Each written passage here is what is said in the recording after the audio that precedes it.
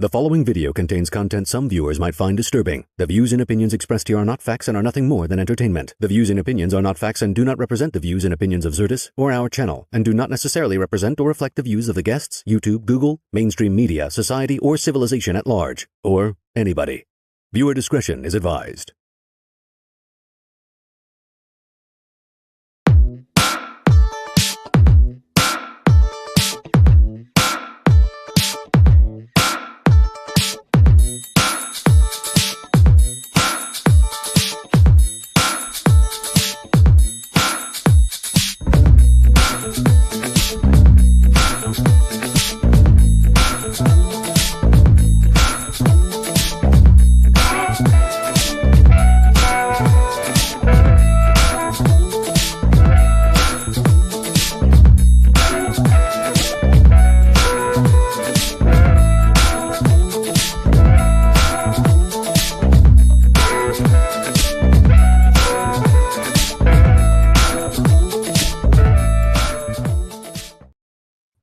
Welcome to what is legitimately the Xirtus Boys Therapy Podcast. We all just have group share. So we were talking about the helicopter. Shortest intro ever. Isn't that like reasonable? That was like a. Because anyone else a reasonable intro? That's the most reasonable intro I've ever done. Oh, look at this little Antifita. Is that part of the background, or is that two people in one room? You know, you can see that view from the top of Mount Diablo. There's a puppeteer behind the baby. Oh, Aw. I can see. Yeah, the baby. That's adorable. All I see is Kermit the the Frog. baby is there. the puppeteer. The baby's puppeting the ski mask. That's accurate. So Greatest. So ventriloquist obviously, ever. Preeminent. It's a little too pointy. we're gonna have to bring up this new movie that came out that has more Oscar this 13 Oscar nominations, the most Oscar nominations of any movie in history, more than Gone with. It ties with Gone with the Wind. We'll talk about it. It's called Amelia Perez. But how I literally never heard of it. Wow. It's only made like $4 million. It has a 0.2 rating out of 10. 0.2 out of 10. With an 80% critic score. The critics love it and the people hate it. LGBTQ people hate it, even though it's about a trans gangster, right? The critics it's basically are all Mrs. kids who can't do theater. Dude, you got to watch Nerdrotic. I hope you guys follow Nerdrotic. He's a friend. That's a big reason why I support people. I like them because they like me, you know. I'm a very sassy Aquapitskin person. But this movie, man, it's horrible. It's got, in the review on Nerdrotic's all you need to see about it. It's a musical trans gangster film about a gangster who, in Mexico, has to get a sex change in order to hide their identity. And, I mean, it's like, again, it's a musical, so it's got this weird... Trans, or are they just doing it to not be discovered? I think it's a bit of both. That's why some gay people hate it. You'll have to watch LGBTQ and find out. Queer, apparently. A bunch of queer culture people are super like, hey, this movie's not very good for us. What the heck? And Hollywood's trying to push it on people, but people don't like it. No, I heard you. Sorry, go ahead. Here, let's give him a little solo. Hey, look at you. It's the first time on my show. I'm glad to have you back for the first time. Why is there no sound? Where'd my sound what? go? You can't hear. We hear you fine. Snare? Where's my snare? I can't get no snare in my headphones, Dre. You were not muted a second ago. I heard you say, "Why is there no sounds?" And it's true. This you guys aren't video getting was feedback from the funny. speaker system, are you? I don't know, man. I'm gonna go move my router a little closer. Why don't you guys talk amongst yourself about, transgender ideological politics? But be careful. So is Caitlyn Jenner? You can't charge Caitlyn Jenner for a crime committed by Bruce, right? Is that the Social Security idea? Transfers over. But when you go to court, they don't charge your Social Security number. They charge the charges are against your name, all capital letters, which I guess is associated with a Social Security number. Huh. Interesting. I don't think that.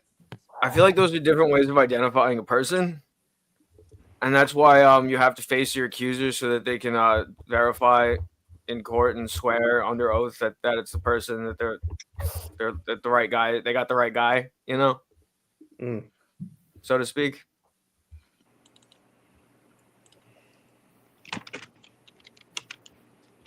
Vega, go on. Tell them about it. Sovereign citizen. I'm lazy. I try to distill big ideas like into when like people 10 try to words. say that, like, oh, even though you guys have literally thrown me in a cage and dragged me in here in chains, you can't do this, and then they continue doing it. Is that basically what this is all about? So, let's say you have a corporation, Right? And a corporation's a person. Okay. So there's a legal person that's created. It has all the rights a person has because it's made of a bunch of people. Well, if you have it in all capital letters, this is the gag. Because in the old days in Rome, if you took someone's rights away, usually due to infamia, they would lose all their rights as a person. They would still be persons, but they could be persons that were owned by other people or by the commons. You could belong to the society. Right, So like you had a the right streets, not to be imprisoned by the state or others, and if that right was taken away, then somebody imprisoned them. It's not a crime. Well, lots of different things. I mean, yeah, I think like that's still how it works now. That's like how a jail legally holds a person. It's like a judge is like, oh yeah, this person can be legally held, and the judge is like, oh, and the warden's like, oh, we got a spot since you'll fund us for every person we got filled. Yeah. So when it comes to you have people's identity. So I'll just really quickly, if you have a corporation that you're signing for, it's like a child and you're the parent, but your child is not a child. It's a slave. It's your name, but it's your name with capital letters. And you have to take the responsibility and obligations over this slave. And if that slave is property of the commons, but you're responsible for their obligations, you end up paying their debts. There's the rub. And you're not supposed to vaccinate them against their will, too. That was the other thing. You don't get your parents' debt or your kids' debt.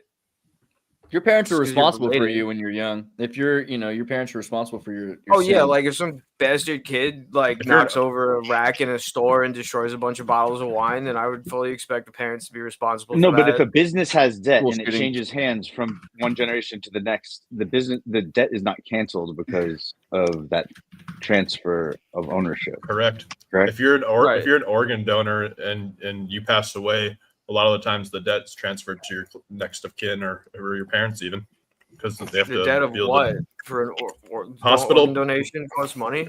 As soon as you die, they have to put you on ice, and they gotta basically carve out all the organs. That costs money. Oh yeah, they try to bill you for it, and if you pay, then you might actually be on the hook. But if you just tell them to walk, then they'll have to sue the estate of the person.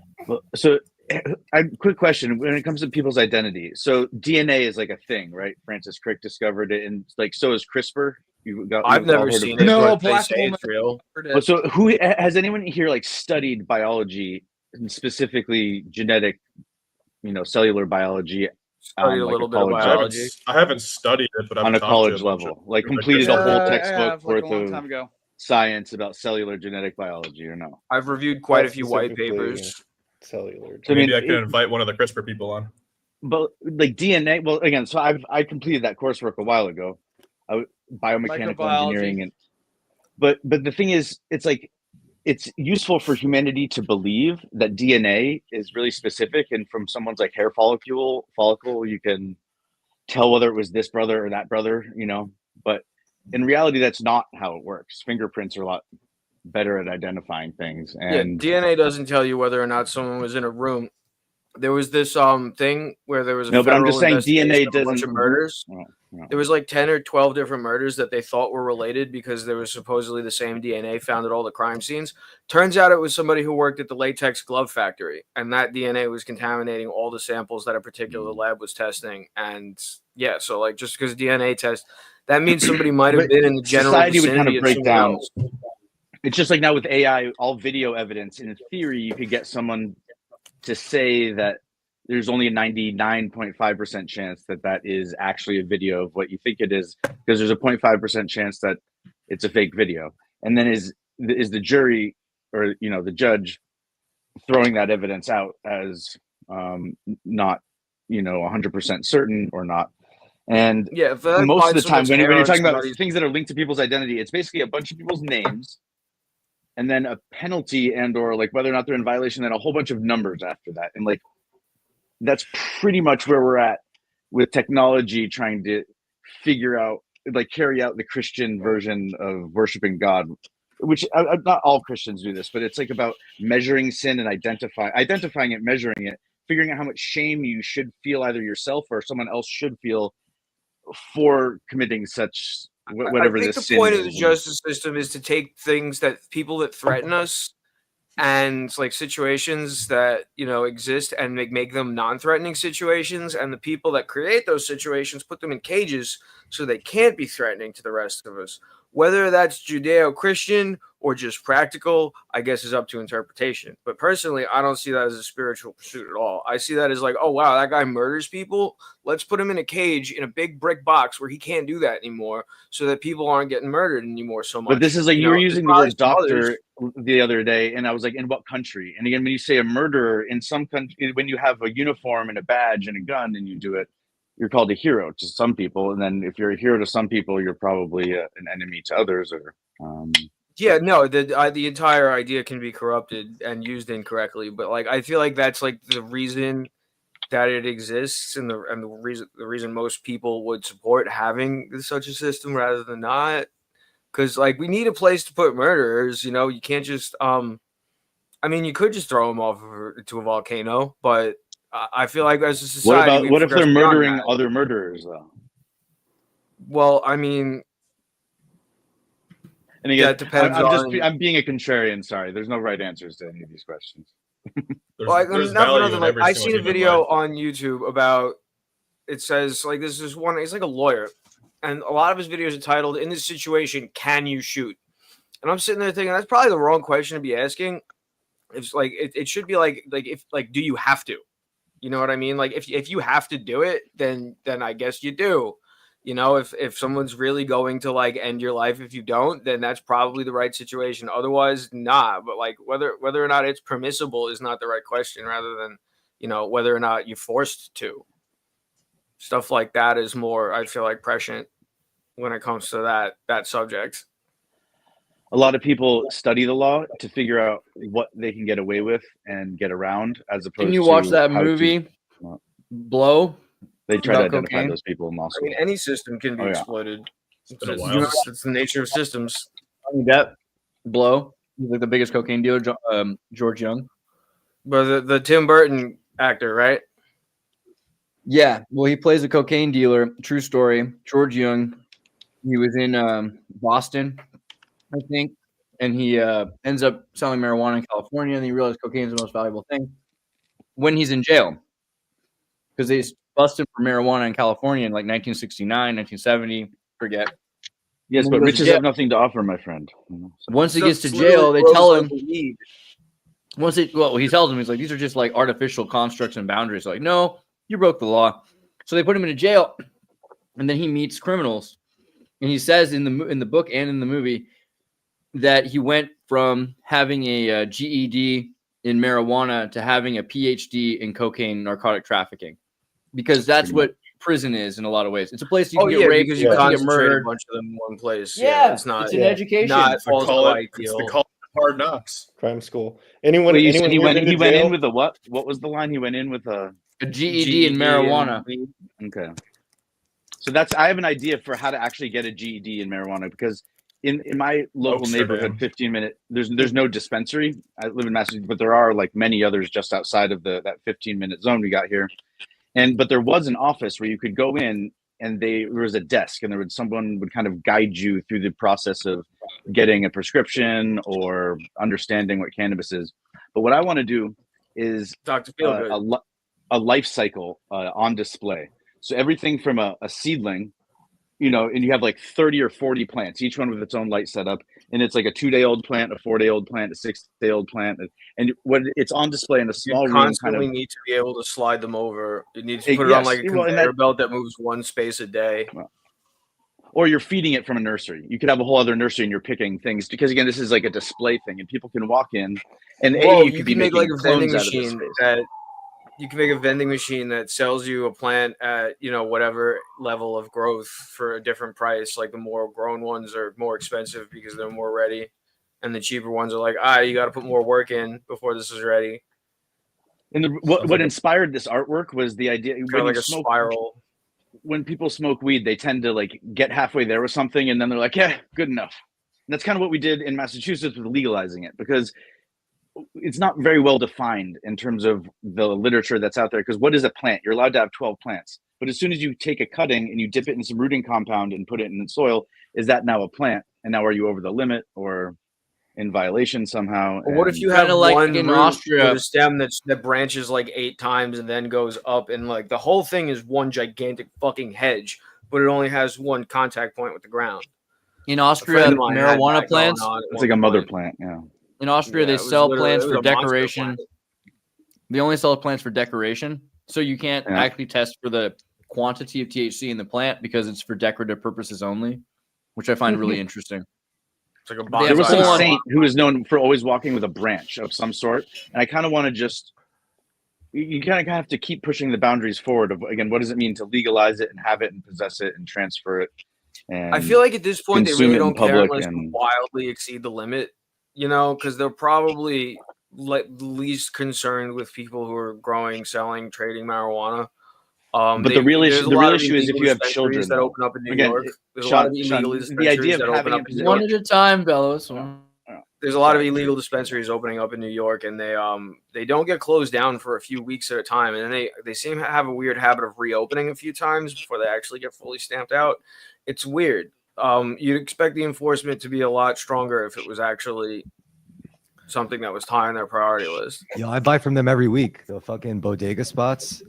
They don't mind taking the hit. Like within like 10 months of making marijuana sales, they basically 10x their revenue since before they were selling weed. So when cops come through and they try to shut them down, like they'll just flip it or they'll get another like cousin to own it, and then they'll just cycle through it. That's how they get away with it. Yeah, there was a place by me that had their logo was literally just a big giant Ace Hardware sign. I have no idea why or how they got the thing. It was the weirdest fucking thing in the world. They called themselves Ace Convenience. My guys, outside of figuring out how to sell it and how to buy it, and is it legal to possess it, the issue is if you're caught with marijuana in your pocket, or let's say you have a half lit marijuana cigar and you smoked it at home, but you carry it around and you just have a hat and you're never lighting it in public. So you're allowed to possess it, but you're not consuming it. But now you have a child with you, and that's your child. And now, again, even if on stream you're seen smoking and there's a child in the background, someone in the chat is like calling CPS. So what needs to happen is, it's very rare that we get to expand the pharmacopoeia on both the Eastern and Western medicine front. And traditional Chinese medicine doesn't really use cannabis because sometimes it's good for certain things and sometimes it's not. And the plant is clearly very varied. But in Massachusetts, oftentimes it's like a center out algorithm where we come up with certain standards here, and then everywhere else in the world, first in the country and then everywhere else in the world, adopts certain standards. And over the last 2 years, Massachusetts has required more and more things to be tested for on the label. And again, as the dude would say in The Big Lebowski, new shit has come to light, my friends. And in terms of we've broken down all the little components that really have the medicinal benefit versus the psychoactive benefit versus the other aspects of the plant that make it consumable or not consumable. And when you're able, because right now, if someone goes to the doctor, they have health insurance, they're paying for it, or the state pays for it, the doctor can prescribe them any type of pill and it'll be covered up to a certain amount, or those coupons. But if the same doctor prescribes their patient cannabis instead of all those medicines, there's no insurance coverage that helps keep the cost down on their cannabis to a minimum. Doctors have to prescribe something synthetic. It's kind of because you can't control what comes in a plant. Plants can always have one weird mutation that doesn't do what you expect. Yeah, and so do pills. Even if you keep them under lock and key, the idea that, again, it's like, there is some variation in pharmaceuticals, much more wide than you'd expect for some. That's true. And the incredulity in my voice is not aimed at you. It's aimed at this idea that consuming, because again, you go to a traditional Chinese medicine person and they're compounding all different types of barks and roots and stuff, and then it's a compote, and you boil it for 30 minutes, and then you bring the medicine back to them because there's more in there. But cannabis isn't generally part of the regimen, and it made it into the United States pharmacopoeia in dentists' kits. There were little keef things because it was a topical anesthetic, and it's just when it comes to people with insomnia, when it comes to people who are trying to find an alternative to drinking, having the right marijuana that makes it so that you get the spins after 2 or 3 drinks means that you don't ever really down a bottle of booze. There's an actual pill you can take that makes you vomit after like 1 or 2 drinks, but there's a certain type of cannabis that.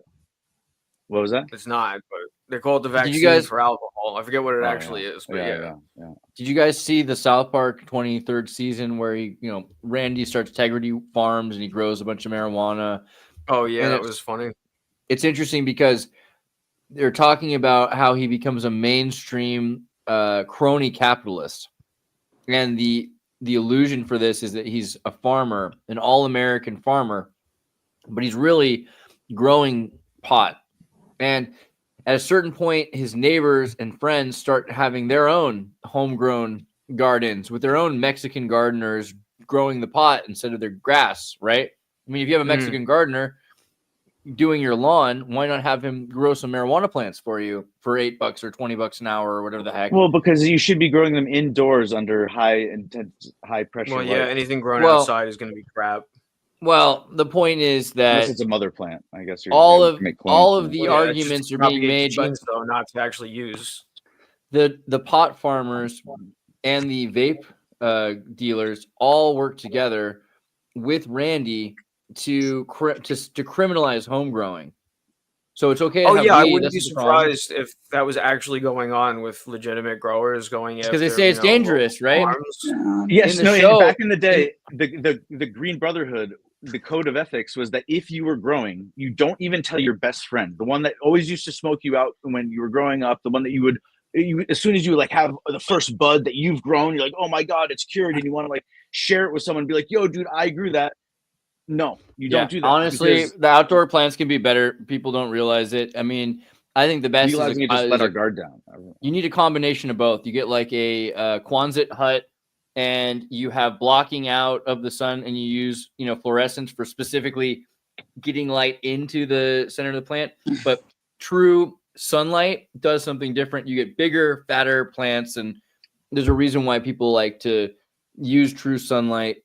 Everyone's got a gimmick, something that makes the plant better. I think touching plants, out west, what they do is they like bury a storage container, and then they have a generator like a mile away near a brook, so that the sound is like offset, and then they run a wire all the way over to so they go to the middle of like a national park and with a backhoe and just dig a huge pit. What happens with the South Park is that Randy ends up, you should definitely talk to your plants sweetly. I agree with that. Randy goes around seeing his neighbors growing plants, realizing it's going to put him out of business. He works with the pharmaceutical agencies, basically these vape companies who used to be tobacco companies, which are selling vapes to kindergartners with fruit flavors and whatever. Oh, Philip Morris is getting into cannabis. Did you hear that? Sorry. Hold on. Well, they own adults like fruit flavors too. It's not just kindergartners. I get that. That's probably what the South Park angle. No. Did you actually look into the Philip Morris vaporizer targeted ads conspiracy? Because what they found were the ads that the tobacco companies were getting were specifically marketed towards people under 18, people under 12, actually, and in games. So you've got these Candy Crush online video games that kids were playing on their little phones and things like that. Mm-hmm. Then there were the targeted Google ads, and they made sure that the ads were bright colored, LED light up, dildo looking, candy. Well, you're describing weed packaging right now. True, but again, the kids stuff was messed up with tobacco. Flavors, but you can't in Massachusetts you can't have flavored nicotine vapes anymore. But it's perfectly fine to sell marijuana based on its flavor and its terpene profile. And again, what I say is, if I wanted terpenes, I'd eat Tic Tacs or maybe even smoke them. But why would you want terpenes in your weed? He brings up the soil farming stuff coming out, and I would say avoid that for anybody who's out there, because You never know what chemicals they're using to flavor that with, and it's probably bad for you. Are you guys following the Xirtus Clips Amoeba channel? So I'm not even the actually... idea that it's bad for you in certain ways, like the kind that'll put holes in your brain. Like marijuana alone is one of the few drugs, even alcohol has a deleterious. I wouldn't be surprised if brain half tissue, that stuff was just spice with some wax stuck on it and some strawberry candy melted next to it or something, you know? Yes. But so what is this, Andreas? How do we handle though? Again, if we're expanding the pharmacopoeia. Let me just quickly give a plug, and then you can go back to the subject. Just because somebody put this together, I'm really proud of their work. I mean, because it's work centered around me, and I'm a narcissist.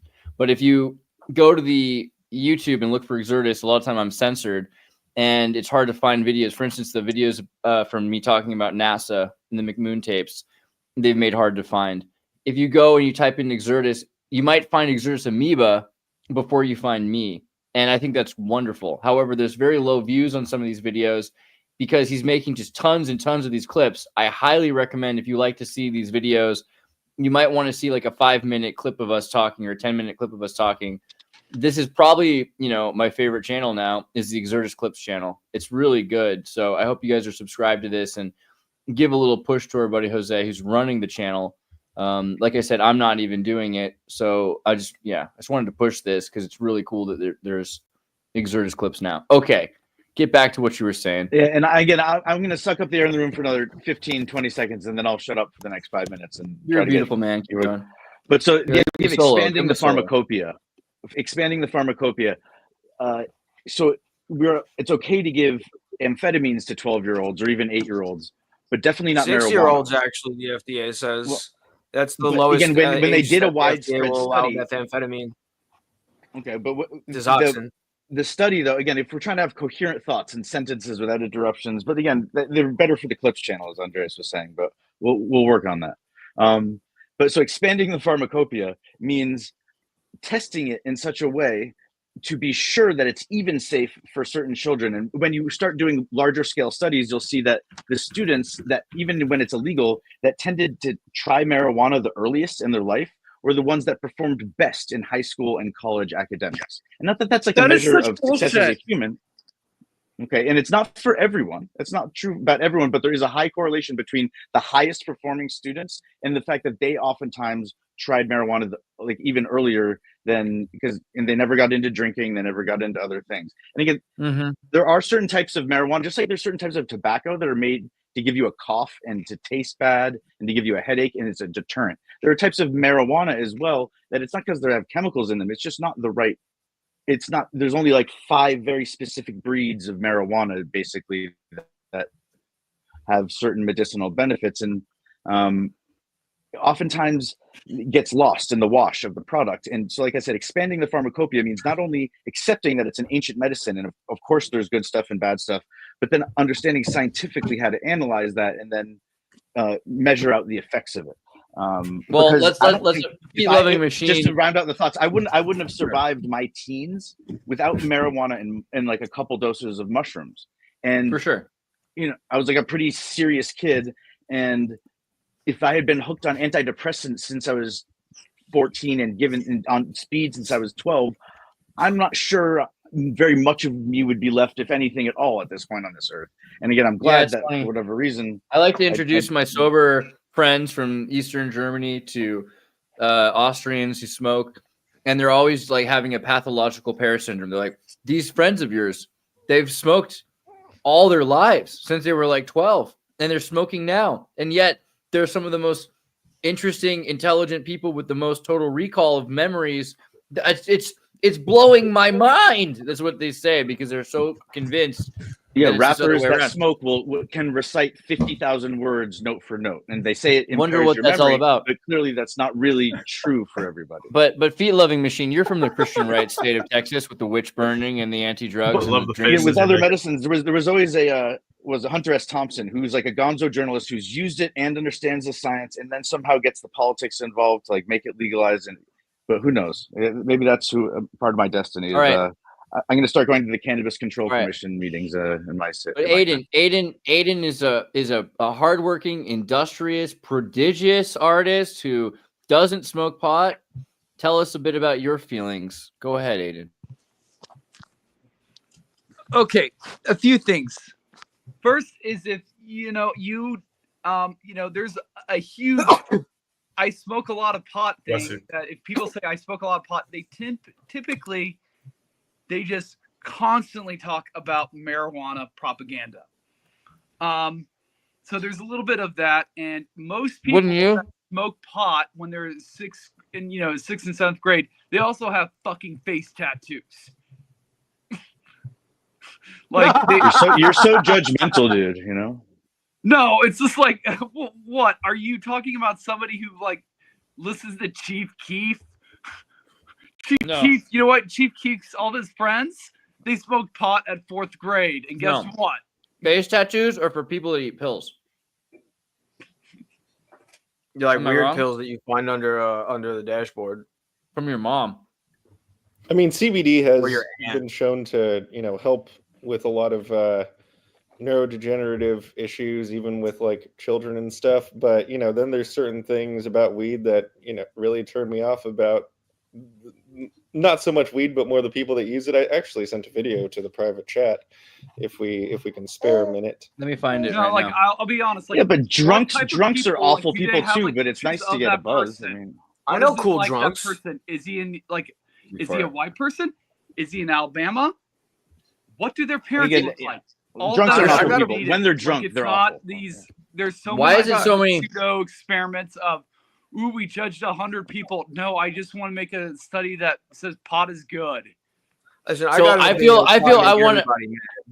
to hear Asian culture. All old people take opiates. Let me complain about that for a second, okay? Because like I grew up with Catholic conservative parents who, shockingly for you, if you don't know this, grew up during the hippie times and didn't like the hippies. They were afraid that they would die if they became hippies. My dad was so worried he'd either die from drugs or, God worse, be drafted into the Vietnam War, right? So he was very much against drugs. Yeah, super propaganda, scared him straight kind of propaganda. My mom too.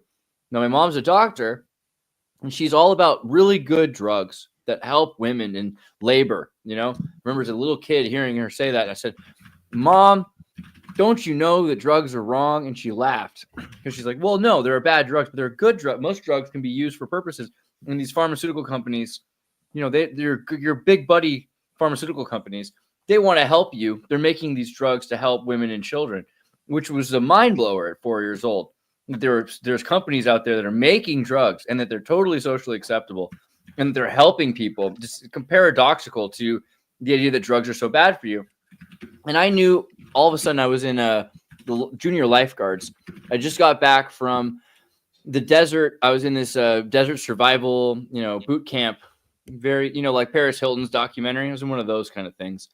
And I got home and I was like, flashbacks. Anytime I'm supposed to be living in the tourist town of Santa Cruz, being a Baywatch junior lifeguard, I just couldn't quite tether my feet back to that matrix, And so I'm just not able to handle the falseness of reality. I'm sleeping on a park bench about noontime because I decided I'm not going to be a good junior lifeguard captain anymore. These guys are like so different. I'm at the beach. I'm just going to hang out there. I don't know what to do with my day. This dog licks me in the face. And this gay guy yells, Gunther. And he goes and he grabs his dog.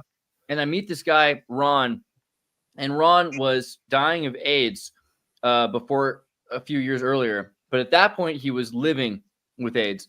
And what had happened was he joined Women and Men for Medical Marijuana, which was a WHAM. WHAM was the California Santa Cruz during a time when marijuana was still pretty illegal, And we had made laws in Santa Cruz saying, okay, well, dude, if someone's dying of cancer, this is where the right to try should come in. If someone's dying from AIDS and they're giving them chemotherapy, we're going to go into the hospital and we're going to give them little pills that have cannabis butter and resin in them, and we're going to have them swallow it. And wouldn't you know it, people that were dying, maybe even from the chemotherapy, because let's be honest, chemotherapy is pretty bad for you too. If you can survive it, great. But treatment-induced anorexia kills a lot of people. You got to make sure you're eating. That's like one of the biggest. Like if someone's got cancer, even if they don't have an appetite, make sure they eat an extra helping of food. So 14 years old, I'm meeting all these people that have AIDS and cancer and all these things, brain tumors and the worst of conditions. And marijuana is saving their lives. And we're driving people anonymously to these places and getting these big bags from the volcano vaporizer because they can't even smoke, some of these people, and you're pushing the bag of vape in their face, trying to save these people's lives. And Ron's still alive. As far as I know, he's like a ski instructor now. When I met him, dude, he'd been like in the hospital, about to die, terrible stuff, right? So I have a very specific understanding of marijuana. I understand it from a medical purpose of saving people's lives. I've seen kids with epilepsy saved. I've seen people. But name another drug that's administered that way, and that's why it's so magical. And there's something about as soon as you try to concentrate it or mass produce it, you get away from whatever the specific genetics of that clone or that and so the idea that there's a bag of magic smoke or mist that you blow in someone's face that replaces like 18 medicines and lets all their organs start to process their natural functions as opposed to the medicines out of their system all the time. And marijuana is one of those weird things where it's like, I mean, I've known people that it's worse than cigarettes. Like cigarettes, they'll keep you out on the street. Hey, look, Zach made it. Ztron, bro. How are you doing? Good to see you. I'm doing all right. We're talking about cancer patients being saved with marijuana in the mid 90s. If you remember back in the day and what it was like then. I remember when I was Go ahead. Yeah, I've actually had my medical card for 16 years. Wow. But you're talking a little bit before that. But yeah, there were some big time cannabis activists definitely here from Colorado that were totally at the forefront of pushing those laws for using very careful language and compassionate. But see, what happened was the laws. Valerie Coral are good, but the plant now has been mass produced in a certain way where, they made like Hollyweed, where you could have what looks like a grow room for a Hollywood set and making a movie, but you could go test all the plants and there's not any of the actual active ingredient in there. And now everyone's just going based on like these new strain varieties instead of going back to the ones that I knew this lady, Valerie Coral. Valerie is one of the most amazing ladies. When I met her, she ran WHAM, Women and Men for Medical Alliance for Medical Marijuana. And I used to see all these people around town that were in wheelchairs, that were in these crazy situations. And I would drive to pick up groceries for people and things like that. And she had been hit by a private plane had hit her car in her Volkswagen Beetle, a low-flying P-51 Mustang plane. Nearly hit, like it caused the crash of the vehicle. What are the odds of that? The odds of that are like a Black Hawk hitting like a passenger plane or something. Come on, that would never happen. Right? And the other crazy thing was she knew Aldous Huxley and Aldous Huxley's wife. She helped administer the LSD dose to Aldous Huxley. So one of my favorite people in life, and that lady saved my life a number of times. But she was all about outdoor weed from people that had been to Vietnam and South Africa and Paraguay. We would get seeds and bring them to them. So they had the wild seeds from around the world to bring together to create something that was kind of different than what eventually happened with high THC strains. And now we're starting to realize CBD, CBG, all these other things that are part of the plant that are really important. CBD blocks out your THC receptors. I know this is deeper into marijuana than people really probably wanted to go. But to me, I just remember thinking, you got these people that are out on the street. They're like, you got to go outside and smoke a cigarette. And if it's marijuana, it was even worse. And I hear you, Aiden, Feet Loving Machine, that like drugs are not the answer to like everything. And a lot of people are so perfect. I meet German people all the time that think they're so perfect. They don't need drugs. And like, that's great.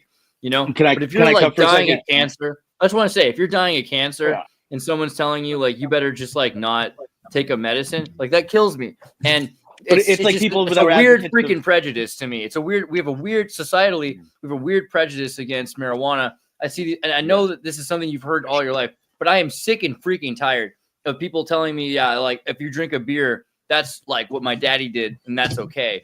But like if you smoke herb, you're the devil, or like to me, it infuriates me a little bit. Yo, it's funny. Wait, I got that because like, wait, let terrorists go. No, I was just gonna say like, if people want to judge, like, I'm a consummate pothead. Like I smoke every fucking day, but at the same time, like I teach martial arts. I work from home. I've had the same job for the past 10 years. I never got a DUI. Honorable. I never fucked anything up. Basically, what I'm saying is, you're an honorable man. I'm saying if people want to criticize weed, it's like do better than me first. You know, it's like, oh, what? You know, it's like if you don't smoke weed, like what the fuck are you doing with your life, you lazy piece of shit? You know, like you think you could top me, a pothead, then fucking go for it. So it's like I don't think that argument holds any water. There are high performing people who are like sick stoners. Yeah, and I don't see any face tattoos. I just noticed. And it's an ethos. Interesting. I didn't realize it. Right, you hold yourself to a high standard. You take pride in what you're doing, but you're also not a perfectionist because you're almost taking yourself down a notch sometimes and saying, "I don't need to be perfect." And I'm still human. And I say it all the time. I'm an idiot. You know, I'm not a fucking genius, but as an idiot, I could hold down a job. I don't have a drinking problem. I'm not fucking abusive towards people, you know? So well, imagine people that were advocating for Bitcoin in like 2011, and then they told you about it in 2012 and 2013, and now you would call them a crypto bro, and you're still obnoxious and everything. But again, they were kind of right all along. And when it comes to marijuana too, it's something that I've always kind of worn on my sleeve to some extent. And I can't believe we actually managed to legalize it, but I think we. So I wanted that as my that was my comment to Aiden. I wanted to hear what you have to say, Aiden. I'm just saying, there's a reason why people would fight for something they find so meaningful, and I can see why. I mean, for me, it's amazing I didn't make marijuana my number one priority because I saw so many people's lives saved by it. I mean, really, I saw people that were dying turn their lives around, and if that were a religion, I would have believed it. You know, I mean, it's just something really powerful to see people that are dying of cancer and pharmaceutical companies are not saving their lives. And all of a sudden they're ski instructors. You know, I mean, it's like, how can I not? The Rasta culture, the way in an urban environment. Oh, go ahead. That's cool. But like, I will always point out, it's like well, I mean, Tom Hanks is a bad example of this, but Tom Hanks and then his son, Chet Hanks. I don't think that you can blame marijuana for Chet Hanks. You can blame the Illuminati. Blame his name on it. Satanic Rock. I mean, he was definitely smoking pot before. Like his parents were like, no, he probably had Xanax before he had pot. I would almost bet one American genuine silverback dollar from 1962 that he was actually getting his parents' pharmaceutical prescription pills and crushing them up before he had access to marijuana, because it's easier to do. You can easier to imagine that. Am I wrong? He's actually remarkably well adjusted for the son of a superstar, right? I mean, you don't hear about. No, he's horrible. Kids in the public. I'm at least gonna look at Zach's mustache. It's so pretty. Oh, the way I see it though is you can't make blanket recommendations that are going to apply to everybody, because some people are going to do okay with pot, like Chris Terrace over here. And I'm sure that there is probably, for every person like him, there's going to be another person who smokes it and has a problem with it. And yeah, I don't want to push pot on.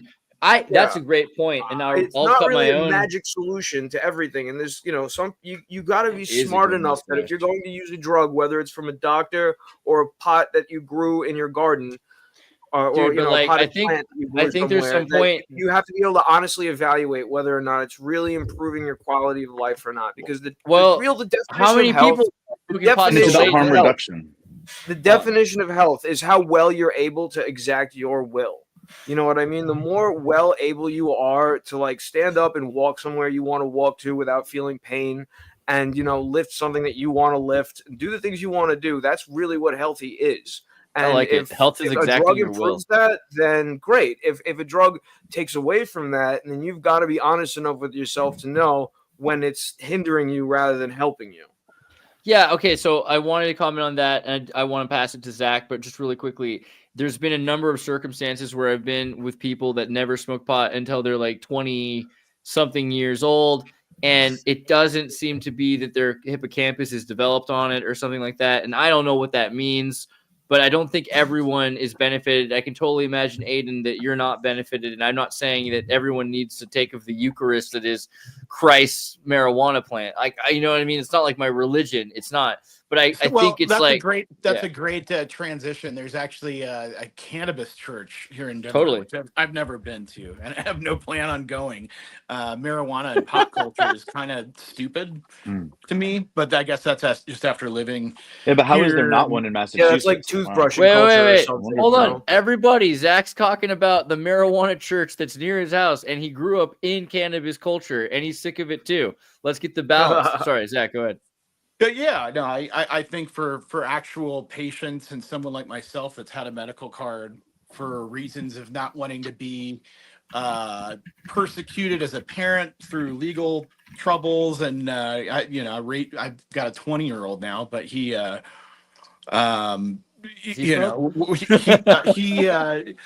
sorry, you don't have to I answer. think he's actually kind of beyond that at this point. He finds Word. that it stresses him out, and when he's looking to be really productive, he's not necessarily in the mindset. So he's got a healthy approach to it, and I think it's because it hasn't been this repressed thing, and it was something we talked about, and I didn't encourage him by any means to smoke. Of course.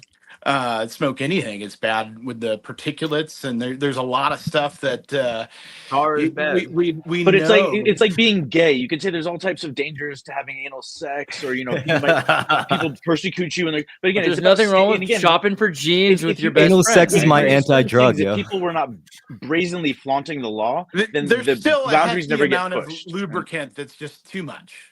But again, whether gay marriage or not is legal, it's whether or not you're allowed to. By the way, to date. I'm putting it in the private chat that actually makes smoke bad for you. Some people are going to say that we only talked about weed and sodomy, but I'll say that you just got to we drink had the that, deepest conversations about weed and sodomy ever. You just got to drink that mushroom tea with mullein in it, right? That takes care of it. I mean, when it comes to like even alcohol I'm or supposed to cigarettes pull this or page weed, up. I always say like, oh yeah, that one. I always That's the say chemical in smoke that makes it bad for you. This is what causes cancer. That is the correct one. I'll try to avoid that. But I was just saying, when it comes to this stuff, like I always say, I earn my vices. Like people will say, it's like, why do you do all this shit just to like smoke cigarettes or drink? And I'm like, well, I work hard in life. I'm allowed these things because like I get my shit done first, and then I have fun. I'll do some coke here and there. I'll drink alcohol. I'll smoke weed. I know that there have been points in my life where everything just went off the rails, and that's when I had to be like, all right, I don't have time to get drunk and smoke weed because there's shit that needs to get done. I think it's like a kind of like a technical error. It's like putting one thing before the other when you really shouldn't. Everything in moderation. Yeah, if you have nothing to celebrate, why imbibe? Yeah. Like what am I running away from? There's a sense of belonging, and that you're against. You're sharing a secret, especially when you say you're allowed to have these things, and within reason. Wait. If you have nothing to celebrate, when I was growing up, that wasn't true. Well, if you have no, actually, that was the question. Yeah, and that question I want to ring back to Aiden, because Aiden, it sounds like that's your kind of mindset, because we're not.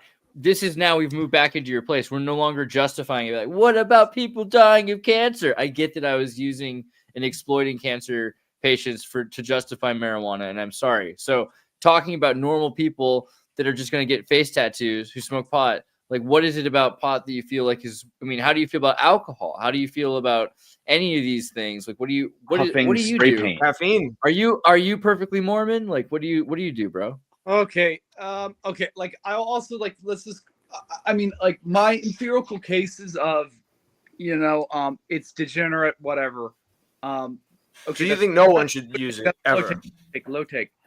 But it's like, you guys need to go to high schools and middle schools, but mainly high schools, where you have math teachers that teach geometry, algebra 2, from like 10th, 11th, and 12th grade, those type of people.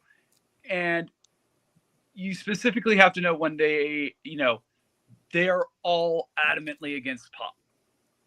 You go around. That may be that's their public facing persona. I smoke my way through AP. Let them cook. Let them cook. Kind of like good, well-adapt areas of the country where there is pot, and there's very significant areas where there's pot in one district, same area. They have the same types of cops, but a lot of pot in one school and not so much in the others. They're like, get rid of it. They're like, oh, I'm done with it. It's even worse if it's like a mixed ethnic, high schools where there's a bunch of white kids and some black kids and a lot of the black kids are smoking pot. They're all like, get rid of it. That's the police. That's the teachers. So I don't know. I mean, police love it because that makes it really easy for them to search somebody and find anything they've got that may be tenuously illegal. It's like perfume. The kids always have the best weed. About the ones that do work with child protective services, so that's why they steal it. That do human resources, and who also do with domestic violence, domestic abuse. They all say pot and a lot of violence, stuff like that. They're all. How do they feel about cigarettes? And what are the statistics? I feel like I'm watching. How about the Madness. amphetamines? This is just The modern day amphetamines. reefer madness. You're just reciting bad things and then saying marijuana adjacent to that. And again, no, I mean, it's like, that is true. This is true. This is true. Like, it's like Chet Hanks would probably be Chet Hanks without marijuana. But not without meth and without Valium and without Xanax. I bet you Xanax and meth basically was what he needed to become himself. Well, no, pot was definitely the thing that got him sent to. Dude, if you took a Valium, a Xanax in a whiskey or a beer, you're basically Chet right now. Think about it. Okay, or like so pot culture, what it used to be, especially when it was illegal, and in certain places it still is it's how you catch the people on the fringes. And in Rasta culture, the idea is when they don't trust any other adults, and they tell you you're not supposed to have secrets with other adults, especially if you're a child or you're, it's like if someone's saying, "Here, keep this a secret," but if the only secret is that, look, we're all smoking weed together, and this is illegal, and if again, get one of us, get all of us, and again, it's in a time. Imagine when being gay was very much legal. Okay, like I got a lot of guys, gold, got damn screen gold, got papers. Yo, come on, dude. I don't want to watch this shit. Smoke pot. This is too much. What was that, Andrew? DeSantis. What was the point of that? DeSantis. Just certain types of weed Trolling. people. But True. That was a good example, guys. Of you know what? He's got a point. I took geometry in 8th grade, and so that meant in high school, God, what was it like? I don't know, algebra 2 and pre-calculus and all that stuff. I only understood it when I was violently high. I had to smoke before going to class and doing That's why my the homework. teachers don't want you to do it. Well, no, that's a too great easy. point. So I have a take on that. Basically, if you take it to the psych framing of drug use, like people are either going to use it as an anesthetic to make them not feel shit, like they're using substances to get away from shitty things in their life, or they're going to use it as an aesthetic, something that could make them feel life more, see life more, maybe be more immersed in it and make it seem more I call vibrant. it temporary tunnel vision. That's what I call it. Wait, is it also possible that it was just one of the right treatments that works for his ADHD? I'm just saying, like, possible. All right, just think of like being at a party and you're all up in your shit, like you're anxious, you're paranoid, you don't want to talk to anyone.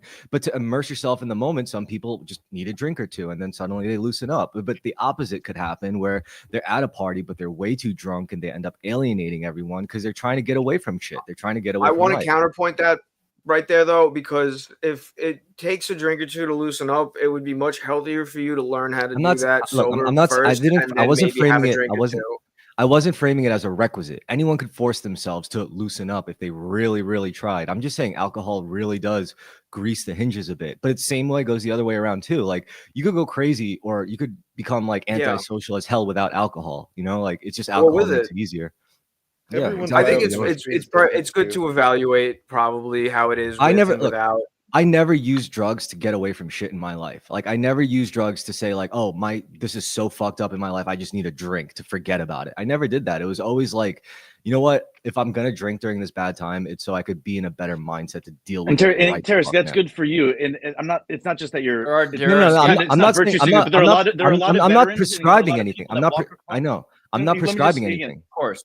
I'm describing things. So there are a lot of people that walk around and they measure the time they had to have ahead of them based on the number of nips that they have in their pocket and how much money they have to buy more nips. And they have like a week plan, and that's pretty much how they see their existence, is by whether they're going to have probably between 8, 10, 12, 20 nips in a day. Well, and that's how they're dealing with reality. And what I'm saying is that nips, fentanyl, if you have a dugout, you have the little bottles of liquor, tiny bottles of liquor, and that's your go-to instead of the nips, then so what I'm saying again, so it's about harm reduction. And when Sean's saying, is it better as an alternative? And if someone's trying to break a habit, but alcohol alcohol is such a different beast because it's a hard drug. It's a multi-dimensional addiction. There's your physical element, the physical allergy, there's the mental obsession, and then there's the spiritual malady. Science, medicine, and psychology can account for the first two. It's the third one that's tricky because, by and large, we're run by like a secular society with our institutions. There's no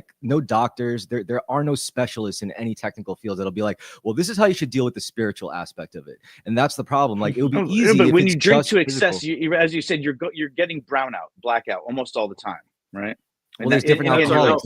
There's a mentally addicted and the physically addicted, or the physically addicted. Yes, but I'm saying so you can accomplish the same sense of putting yourself in a stupor. And there's all types of pills you can take to put yourself in a stupor. And some people, again, the easiest, cheapest thing that's most available that they can measure out the dose is in nips. Okay, but with marijuana, again, if you have the right little head stash, you can, instead of going to buy 10 nips, if you really want to get stoned out of your gourd and watch cartoons, there's the right kind of weed that, again, it's medical grade, and you wouldn't want to use that if you were teaching math class, because you would probably be giggling and everyone would know you're stoned, sort of thing. Well, when you're experimenting, you don't know what to expect. Like, I was 14 when I first started getting stoned, so it's like I didn't really think about like what even drugs would really do to you. I was just like, what does this do? And I just did it. I'm just saying, like, I went this last week to hang out with this friend Edward, who's an El Salvadorian Mormon dude, in a Viennese coffee shop. And I went to another coffee shop with some friends of ours, Raphael. We're hanging out with a bunch of wieners. Yeah, dude, just hanging out with wieners. Wieners out. Anyway, wieners down all night. So Mikael and Raphael went to the coffee shop, and I'm thinking, this is not like the old days. The old days, you're taking drugs. You go to the coffee shop, they got cocaine, pure cocaine. Freud was addicted to cocaine. He would walk around Vienna every night. That's how much cocaine Freud was on. He was crazy. And I want to be Freud for cannabis, because again, he injected it. He used it with his patients. He brought cocaine into the pharmacopoeia. It was just used as a topical anesthetic. Did he before that, though? You know what? Actually, dang, he Stefan, never snorted it. We're coming back to this though. Stefan's got a good point. Stefan's got a good point about prescription. Well, because not everyone before you have to trip Freud light fantastic. You have to understand it on both levels, on the use and his how did he take it? And knowing when you're trying to induce certain effects. He gummed it a lot because he had jaw cancer, so he put it where he used to chew on tobacco as well. But he did all kinds of drugs. That's not the point. Everyone did drugs in Vienna, and it was, instead of going to the university, you went to the coffee shop. And the coffee culture was, you're sitting around talking with people, and you have to imagine, like, this is everybody. This is every cool artist, every cool philosopher, every dictator who murdered 100 million people or less, like whatever. Like, all of them were all in the city at the same time, and they're all on all these different drugs. And you go to the coffee shop now, and you can't smoke in Vienna inside. You know what I mean? So all of a sudden, the entire thing is shut down, which is probably safer for the world, that Vienna is not like creating artists and dictators, and in between. Like, it's actually probably, but at the same time, I would argue that has that crystallized into our modern age, and all so we can have AOC, so we could have Alexandria Ocasio-Cortez. Like, she is the penultimate conclusion of your cafe Articles culture, of Confederation. Man. She's the barista dictatorship. Yeah. First it turns. I'd like to praise Aiden's stance, though, demonic. Because Aiden's like, I believe that's actually ingrained in his psyche, where he believes that you should do less drugs or not do drugs at all, and that you should be concerned if you see people engaging in behavior that you deem as high risk. I think. Remind me though. I want to talk about the Mormons I went to. I went to a coffee. I want to talk about the Mormons. But hold on. Let me just finish the thought. So I'm praising Aiden, and then I think some other people on the stream tend to like kind of deny their nature as like a type of like self-talk and virtue signal. But in reality, even dolphins play with pufferfish to get high, and a lot of humans, unfortunately, like to put themselves in a stupor, even if it's every now and then. And those are very dangerous medical incidents. Anytime someone is drunk at home or drunk in public, to the extent where they're really in a stupor. Whereas again, with marijuana, you can consume as much of it as you want. You're not really going to have a medical event. You might have a psychotic type event, but that's, it's like an accelerationist type theory. But so what is it? Certain deer will That's eat, assuming you have real weed. Will eat fermented. How many of y'all are sober? It's a natural thing. Chat or raise your hand. Experiment with things that put them in a stupor. And marijuana, again, you can get ketamine at home treatment now. Everything is legalized, and it's not the problem is we come pretty far on the legal side. It's not federally there yet, but again, new shit has come to light, as the dude would say in The Big Lebowski, when it comes to the science behind the plant. And right now, Stefan, I don't want to make you feel bad, but it concerns me how close this sounds to transgender hormones for kids to give prescription marijuana to Hormones kids. never killed anyone. It actually raises estrogen and lowers testosterone. Why would they need a prescription? That's not my point. It should be between them and their doctor, and their parents shouldn't know if they have cash, and their parents. I know maybe you should cut out the weed. No, my my friend's can parents I would tell buy my weed story from about? us. You know, Can I tell my story about the Mormons yet? For the love Yes, of you God? may. I'll allow it. Like Do they almost smoke literally. weed? So I go to this coffee shop, and there's no one smoking anyway, and everyone's happy. And it's this bright yellow kind of place. The dude's got this cool yellow sweater, and there's like all these drinks there, right? But they're like virgin alcohol fried, they call it, free of alcohol. Like they've got, mojito like drinks and lemon drinks, and it's like delicious, healthy stuff, right? And there's all these instruments there, and everyone can pick up and play an instrument. And because they've been all their lives Mormon, I guess, not everyone there is Mormon, I suppose, but you can't tell who's not because you can't tell who is because everyone's just awesome and they're playing instruments. And there's like it gets to that like Titanic Celtic dance song that they do where they're like holding hands and they're spinning around. This is crazy at this nice Mormon coffee culture place. And not once does it occur to me there needs to be smoking to make that fun, right? And there's something about Mormons. I know I've said it a million times and people get sick of me saying it, but it's like the girl, that you love. It's Mormonism. I tell you what, because every single one of them, and they make science fiction. Why is it Orson Scott Card or Stephanie Meyer with Twilight and all these different authors? Why is it that the Mormons, without their drugs, are doing such crazy freaking wild? I mean, I like people who think crazy thoughts, right? That's why we do this show, because I love crazy people. I love people that are inventive and wild. And you think that you have to take LSD to do that? Mormons are doing that without that. No. Again, it's just some people need to take crazy about lactate you, pills when they Chris. eat dairy. Some people need to take lactate pills when they eat dairy because genetically they don't produce a certain enzyme. So you understand we have an endocannabinoid system, and that's kind of a more recent discovery. If you're gonna be having a good Not time, about if a whole good group of time, people is bro. having a good time, then whether or not they're drunk or stoned probably isn't going to change the fact that they're having a good time. If a group of people's having a bad time and they're all fucking miserable, then having a bunch of beer is probably just going to make a couple of them have a fight and the other ones are just going to go home pissed off or sad. You know what I mean? Like it's like It's someone about the in the vibes, chat, I think bro. Steam and Stream said, Winslow, has Winslow said drugs. anything yet? Oh my God, we're so rude. Oh my God. I don't think you should imbibe if you're not I'm celebrating 100% anything. sober. It I don't doesn't make even sense. drink. We made it a full hour. We made it a full hour before. Winslow's gonna talk about sobriety for a second because he knows a lot about it.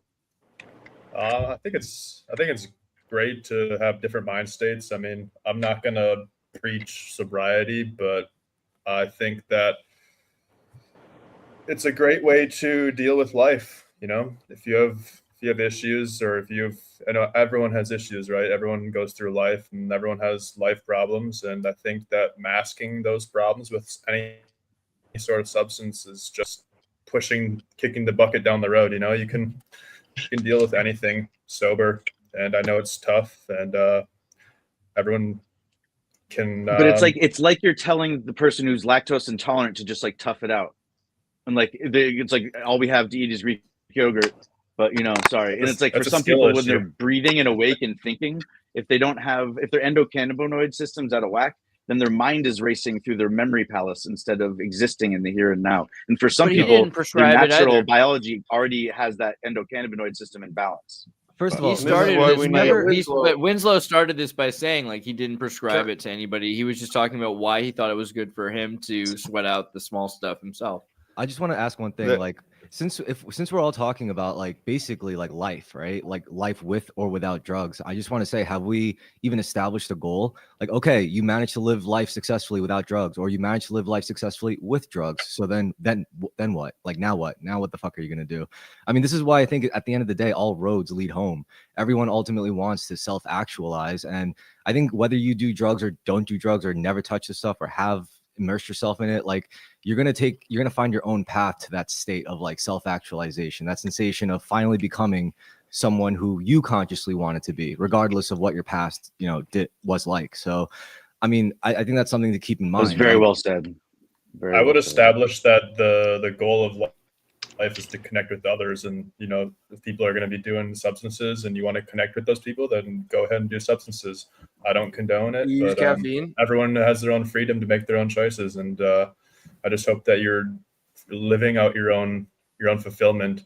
And if you're and I think it's important to use your own judgment. When I went from straight edge, because again, at one point, all the way up through like almost the end of high school, I not having a drink, not smoking anything, very into sports, academics. But instead of jumping off the cliff and going, oh, I'm not straight edge anymore, and now I'm just going to try everything. Again, there was like a science report that one of the senior classes did, and they put a poster on the wall of all the different drug types and the effects that they had. And I spent like 2 hours reading all the posters, and marijuana was the one that didn't put holes in your brain.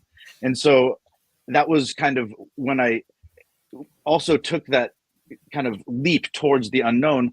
I realized that I was going to be able to relate. It's one thing to use my intellect and my, the education and the position in society, not squandering it and like making myself rich or like, doing something that is grandiose or, gives me fame or pride or something. But instead, how do I relate to the people that are struggling with those things? And instead of trying to judge them and consider them other than myself, I was willing to toe the line to, in the hopes of being able to kind of debug whatever it is people are going through when it comes to certain things. And now I know what it's like when you're used to having really good weed your whole life, and then all of a sudden it still looks and smells the same, but it's not the same. And then I got an thankfully the interesting scientists fact have been working on it about too. drugs. So the army just ditched fentanyl for ketamine for pain. If you're in a combat situation. Wait. Well, they should Vice have always versa, done because that. As far as I understand, they had ketamine in their pack. No. Yeah, but now they're not using fentanyl. Yeah, but they ditched fentanyl for ketamine. Oh, they've totally eliminated the fentanyl that they used to also keep in exchange for a larger amount of ketamine, huh? Interesting. I hate ketamine. That's probably it could be scary. I hate eliminate I hate ketamine. Well, ketamine is a kind of PCP, and I think the Army's using a very specific kind of PCP that's related. Confession, to ketamine. I've smoked some dippies before. I've smoked because there's this bad neighborhood in my area, and the kids there, their pastime was like just smoking PCP, and I was like, yeah, sure, let's try this out. And then it's not like inner city black kids invented PCP. No, I mean, it's like funny the way that they always make it sound is it's like this is some like poor like gangster drug, but really, who made it, right? No, it's but the that's CIA. CIA was non-addictive. The point being, I did this stuff, and I was like, why would anyone do this? I cannot think of a single good reason to do PCP. I mean, if I wanted to be numb to shit, I could like take a benzo and drink a few beers or something. But PCP, I know people have used ketamine, and I've never used it myself. The way they describe it terrifies me. I'm pretty sure all of you know that LSD was created by, or funded by the Army, obviously created in Switzerland. It was created by accident by some guy who was trying to distill. Well, allegedly by accident. Why would he be trying to distill? Well, and there could also be a Winslow, he accidentally that the government while it was already being worked on. One at a time. Sorry. Winslow, you're saying that the government and all the different branches of the military that have med kits for daily use regimen, every single soldier in uniform has just the Army. A stockpile of single doses, all kind of measured out into their mess kits or their med kits, so to speak. Only combat. So the government might be the single biggest buyer of ketamine, and they want to have really controlled doses of it and some sort of strict chain of custody around deploying those med kits. Or ketamine's actually really. I think Mars buys more ketamine for the veterinarian uses. Yeah, there's people who back when I was a teenager, I knew some people who would get mail order ketamine from Germany because they pretended they were veterinarians, and the people in Germany didn't check the paperwork closely enough. Yeah, but why not just get like mail order Molly then? Like it's way more fun than ketamine. Is it a Molly destroys your heart valves? Don't do that stuff. Oh, yeah, ketamine's not that much better. John C. Lilly was really into ketamine, and he said it was useful for communicating with the Earth's Coincidence Control Office. That it's an interesting idea because instead of a stimulant or a depressant or a deliriant, it is a disassociative, and so disassociatives are very valuable for the usage of which drug? Being conscious still. Any ketamine. Sort of any PCP. Ketamine's like 2-oxo PCP or something like that. See, we lost Zach, I think. But no, I was gonna say I grew up before the internet. Zach's like, I don't before need the only way to get mushroom spores and weed seeds was to order them out of the back of a catalog, and they would ship. They would oftentimes make it through customs. And imagine, it's like getting a jar of kimchi and opening it, and it's just cabbage and water. Imagine getting mushroom spores and thinking you're growing psilocybin cubensis, and you get some fucking portobellos, and that's what's happening with marijuana now. A yoga poser. And it's such a booming market that it's being sold as like a flavored cigarette, and it's still people love smoking things in groups, and there's such taboo with tobacco, and again, most of the time it smells gross. It's interesting, imagine if you had a cigarette that smelled like pipe tobacco, but then there's additives in it and stuff. And the reason I think it's good Philip Morris is getting into marijuana is because were able for decades and decades to control cigarettes. And there was a time where people would put things in them, California, not to make them better, but to make people cough. And the idea was, in certain communist systems, they want people to smoke less, and so they have a certain cigarette that makes people quit.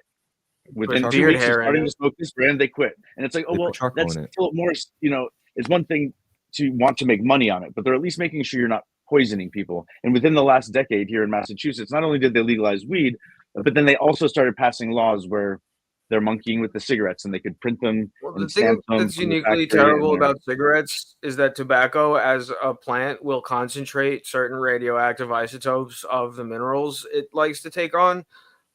So when you're smoking cigarettes, you're not only getting the tar and benzoapyrene or benzoapyrene, however the fuck you're supposed to pronounce that.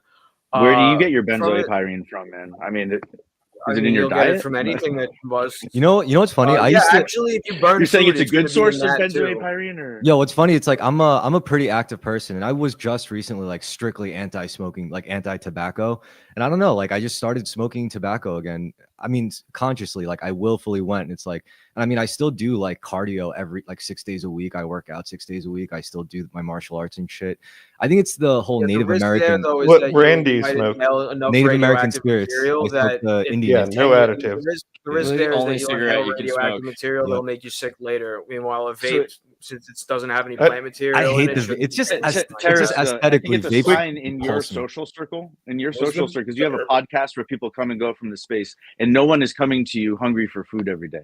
And if someone is allowed to kind of smoke cigarettes, because in certain times and phases, there's certain people that are always buying everyone lunch, or helping people out with groceries, this thing. I mean, and then all of a sudden, the people that they're helping are now smoking cigarettes, and they're like, what the hell? How do you have money for cigarettes? But why am I helping you? No, the culture that I come from with cigarettes, I was 14. I would wake up in the morning.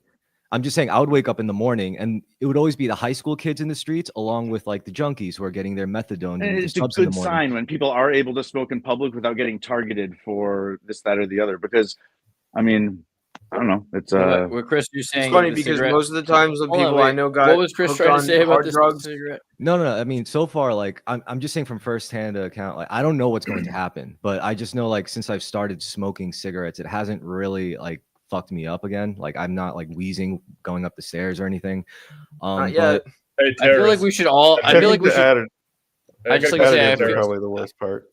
Yeah, the additives are the worst part, but I feel like we should all go to like hospitals of like old folks' homes and talk and try to like hang out with old people that are smokers. And I also want to see what happened with them. But I also want to. I know David Lynch, right? Sorry, go ahead. Sorry, before this, I just want to say like I'm not like a pack-a-day smoker. Like that's why. I used to. If you get to a pack a day, it'll limit you. No, like now I ritualize it. Like I'll say like, oh, if I'm in the specific time, like at my lunch break. That way. Okay. Yeah. But you see, you roll a joint to smoke while you're having sex, but the cigarette, after you're both dehydrated and exhausted, and you should eat something because you're like, again, it's been hours or whatever. But again, and like both of you like quit cigarettes a long time ago, but you kind of always, again, there's a time and a place for everything, Yeah. I knew this kid in high school. He was on the swim team. Talk about that team. Canadian guy. Especially if people are coming and going, because otherwise your apartment smells like cigarettes pussy, his entire life, and then ran marathons. And have you guys heard this? Start over, please, Winslow. I don't doubt that, because when you do intense activities like that, I was just about to mention this guy that was on the swim team in high school. Swimmers are shown to have generally 3 times the normal lung capacity of a regular person, and he was also a chain smoker, which I guess they would say have 3 times less. So he was at like net neutral with his, his commitment to swimming as well as addiction to. Wait, how old was he though?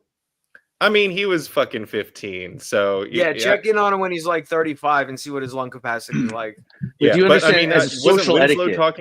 Winslow was talking about this marathon runner who was a smoker, right? Weren't you saying? Yeah. His name was. There was a guy who first ran Prefontaine who ran the first 4-minute mile. Was also he was when he crossed the finish, he smoked here and there a big herbal cigarette to stop his heart from exploding or something. I'm looking it up right now. Prefontaine, there was a movie about it, but yeah, the guy that first ran the 4-minute mile was a cigarette smoker. And I just wanted to mention, while we're still on the subject of, well, loosely the subject of like smoking things or weed or whatever, the endocannabinoid system in our brain is there because there are cannabinoids in breast milk. So, newborns feeding, there's just a certain quality to that. Imagine selling your that breast helps milk. with. Does that cross the blood-brain barrier? Well, and think about that again. You place those two things adjacent to each other, and the receptors aren't there because it's in the milk. It's in the milk because it's one of the very first basic nutrients. It's like we need to charge our system. It's a memory-stimulating neurohormone that you can actually consume through your diet somehow, and it crosses the blood-brain barrier through your stomach. And very few medicines do that, and it can even cross the blood-brain barrier through your lungs. Again, it's like the magicalest thing ever. Yeah, so I get where you're coming from with like the miraculousness that something that is in such a vital fluid as breast milk is in this plant. This is what I smoke, by the way. Also be. You roll your own, no filter. Yeah. Let's go. Nice. I started getting the patches. So from a social standpoint, to have two smells, that like when someone comes over, when there's not kids around, again, if you're there with your lover and you're occupying a space and you're having people come and go, again, either they're coming over to sniff the air, again, depending on how big a space you live in. Again, I guess I've always lived in small apartments, or, you got to, so on one hand, like creating a scent around you is one way to just kind of allow like burning stage go away. Social activity without worrying about who smells like what, or, it's like someone calls you or knocks on your door. You may or may not have showered in the last 8 hours or put on deodorant because you thought you were home alone, but someone stopped by, So then you smoke some I weed. feel like and putting a neutralize cigarette that smell on top of that would just make it worse to somebody who doesn't smoke. It wouldn't cover it at all. And then again, but if they did smoke, it would probably work because their nose don't work at all. That mind smells, If someone came over, I know what you mean, bro. And they smelled like it's a class thing. That is so true. Like having a preference for teeth and smells is totally a classist thing. It's just superficial. Okay. No, I mean, people are allowed their preferences. It's just funny. It's like spectrum. someone said that to me. It's on the spectrum. I'm just. Yeah, they're like, it's totally classist to be so judgmental against smells. No, but, and Terrace, like, I heard you say autistic people before, and again, I'm totally not trying to like come down hard on you about this. I was just saying that I hear you kind of refer to it, and it's now the modern parlance is when did I say autism. When did I say autistic? I don't think. When did I mention it wasn't this stream. It was 2 streams ago. And it was an offhanded remark. And again, you weren't using it in a disrespectful way. I'm just saying that there has been a paradigm shift. And again, it used to be Asperger's has been like taken off the list or like moved out of the spectrum or something like that, whatever that means. But it's I'm like just trying someone to be an ally, No, I hear you. Is not cool anymore, apparently. Oh, Raph is there. Howdy. Yo. Sound only. Hey guys, how you doing? What's up, Raph?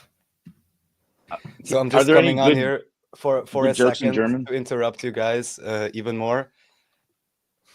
Oh, and I'm actually hearing myself. 1 second, I gotta pause this. Oh, here now I'm good. So I've been pulling this up, and really, please take your sharpest criticism and everything on it. But please read this. Tell me what you think about it. This is written by a medical doctor. I believe I don't want to say something wrong now, but she has like a medical degree for sure. And she's just recounting her story about going to I guess lung conference or whatever it is in this or the other articles that are linked. She also has a website. Her name is Dr. Gabriela Segura, I believe, but it's all linked. And she basically says that at this conference, of course, all the doctors, they were super anti-smoking because everybody knows smoking is bad. By the way, check out who made the pro-smoking campaigns in the 50s when doctors were smoking. And then I think the same guy switched over to do anti-smoking campaigns. Yeah. I mean, figure that out. But anyways, they were testing everyone's lung capacity there. And everyone, of course, was expecting, oh, the stupid smoking doctor, she's gonna, but she actually had the highest lung capacity. And from everything I could research back then was that smoking, of course, may not be for everyone, but especially if you do it naturally and you don't have the bad filters and all of that, which they put on the industrial stuff. And there's quite a few effects that are positive that even occur if you do it not very often at all. So that may actually be the best thing, quote unquote, if there is such a thing. Are there any positive effects to smoking that are exclusive to smoking, or can you get them in other ways?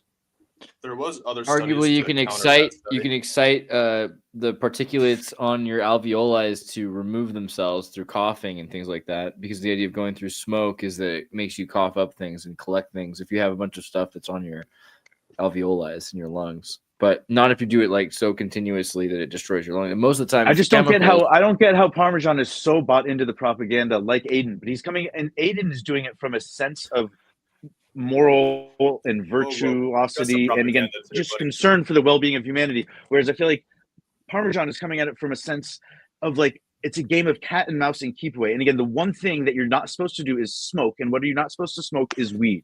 And then it's like the whole game of like all this other legalization stuff is just like, again, you're saying, is there I any even other way question to whether or not independent vaping of is as smoking? okay as people say it is, and I'm vaping now. Yeah, the jury's Well, still out on be that. honest about Are there more things, long-term studies on hang it? out with more Mormons. That's all I can say. Honestly, And what again, we would say you that- would you people who are know pro if or your anti batch went anything. sour? What I want to know, like, drugs are fine and everything. Why are so many young men getting pushed dick pills, like through online advertising and podcast endorsements? It's kind of like, it's crazy. It's like, Just from a health and safety standpoint, just to respond to what Sean was saying. Again, you're either buying an anonymous goo from a bodega, okay, and that's what you are as a person who spends a certain amount of money on an anonymous goo and you vaporize it, okay, and then or you're someone who buys an agricultural product that is basically, you know, as highly controlled a science experiment as you can, and potentially even medically certified if grown under the right circumstances. So when you're dealing with consuming something on a daily basis and needing to not just trust the sealed packaging it's in, but trust again your senses, and I mean it's safer. I think you should trust your own judgment, so long as your judgment is like worthy of trusting. Like, but the fact is, some people's isn't, because if not, we wouldn't have any addicts in this world. And just to go back to Raf's point, I was in a study 19 years ago at UCLA. You say addicts and drugs. Hold on, wait. Let him do his thing. Sorry. Anyways, I was 19 years ago. I was in a UCLA study on smokers. I was 18 years old, and they were just like testing. You just had to do a bunch of different psychological tests, memory tests, and just to touch on the article that Raf brought up, the conclusion of that study was that nicotine had a positive effect on short-term and long-term memory function. So, you know, all of these, all of these things, the illegal things, the addictive things, in certain amounts with certain regulations, you know, there are benefits to them, and it's the abuse of them that's the problem. And the abuse comes from cultures of normalization, or even like the unsafe cultures around things being illegal, you know, whether it's, you know, because some guy learned how to make plastic in the 30s and wanted to make hemp illegal, or some other thing. So yeah, I mean, you know, I'm 7 years sober now, but I could still recognize the value in certain compounds in the human body and human brain, and obviously a lot of laws need to change around how we regulate and produce these substances and extract them from, you know, I think it's also whatever. a lifestyle thing. Like, certain lifestyles just really don't go good with cigarettes. Like, if you pump gas for a living, or if you take birth control. I heard that's also a really big no-no. Like, if you're on BC. And, right. We're a bunch of men talking about this, and for women, of course. I'm just telling you what I heard. I'm just saying what I heard. And yeah, they all have medical implications. You're right. No, that's true. Yeah. So we're lucky to be able to flex, bro. Handstand push-ups. Men are the ones who walk first, and they kind of study it from an academic standpoint, and then taste the goo. You know, they're the guys, the original guys with the periodic table could taste the difference between magnesium and nickel, and unfortunately lead and arsenic too. Pump it out. One more. 10. So Vega, you were saying that it's about, we need to be careful about how we process these products and get them to market. Could do the same thing if you drank as much milk as this man.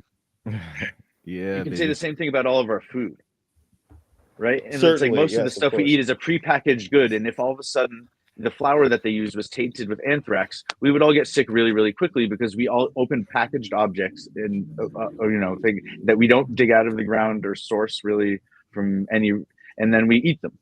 And Yeah, look at I bet last. there would be some even people the who would be soap we use, all inexplicably this stuff, the fine, water that comes out but of it our would be like faucet, we 1 don't in boil it. 1,000. We all just trust that when you turn on the faucet, you don't need to boil it. Other places, Come on. you never Unless take you that for live in Florida. granted. And What But about I think but so Yeah, marijuana I is one of mean- the few things that's a medicinal product that can come all the way to market in its intact entity, and then be consumed by the customer with the fact that we are Prometheus and stole fire from the gods. And Andrew was about to say so. Oh, it's yeah, very there's the rare. milk. Name another agricultural product Gracious, other yes. than like even an apple. You don't know if that's. Wait till RFK makes that raw milk, bro. That's gonna be Yeah, great. the food supply is compromised. Corruption is in everything. It's a travesty that we can't really trust our food, our water in some places because of the ubiquitous scope of the corruption.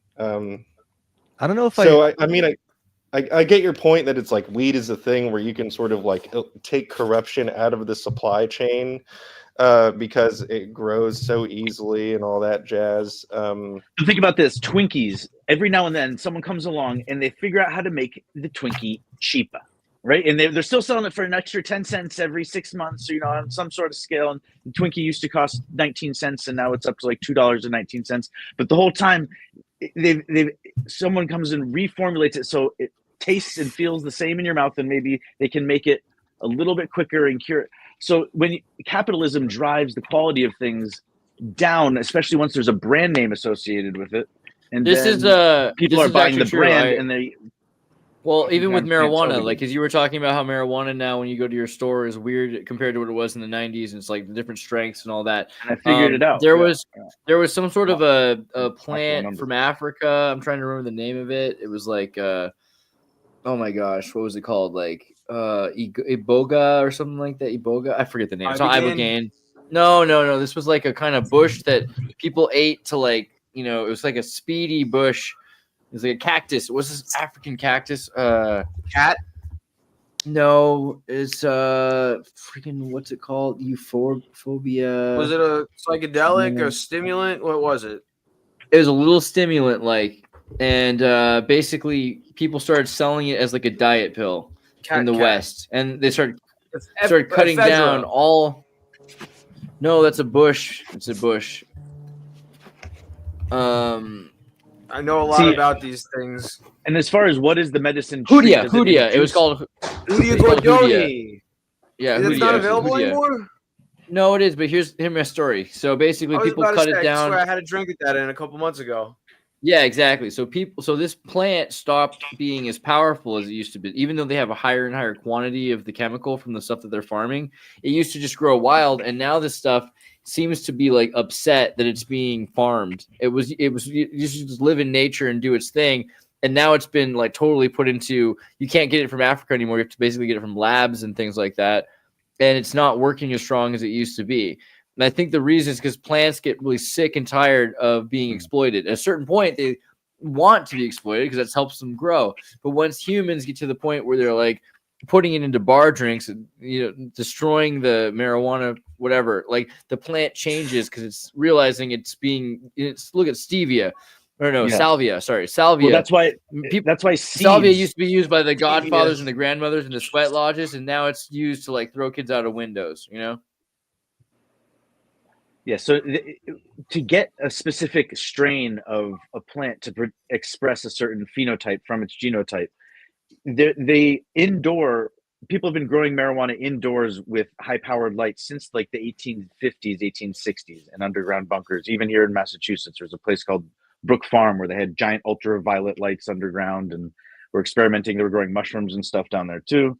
But the seeds are literally everything's supposed to be like autoflower now, where you must set it and forget it, or you have these different light cycles. There's some seeds that somehow over time the scientists were able to experiment with them enough that they realized they could start with a photo period of this where they're flashing it for 2 hours on and off, and then they extend it to 3 hours on and off, and then 4 hours on and off, and 5 hours on, and then there's this whole complicated light cycle that is specific to the seed.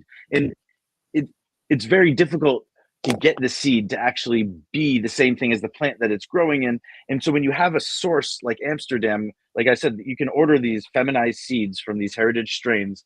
And right now you can buy seeds in bulk at the dispensaries because they're hemp seeds. And again, it's like the new flavor of the month. And it's still a retail market, and people are into trying new strains because they don't really have strains that they stick with and go to because they're just smoking them for like flavored cigarettes, you know? And again, it's like to be an ally. It's like going to a gay pride event now. It's like passing around a joint. That's what it. Could you imagine if like you could only grow the dankest strains now and they had it all wrong? Like it requires sound too. Like you could only play like Weird Al Yankovic to the plants. Otherwise, no, there's certain plasma frequencies that when you zap the plants with them and even the seeds with them, they germinate faster and more heartily. And that's why I thought certain weed made you paranoid, because like the feed your plants salmon. Plants that have wild bears or like trees, for example, that grow on the rivers of where grizzly bears hunt for salmon, they grow 30% faster.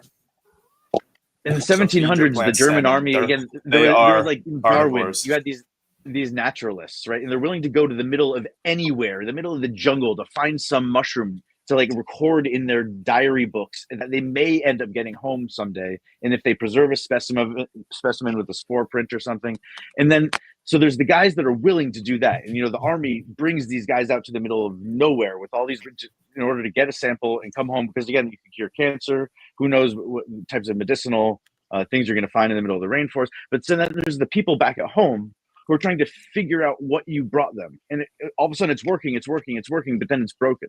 And now the scientists can't put it back together. The scientists can analyze it and try to figure out, but then they have to actually like administer it either to themselves or other people and really observe the effects. But the botanists are the ones who have to work with the scientists to try to, again, over time, correct the gene flow of whatever it was that, you know, it used to be a shiitake mushroom. Plants aren't magic, though. You should just be able to figure out what chemicals are in it and use them. That's unfortunately not how it works. Like, how does it work then?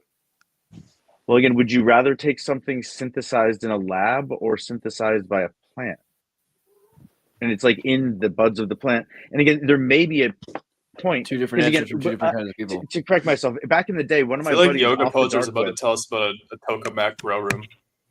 No, the off the dark web, my buddy used to custom make his own dabs, and he would get separate THC and then CBD and then the custom terpenes, and he would like each bowl he would. And now again, they're just mixing like cherry flavoring into your goo, you know, and I don't know that is a better alternative. Not good for you? Well, no, it's. I'm trying to understand. Is it more convenient for you because you don't like the way it smells, or me? Yeah, because it sounds like you're still a fiend for whatever's in your vaporizer. You just don't want to like deal with the hardship of people maybe not liking you because you smell like something. He gets his nicotine from tomatoes. No, that's why I don't smoke cigarettes, because cigarettes smell like burnt assholes. like a bunch of ass hair just got lit on fire, and then just, Joe Biden poops his pants when he wants people to leave him alone. Some people light a cigarette, you know. I didn't say anything about weed. Some people do it to make people leave them alone. Some people do it as a power play when they're traveling abroad, meeting. Just look somebody dead in the eye and shit your pants. Pull them in real close when you shake their hand. I mean, I was working farm to table for this company. Not really a company. We like made the company up, but there aren't all companies made up. Anyways, I was like in their R&D department, and I was trying to figure out how to make gummies because we were making a lot of extracts, and then you end up sitting on it. Some people don't want to buy it as an extract, so it's like, oh, you try to make some other type of consumable. Mm-hmm. And I was trying to figure out how to make a gummy. So I was like looking at all these recipes, how to make gummies, how to put it all from scratch. And then I find out later that all of the other companies are just spraying cut down BHO, butane hash oil, onto like just regular off the shelf like Cabbage Patch Kids. Yeah, which is and like there's a reason that's the only safe way to have consistent dosing is because the topical spray again puts an even coating, and again it's very concentrated. And as soon as you start mixing it into the goo, the nature of gummy candy and sugar candy is you'd have to whip that. Makes it fall apart. And it'd be air for like 3 My days. buddy Actually actually did a lot of work on that, and a friend of mine did a lot of work on that, and he found that putting tincture into hot corn syrup and evaporating all of the volatiles out of it, because the corn syrup was so thick, it wouldn't allow anything to actually settle all the way out before he started working with it. And then injecting the warm corn syrup into the center of the gummy was the best way to make them, because that wouldn't compromise the structure of the gummy. What's this link that you sent here, Winslow? About free energy or fusion energy? Fusion energy. I thought Yoga Poser was going to start talking about the plasma energy, and he was going to come up with some tokamak grow room. Oh, well, no, there's a YouTube channel of a rather legit scientist, kind of Mr. Wizard type show, and he does all these desktop experiments with. Why can't these people just smoke weed like a normal person? Are these dab rigs? His latest video is look at these quantum he computing. legitimately zapped some seeds with quantum marijuana. This actually does look like a pretty good way to do it if you're gonna the tokamaks, yo. This looks like a lot like have you ever seen dab extraction equipment? A lot of it one looks of those bombs you gotta like sit on and kickstart before you could smoke it. Oh, because you have to put it through like liquid nitrogen and all that other stuff, right? You can do anything that'll cause the crystal to fall off the material. Some trailer park boy shit. Let me get my starter spray. Winslow also sent Steve Way. This is like a smoking runner, I guess. Is that the deal? Something he looks really healthy. Then again, no runner looks better than that. So 53. What do you want from him? He's like a cheetah. So I don't really care about drugs. I mean, I was letting that go on for way too long because I was interested in how long you guys could talk about drugs. That was a social experiment. But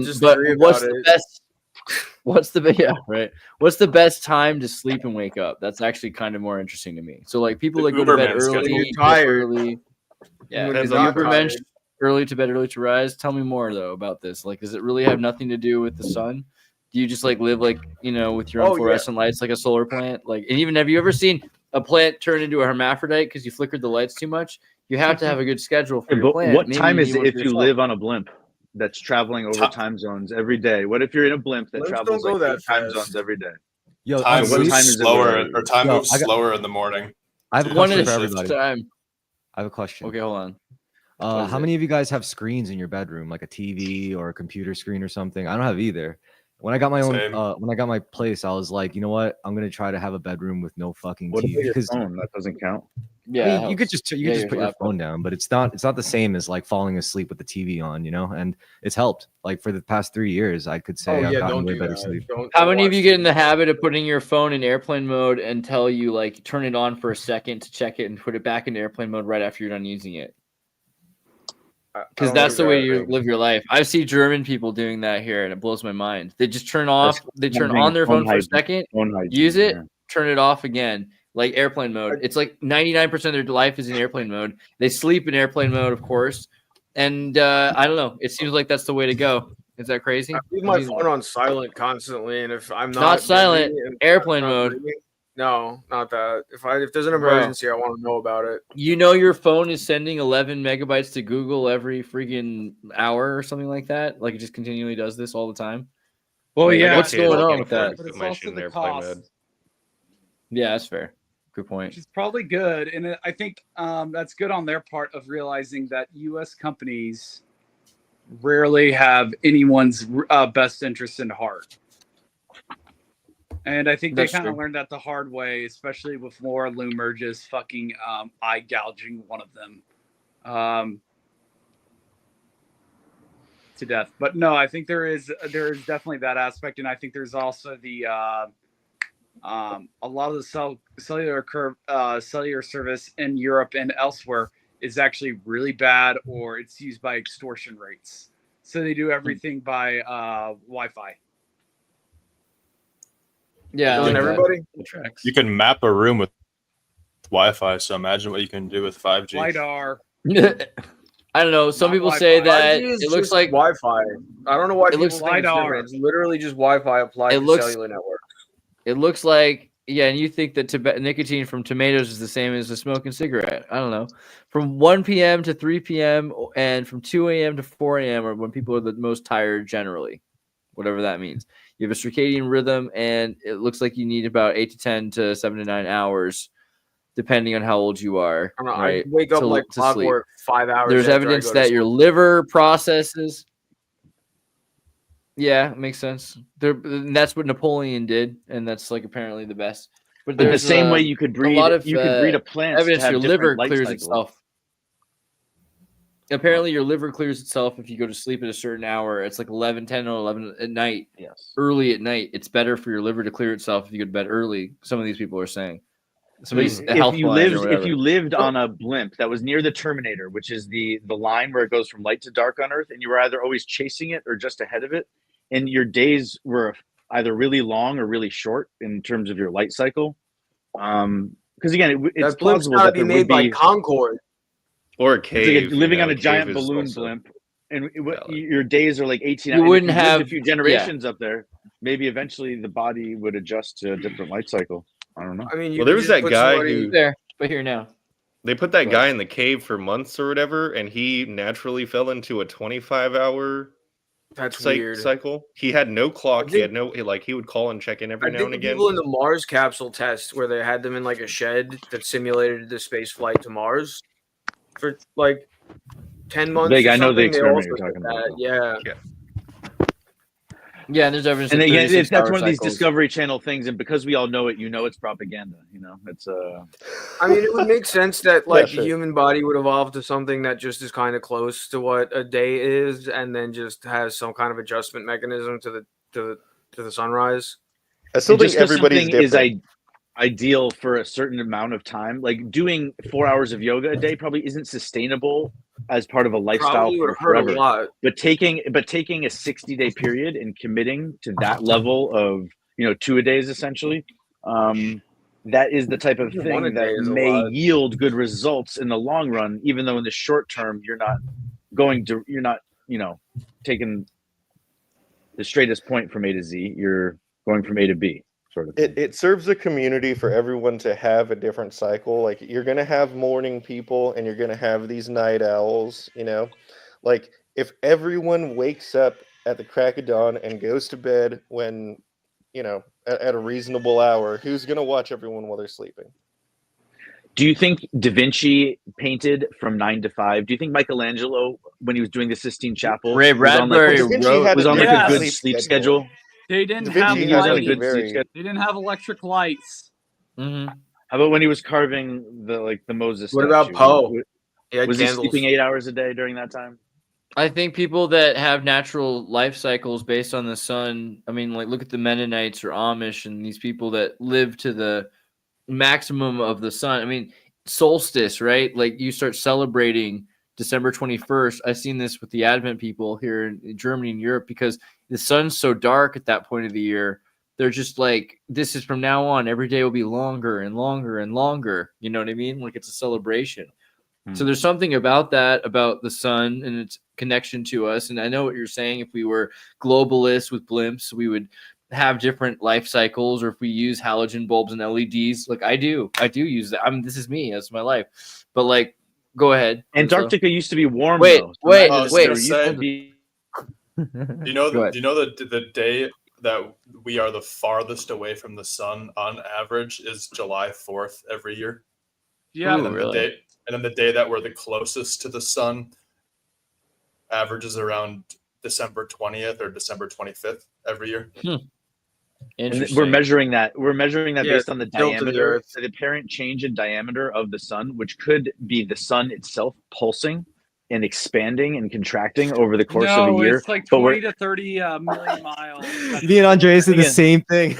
It's like literally there did is anyone like a else 5 to take? 10 Wait, hold million on. Did anyone difference. else take an astronomy class in college, like a college level astronomy class? Yep. From the Yeah, guy and who I'm wrote the telling you, textbook. it's not the sun. It's the at 5 Harvard. to 10 million. just Okay, because so that's of fine. Again, you're entitled to your terrible opinions. That's fine. Well, I mean, what? Oh shit! Yeah, sorry, your terrible and underinformed opinions. Trust NASA. Well, Trust we're NASA. an oval, so there's going to be a little bit of like 5 to 10 between our, the aphelion and the perihelion of our orbit. Yeah, I was in 5 third to grade. 10 million miles, I think, right?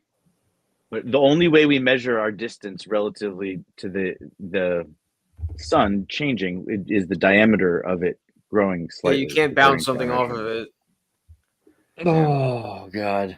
I'm gonna Oh, but there's an alignment coming up. There's 7 planets in the sky. Wait a second. Wait a second. Wait. The only way we were able to. This is old news. Sorry. The only way we were able to measure our distance to the sun was by checking its apparent diameter. Now the whole solar system is wired up. We literally have probes in every angle pointed at the sun, multiple planets. You don't Constantly believe in everywhere. AI, but we you can believe the solar triangulate that system is shit wired down up. to probably within a few millimeters. I bet. No. Voyager, this idea that we were listening, the idea that we were That's listening the to 70s, bro. Voyager. That's It's a 50 years psyop, ago. okay? Remember the Voyager spacecraft, everyone? This little dinky little satellite that was like all the way at the edge of the sets with the golden record and like it pings Yeah, us like that was 25 years later. Wait, what was Winslow? I was about to ask. Pioneer I wanted 1011. to not ask real, Winslow what guys. he's going to say. Go ahead. What was it? Well, first, what did you say? Continue from there. I was just talking about how I know some people who work on radar systems and some people who worked on the majority of the satellites in the sky. Yeah. So, what do you think about it? What do you think? Are they just inner atmosphere? Well, one of the most interesting things that one of my friends told me is he looked for intelligent life. That was the first thing he did when he got access to some satellites, and he couldn't On find Earth? any. On Earth? Yeah. He No couldn't sign of find it? any. He couldn't No find sign of any intelligent single life on sign. Earth. No, in the outer reaches of our galaxy and beyond. Well, it's kind of difficult. Even if it was there, would you see something this far away? Well, that's the thing is there's theories on how they communicate if there is intelligent life, and maybe it's beyond our technological perception at this point. But I thought it was an interesting thing, getting a firsthand account of having access to the majority of the satellites in the sky. But they're in the sky. They're not like above in outer space. They're Oh, like even on the moon. It's so suspect. When The Reagan was NRO. talking to the guys on the moon, there was no lag, even You're though there was talking supposed to be a Nixon. 2 or 3 second lag. And again, 1.5 you'd have to seconds. daisy chain a signal out there, and it would be very temporary. And again, getting back to the point about the Voyager spacecraft in the 70s, the golden record that we sent out, again, there's no way that you're able to. The proverbial needle in a haystack doesn't even quite cover it. It's like taking the idea of the whole Voyager spacecraft, the space probe that we sent out, and that was supposed to ping us. There was like a little battery. You're not receiving a radio signal from the edge of the solar system, buddy. Sorry. Yeah, no. Once you there's nothing between That's us right. and it. So all you have No, to but do there is. There's a lot of things between us and them. There's dust. No, there aren't. There's The nothing atmosphere, there. but it doesn't Radio communicate with eclipse doesn't medium, I communicate get and there's with- an asteroid belt, and It communicates with satellites outside of our atmosphere. You realize how So close Voyager and Pioneer still are compared to like other stars, right? they brought By, like, film a cameras lot. to the moon, buddy. They brought film cameras to the moon because that's I the only way to Stacey get footage could be a back. catchphrase. I like it a lot. The footage of anything on Mars is all hooey. What about the Yeah, Stargate because you couldn't project? bring a fucking nuclear battery with you on the moon without dying of radiation poisoning. If you can put that on an unmanned piece of steel work that you're shooting across the entire solar system that's never going to land anywhere populated. That makes Yeah, but sense. it's not true though. We're shooting again. You're saying it like it's this concept that actually exists, but it's like From it's an not even electromagnetic sci-fi. perspective, yeah, you can send a signal. You would do from it with a spacecraft laser, and but you back that can't far build away, a yeah. powerful enough laser. And if you did right. build a powerful enough laser, you would incinerate the receiver. I just wanted to touch back on what Winslow was saying about his buddy who was working closely with these sort of what was it, the radio monitors that can send and receive signals like across the solar system or galaxy or whatever. Winslow was saying he knew the guys that did it in our orbit, and that's totally legit. Okay, sure. Yes, yeah. Okay, but the crash at Roswell, there are whistleblowers who say that the reason that even happened is because they were scanning the area with radar, and somehow it sending out the radar interfered with these crafts just whole either the power system or the navigation or whatever it disrupted like the molecular structure of the actual ship. I think one whistleblower said. So it could be that these advanced civilizations use power and interact with matter in a completely different way. Their communication systems could be based on a completely different thing. If they are off-world, they could be somewhere where they have a completely different relationship with gravity because of the size of the planet, its distance from the sun. They have a different relationship with energy because of how they, their technological advancements allowed them to harness different types of energy. So it's apples and oranges, I think, when it comes to that. And there's also a huge argument that a lot of these advanced species like aren't even off-world to begin with. That's what I believe. I believe they're the ultra-terrestrials. Like they've been here for probably longer than us. Maybe they created. I've never heard that term before. Boy. Terrorist. Thank you. Ultra-terrestrial. Because I was thinking of the word because okay, what do you call people that have lived in the sky for generations? I think they create these rumors specifically to distract from the fact that they're just testing experimental weapons and they don't want you thinking that and trying to figure out what happened. Space station, a balloon, a blimp, you call it whatever. It's a giant cruise ship in the sky. I agree that we should sky, underwater, underground, whatever. Human based. It's just something that they don't want to tell you about. So like, yeah, it's some fucking ridiculous shit. Create some crazy conspiracy theories, an entire sci-fi genre about it, so that you don't look into this. The reason aliens are useful. Was Aiden about to say something? Okay. Quite a few things, but okay. On the guy that was like talking about how his friend looked up to Mars and stuff. For one, if you look up at the Mars spectrometry data, and I wasn't the guy that looked this up, but it was a guy named he's in the UFO thing, but he worked for the federal government, but he found that there was actual proof of something weird happening on Mars based off of the atmospheric spectrometry tests. There were elevated levels of, I think it was like, of noble gas, any VOCs, whatever, but it was evidence of a large R process that happened in that area. A large R process is where there is a very specific nuclear event that only happened in supernovas and in nuclear blasts. And this one was a very large one, given how much of it. I thought I wasn't really exactly sure of how much it or how you could determine that, given because it must have been a very large one, and for it to be there in a significant amount and not be blasted out by constant atmospheric loss because of radiation on Mars. Do you think somebody nuked Mars? What? They say that. Yo, my bad, guys. I gotta hit it. Let me tell you. Go ahead. Wait, Chris, No, I was just gonna. I'm sorry. I was just gonna say I didn't want to be rude and just bounce, but I actually have company, so I gotta dip out. But thanks for inviting me on. It was a pleasure. Man. Yeah, love you guys. Thanks for saying goodbye, Chris. Yeah, see you on Wednesday. Have fun, brother, man. Let me quick. I sent you a link, but before we go to that link, let me tell you a theory I came up with recently that I shared with some pretty smart people that got me a research position at a cryptography startup. So if quantum gravity research is true in the fact that all time is happening at once, the past, the present, and the future is all happening right now, that would theoretically mean that the solar system is a representation of Earth in time. So like Mercury would be the formation of the core, Venus would be the formation of the atmosphere, Earth is present time, right? Now we're going to go into the past. Mars is after some cataclysmic event, and then moving out to the gas giants is when Earth starts dissipating, and then you got all the way to Pluto. Pluto and Mercury are about the same size as the core of the Earth, if you look at the dimensions of it. Just a cool theory I came up with. It's actually Jupiter. Yeah, well, okay. Jupiter is like Earth as it becoming a sun, becoming Sol Invictus also, because that's where it's a gaseous giant coming out of the same mass.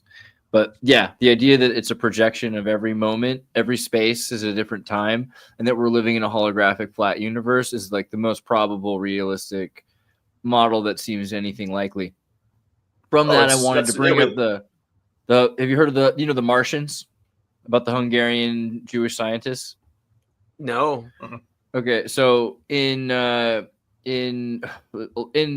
terms of some of the most brilliant men of the 20th century, there were Hungarian Jewish physicists and scientists that were part of a group called the Martian Society. And I think the story goes, where's the quote of it? You could just do a search of an yeah. So Leo Szilard jokingly suggested that Hungary was a front for aliens from Mars. He used this term in answer to the question of why there's no evidence of intelligent life beyond the Earth, called the Fermi paradox, despite the high probability of it existing. Szilard responded, "They're already here amongst us. They just call themselves Hungarians." Right? And this was the beginning of the name of the Martian Society. What evidence do we have for this? That they're from Mars? What are you asking? How much evidence for which? I mean, yeah. The biodiversity of Hungary and of the German Empire area. That's the most biodiverse part of the planet after the last ice age. So theoretically, that's where some of the smartest minds in the past have come from, just because they've had access to the biodiversity and being able to eat so many different human biodiversity, or just biodiversity in general. They eat nightshades and worms, plants, like just diversity in all living life.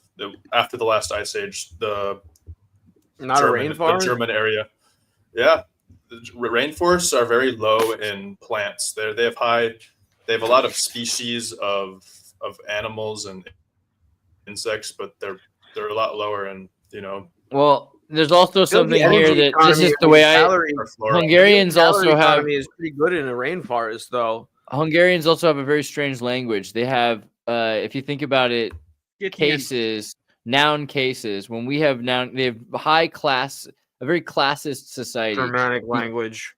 No, this is an Ugaric. It's an Ugaric Finnish. It's nothing to do with German. It's and weird Turkish, Scythian. It's Ugaric Finnish, and so it has a number of classes. If you were to think about formal and informal, thou and you, or something like that. Well, yeah, you gotta say a word differently based on whether you're a plumber or an electrician talking to a businessman on a Thursday. Exactly, up to 18. There's 18 associative cases, right? Terminative, essive modal, causal final, transitive case. These are This is crazy. God forbid one of them's wearing a hat. I mean, this means that they had a very highly advanced and developed society beyond what is necessary in our lower, more universalized, homogenized class society where we interact with each other and we don't really need to speak in different terms of class, right? This is suggesting they come from an extremely classist society. But the more to the point, why that needed to be embedded directly into language. Well, so the thing that Winslow is talking about is an interesting theory. The idea that in the future, during the singularity, sometime in 2040, you have a breakaway civilization that travels back in time to maybe 250 million years ago, and they're in Mars. Maybe it's or instead of the future or the past, this idea that they're beyond a cataclysmic period, and they're living underground for the most part, right? And that's the way that they're able to make sure that they're not screwing up our time space continuum, because they're now outside of time due to the singularity. And it makes enough sense to me that Mars would be the representation. Yeah, and that could just traveling that far could theoretically cause some sort of singularity. I don't know the theory off the top of my head, but at some point, humans are going to have such a technological advancement that it's going to cause the singularity, and that could be good, that could be bad. Elaborate on what you think that means, right? This idea that we break out of time through establishing the singularity. Why is Project Stargate, literally about Stargate is just the name of an AI project, but no, it's not. It's much more than that. It's much more than just a name of a project. It is a project. This is Wasn't it also the TV show where they walk to other planets instead of This is like Chernobyl, but cooler, right? We're building a state-owned nuclear city. You don't understand. It's not just some silly gimmick. There's a lot more to this than just some joke. The amount of energy that's going to be created here. There's a high honor in bringing classified projects to the commercial industry, and there's I know a few of the people who work over at Livermore that bring this technology into the commercial world, and because it's classified at some point, there's no way for classified information to become public. So they need some sort of proxy company to create these technological advancements and bring them to the commercial world.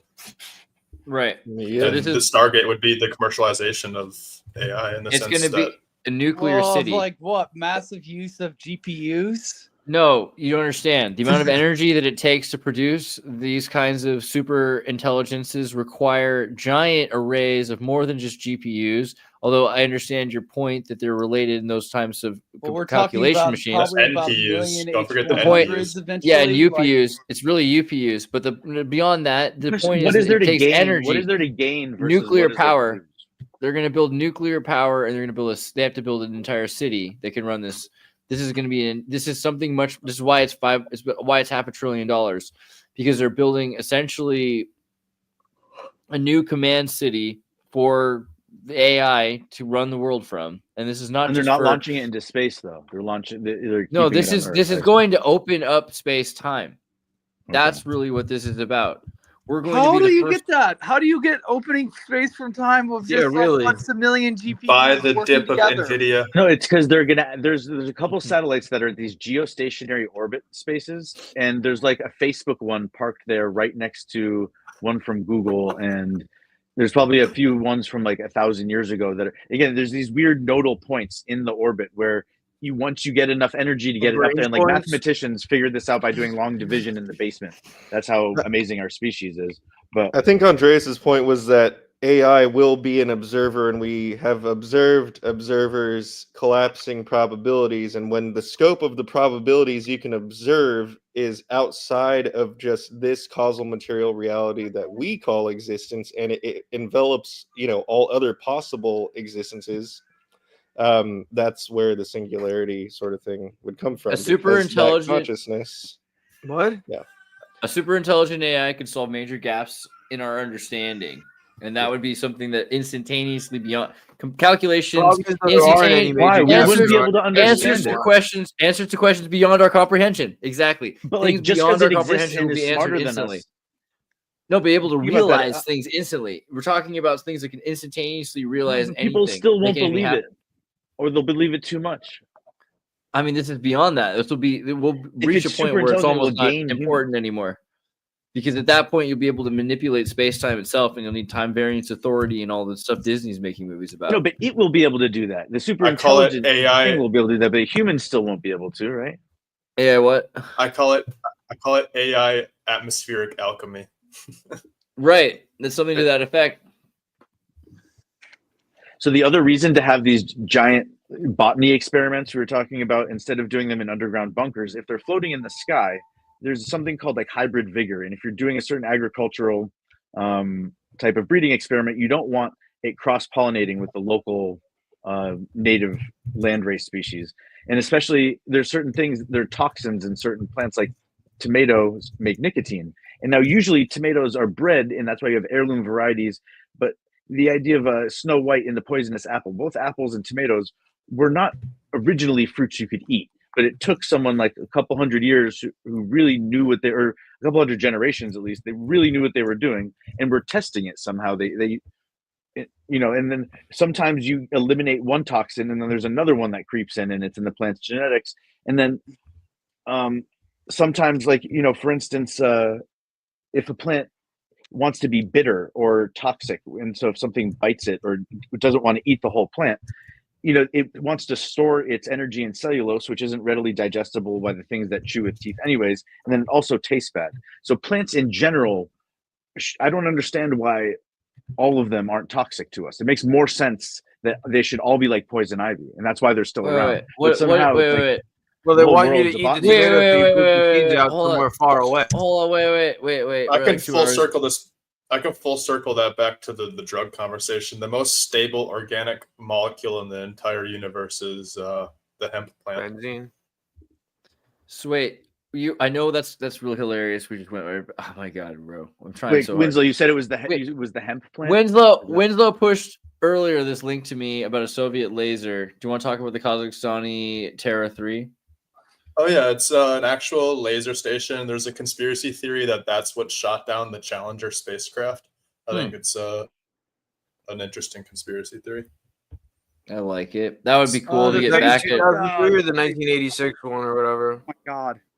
The Facebook. I believe the 86 one. What was this? So the Avro can't. That is a U.S. Air Force. The name of the craft. What's the name of the? They're like the stereotypical UFO ship. I forget the name of. If you go to the Wikipedia page, it says what kind of ship it is. That's just the shape of. It's what you get when you order Turbine 1 extra large. The saucer is not a great design for an aircraft. That's why they stopped making them. That's why people stopped seeing them, I guess. Unless they have a gravitic or drive in them or some sort of giant gyroscopic Mercury motor, but and then they're more stable. Is a gravitic drive like one of the things that requires negative mass? Remind me. Casimiri effect.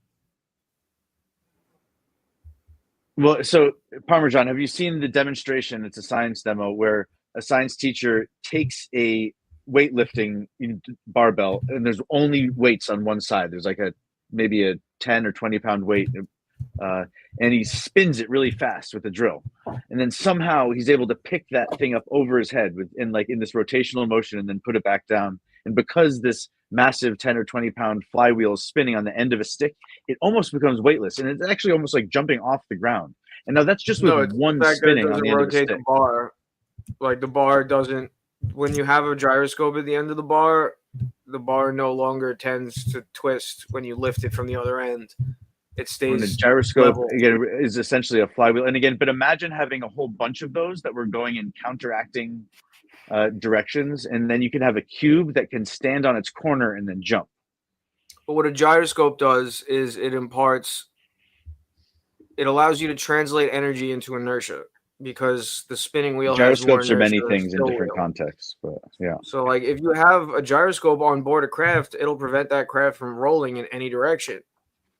Imagine like a gyroscope times like 5D chess. Okay. And again, you believe that we can communicate with Jupiter, but you don't think, again, it's really dangerous to play with giant flywheels. And so they don't really teach that science in school. But you can have, because this isn't just stabilizing mass; it's stabilizing energy too, and momentum, and creating a field of sorts. Yeah. And the problem is, if you set them up in the wrong way, they bore down into the Earth, as opposed to float up off of it. And it might be depending on which side of the Earth you're, because again, all of a sudden it's trying to stay fixed in space and time relative to some other formula that's not Earth's gravitic field anymore. That's what a gravitic drone is. And that's why sometimes, there's like a wobble in Earth's orbit. And so something that is like, sometimes we leave space probes behind and we come across them again when we, come back to that place in the orbit. And the way that you get something to stand still in space, it's one thing to get it to stand still geostationary above Earth, right? And then again, at certain nodal points where it can just chill, where it's never going to really run out of gas until like 100 years, because it's only using microthrusters to stay in place. Wait. Yeah, thank you. Like a luminiferous aether or something? The what? No, but again, there are space probes that we leave behind and then we re-encounter them. And the way you do that is, again, you're calling them gyroscopes. Like a little more than that. The Lagrange points, I believe, are fixed around Earth. So. Well, they're as opposed to fixed any around the sun. Body, but yeah, who you brought need to up the have two Casimir bodies effect? that they stay relative to. Nassim Harriman. So you have you don't have Lagrange points unless you have two existing large bodies already. So yeah, but and the electric universe. The problem is if there's no such thing as fixed your in hand space. Up, if you stick your hand up on a rainy day on the middle of a baseball field with an aluminum bat in your hand, you become the highest object. And if lightning is going to hit anything, it's going to hit you. And if you look at the surface of the moon that's facing us, the craters, according to the electric universe theory and a lot of more modern science, the reason that they're all circular is because they're actually from giant electrical strikes that were probably giant arcs between Earth and the moon. So there was a one point where we were like two giant spark gaps going. Tap, tap, tap, tap, tap. This is when the whole Earth was like a volcano and like molten rock, and Earth went through a few growing phases before there was multicellular life maybe in certain places, but most of the Earth was covered in. I think where do you wait? Where do you get an Earth Moon spark gap from? Okay, it's called science. I don't know. I could explain it to you again. It's called The Electric Universe. It's a pretty good 2-hour documentary. But the issue is like the localized sun phenomenon too. If you look at it from a distance, it might look like there's a giant lightning bolt coming off of the sun, and then it's hitting the Earth's atmosphere, and then that's where that glowing point is. And that's what we're calling the sun. Solar flare? You can't arc in space at all. That's not always where it's supposed to be. And sometimes there's two suns, like the sun dogs. In a vacuum, that's when the lightning gas to break down into a plasma. Space is a massive insulator. Yes, but according to the electric universe theory, gravity doesn't exist, and we're all electric universe theory is wrong. No, too much pot, too much marijuana. No, again, too much propaganda, bro. It's like you're Neil deGrasse Tyson's apologist or something. You're just reading from the text. No, I don't like Neil deGrasse At least Tyson. 60 years old. No. You probably don't think 9/11 was an inside job either, do you? How are you going to conduct electricity through nothing? That's not how electricity works. Like if you want to make a plasma arc, if you want to create plasma breakdown, you need a gas to do that. So if you're in outer space, is more like a giant crystal. It's more like a giant crystal than nothing. Okay. Like I think I forget what movie it was. But do you understand that, Sean? So outer space community, because there were a bunch of arcing powers in outer space, and they were like, "This can't happen. That's like having fire or sound in space." How does it disrupt your worldview? Why are you so up in arms about it? But you should just be open-minded to the. And if you haven't seen the documentary, like I said, I was even 15 years ago. You told me I'd be a yoga bro who believed in the electric universe, but give it a chance. Hold on a second, but with a younger moon and a younger Earth, there would be plenty of particles in between where, so there would be a medium for the electricity. It wouldn't just be vacuum. With like we're talking about early primordial Earth moon relationship. Yes, and now that it's more rarefied, the lightning bolts are less frequent, but they're more powerful. And it is like all it takes is sending up. So in the olden days, when you would land with a blimp, or they would send out an automaton bird on a wire to nick one of the grounding antennas to have a static discharge there, because you didn't want to have the static discharge when you landed. And there was a way to make contact between the landing platform and whatever's coming in, because Zeus was a mother effer, and whenever you tried to do something and go far and build a big ship and do something, St. Elmo's fire, even when you built wooden ships, there was electricity firing off of St. Elmo's fire mast and stuff. Yeah. So the same principle probably applies when you go up into space, and you only get so far before either Earth zaps you or the other way around. Well, if you're going to be going to another body in space, and that body had a significantly different voltage potential than the one you were leaving, then you'd need to somehow equalize with that body before you landed on it. Yeah. Well, good luck figuring that out or anticipating. That would be like a gigantic static discharge, which is essentially lightning. Yeah, like when you or the same exact thing that happens when you touch a doorknob after rubbing your feet on a carpet. Static electricity is just electricity that's not moving. But if it's not able to cause plasma breakdown in the air, through you're not a bunch of doorknob, or if you're just in space, then that electricity has literally nowhere to go unless it could somehow be, channeled into radio waves and dissipated that way. And even if it was there, how would you measure it? How would you measure it without disrupting it? You couldn't actually, because if your ground potential, whatever your ground potential is measured, it's into the great unknown.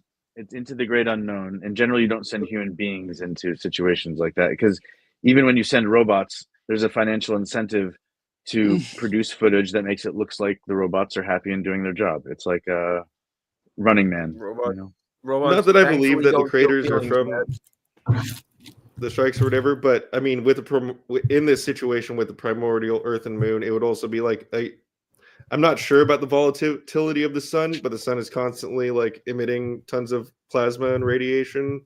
So like theoretically, there would be a medium for this sort of like Tesla coil effect with no, if it's that thick, then you're gonna have air resistance on the moon, and it's not gonna orbit.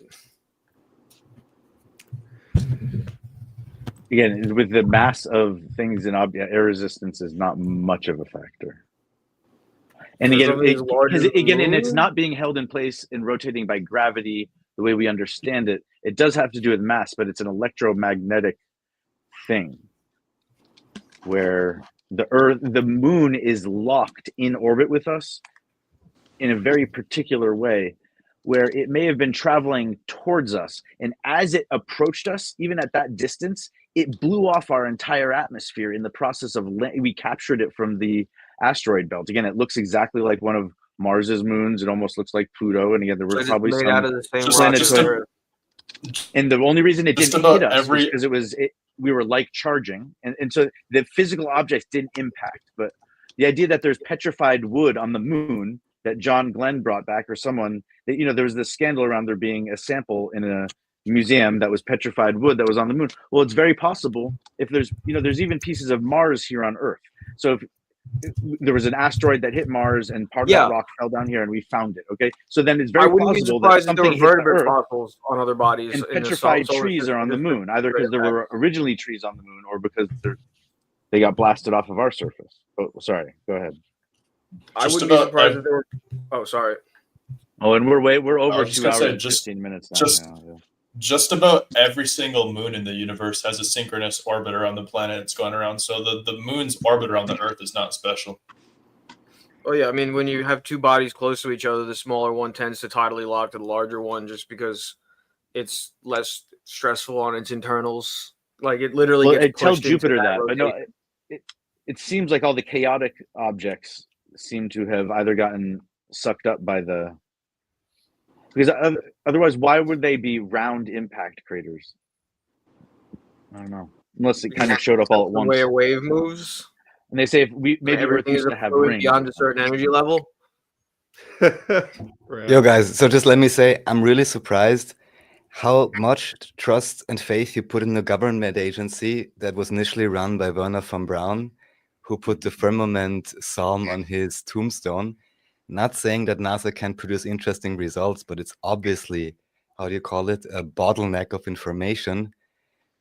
Yeah, I'm surprised how confident you guys are in their data. Well, and so the way to move through the firmament, though, and to get, again, the idea that space is more like a giant crystal than it is like a solid, a liquid, or a plasma. And when you interact with it, you can beam certain things at it, and then it moves out of your way more readily, especially if you're moving at high speeds. But the same way, like certain planes have to have a little pointy tip on their nose in order to break the sound barrier. Otherwise, it tears the entire plane apart because the shock wave from the cone. Yeah, it'll always make a sonic boom, and yeah. But no, but you just need like a long pointy thing up front, and that thing for something even moving through the radiation belts of it, you might need to kind of like blast some, whether it be infrared, but you have. Every type of matter will react differently, and there's something called the triple point. And when you're getting up to, it turns out the atmosphere is actually really hot, up like 1,000. The thermosphere, but it's also very thin. The exosphere, especially, yeah. And you have no way of losing or jettisoning heat. But once you're traveling in space, of agitated molecules, there's no friction, but you're still getting hit by radiation. Well, the thing about that hot air in the atmosphere is there's like one particle every few inches, so like it doesn't actually heat up anything you put in there. It's just the fact that those particles are moving so fast; they're technically over thousands of degrees. And then but you see, it's like moving through a cloud, and eventually you're precipitating some sort of reaction, maybe. So temperature and material form are really just like scales with which that we kind of describe the movement of matter. So that's really interesting. Is electric universe theory related at all to like that single electron theory, that one electron theory? I remember Andreas. Could be everywhere. I think they're different. Yeah, one electron and that the information for the what is it's on the surface of every proton. Is that what it was? Is encoded the information about every other proton, and that there could be just one electron and it's everywhere at once. The surface of any region of space will define everything within its boundary, like a sphere, like any sphere, and that's because to influence something inside of that sphere, it has to pass through that surface and affect it. So it does. You're create speaking sort of like a you're speaking like a hologram for textbook information. is written, and it's called the ideal gas law. And even when you're doing, there's a penguin on a boat and the boat's covered with ice. So you push him this hard, but it's all under these ideal circumstances, and a lot of guess and check, I guess. That's pretty much science. If Elon but ever science got on it's a fluid. It's a field that's constantly growing. As long as if you're constantly learning, that means that at one point you're mistaken. Even if you look at matter, it's like, oh, we found a new smallest unit of matter. Oh, we cracked the shell on this thing. Oh, it turns out that what we thought was the boundary of this was actually an illusion, basically. And that's just because the tools with which that we develop to observe and describe everything are constantly getting more and more precise. And so we're able to, triangulate the reality essentially to a finer and finer degree. And a lot of that has been based on, mathematical theory. So for some reason, they're able to come up with concepts like imaginary numbers and use that to crack the code on theorizing this, that, or the other fucking thing, and then they're able to develop a tool to observe it. So it's like I don't know. The only thing that's creating the bottleneck or preventing more progress is how much infrastructure is built around a paradigm from like the most commonly accepted science or most commonly accepted measurement of things. Is that track? You're muted. I just muted myself. Originally, science was called philosophy, and you would study the philosophies. And today, philosophy means like esoteric thinking and does God exist or not, and how to structure an argument or logical thinking, and the meaning of life, that sort of thing. But philosophy, again, science, as you said, doesn't declare things true or not true. Science presents an experiment and lets even the audience decide what is true or not. I have a book here called The Bernoulli Effect. And again, especially once you have a scientist who's famous and everyone says, oh, well, if that guy endorses it, then I'm going to believe it. It's kind of this effect of the celebrity. About figuring out whether or not your results are random. The thought. I'll close out the thought, Sean. I'll close out the thought. Just 3 more seconds. So it's a danger because that person isn't in control of their name, and the newspaper or the company said this. I think was in relation to a vaccine, and Bernoulli was an expert at lots of other things. And so it's like Neil deGrasse Tyson answering questions about gender theory. He's an astrophysicist. Why are you asking his? So I think it's almost built into our language where we're prone to be tricked into thinking that there is the science, and that sure, sometimes it gets updated, but no, that's because what we call science now, before you had to study philosophy first to understand how to not get fooled by even overwhelming evidence in certain situations, and how to always kind of maintain a skeptical mindset so that you can design an experiment that would yield better, more conclusive evidence, this, that, or the other. Reproducible results is really the key here. Yeah, that's very important, which has actually been a problem lately in the sciences. There's been a lot of retractions and non-reproducible papers coming out. Because of the infrastructure built around having certain results, it's like capitalism ruins everything. No, it's really hard with plant genetics. You can have to sell actually have sometimes 3 months of working on a project to be able to reproduce it. I'm not sure what capitalism has to do with the reproducibility crisis in the sciences. Like, that might be under any economic system, because it's proprietary information. If you come up with paint coating, if you come up with a temperature resistant coating that's only a 1/4 of an inch thick, and you can put a blowtorch on one side and there's no heat transmitted to the other side, this is a product that's existed at certain places and times, and it's like grandpa's formula. He just figured out how to mix up the right thing, and it's this revolutionary product. If they were able to mass produce it, it could be used in all different types of applications. But when it comes down to it, Did he publish a they're white either not paper on able it? to science and figure out how to reproduce it, or the information is purposefully guarded, because as soon as you patent something, then it's only a matter of time before it really gets open sourced. And so yeah, And well, also, I'd like to say in sometimes it's regards very to difficult to science. reproduce these. God, Sorry, rough everyone's jumping in. I'll just say one sentence. From what I understand from meta studies, everyone can look this up themselves. If you actually try to verify whether so-called scientific studies correctly and rigidly follow the scientific methods, if they are rechecked, many more than you would think fail that, like dozens of % at least. So there is still much too much of a blind trust in what is called peer review, which should more aptly be renamed to peer pressure. Because what you have to do to get publicized and get the funding and all of these factors, it's a mess. Yeah, it's important to be able to read and interpret white papers for yourself if you're concerned with something. So if you it doesn't noticed have enough samples in it, then you should probably not regard it as true. Has anyone noticed how AI starts lying and how many lies you can catch AI in, such as like ChatGPT? Yeah, the whole point of AI is just to give you something that sounds right that makes you go away.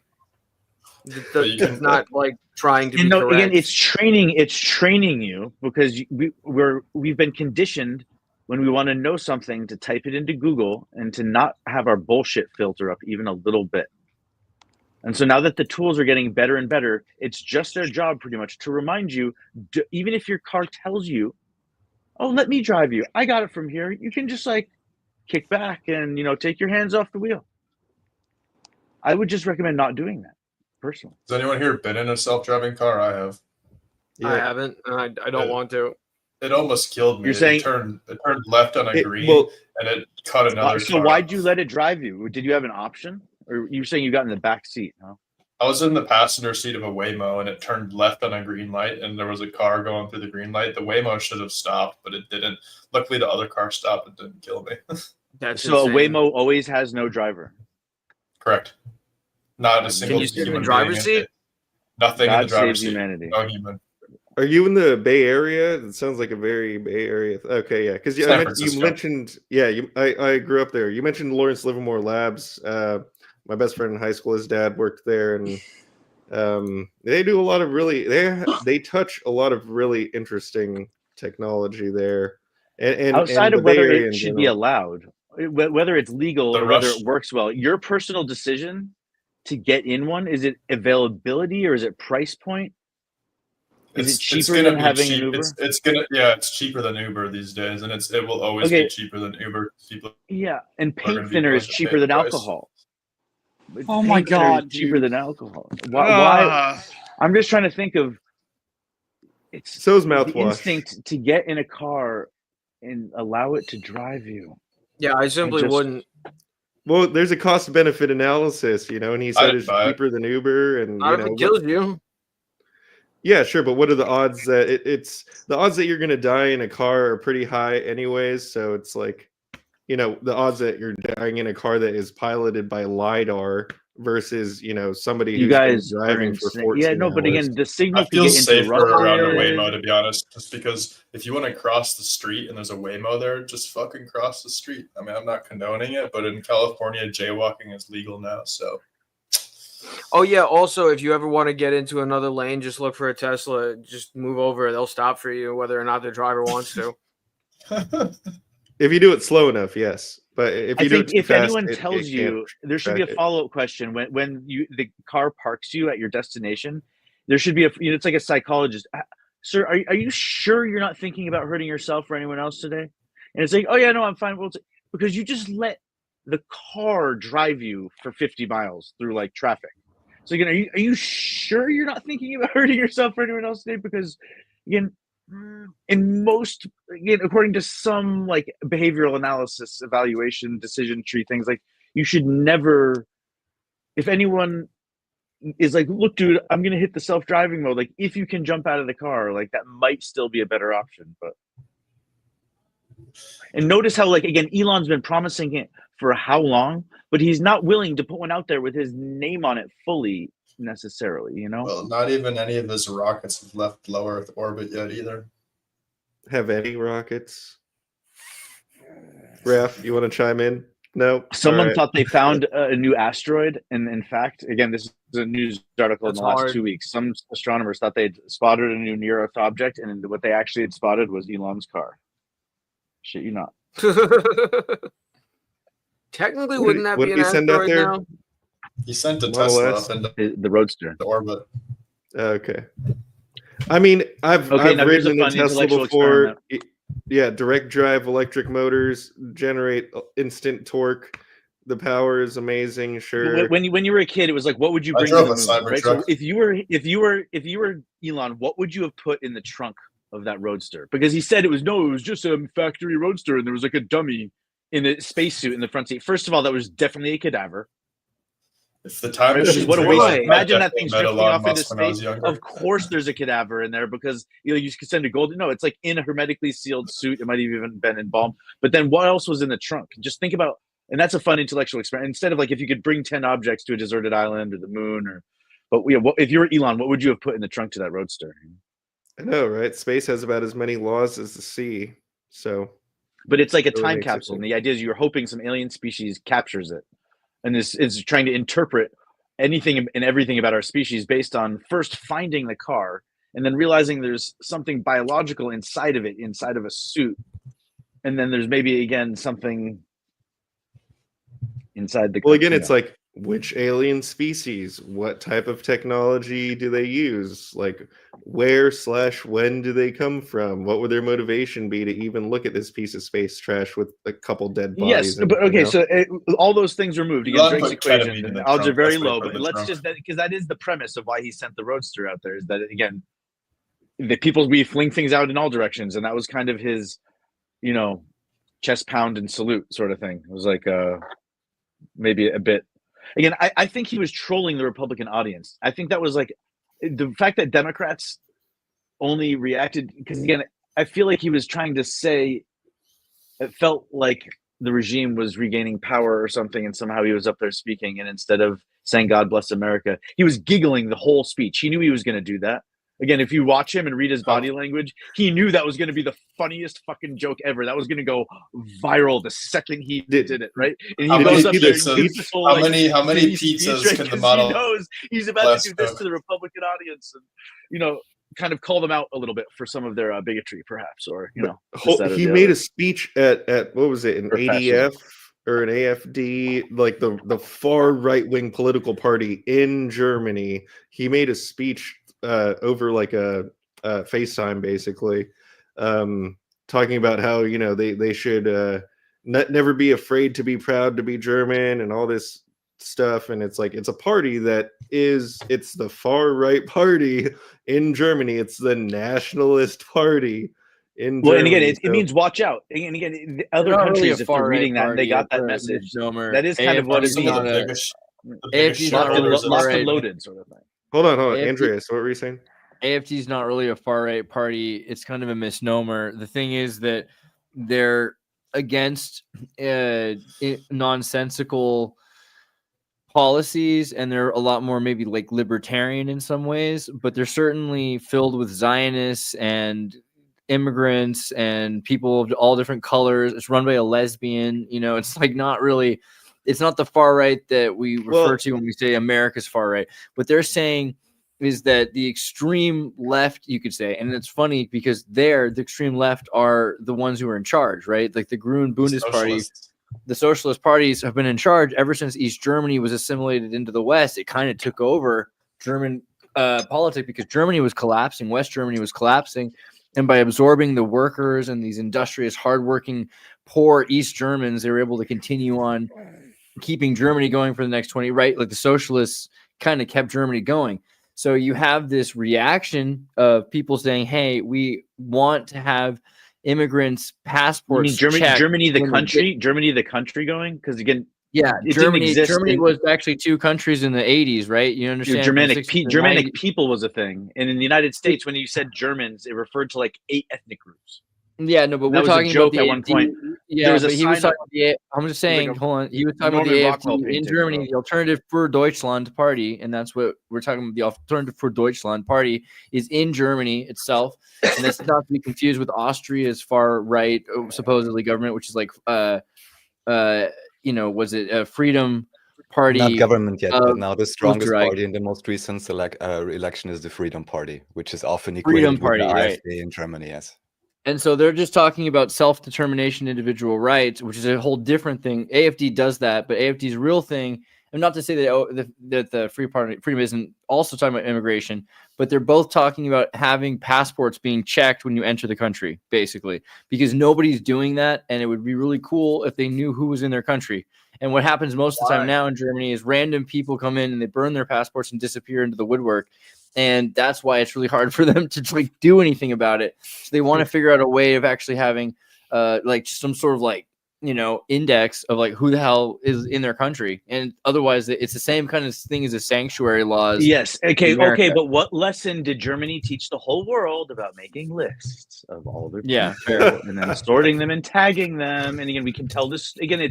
They turned it into allegorical history a little bit. Well, let me just ask which country doesn't have a Alex census? Jones is the whole thing is even your RMV having a centralized fingerprint database is pushing it because they're not maintaining security over that database. And I mean, the chain of custody of any of that information and what people, and that the idea that there's AI weapons that are just they're on a schedule to go kill 10 humans a day, and they just identify the 10 worst ones and by whatever their social credit score is of the day. So has anyone here ever been to jail besides me?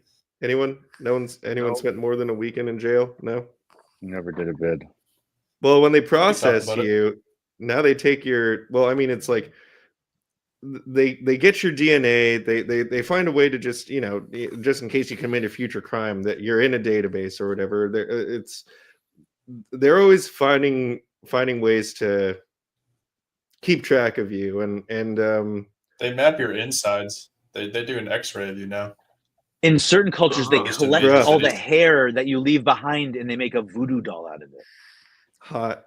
Hey, when I went to jail in London for accidentally bringing a knife to the airport, it was the best food that I had in England the whole time that I was there. So, and they make you your tea exactly how you ask for it. So, very, very, very polite people. If I had to go to jail again, I go to jail in England. Let's go back to Germany for a second. Yes.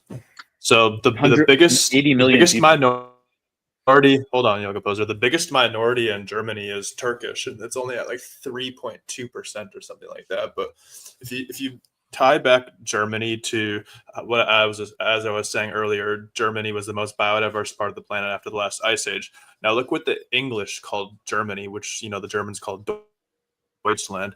We call it Germany, and if you break that down, many germs, lots of germs. And it's just a reference to the biodiversity of Germany. Well, the reason some places maintain biodiversity is because their sewer systems kept track of the food waste. So when they imported exotic plants and vegetables and it ended up being processed out as food waste through the sewer system, it would be grown in fertilizer. And when so you they talk would about sewers, you make me think about all of the empires of the earth. You think about every single great empire of earth. You got the Egyptians, you got the Romans, you got the Japanese, you got Beijing, you got Washington D.C., you got London. Every single major empire on the earth, the capital of the empire was created on a swamp. Every single one of them.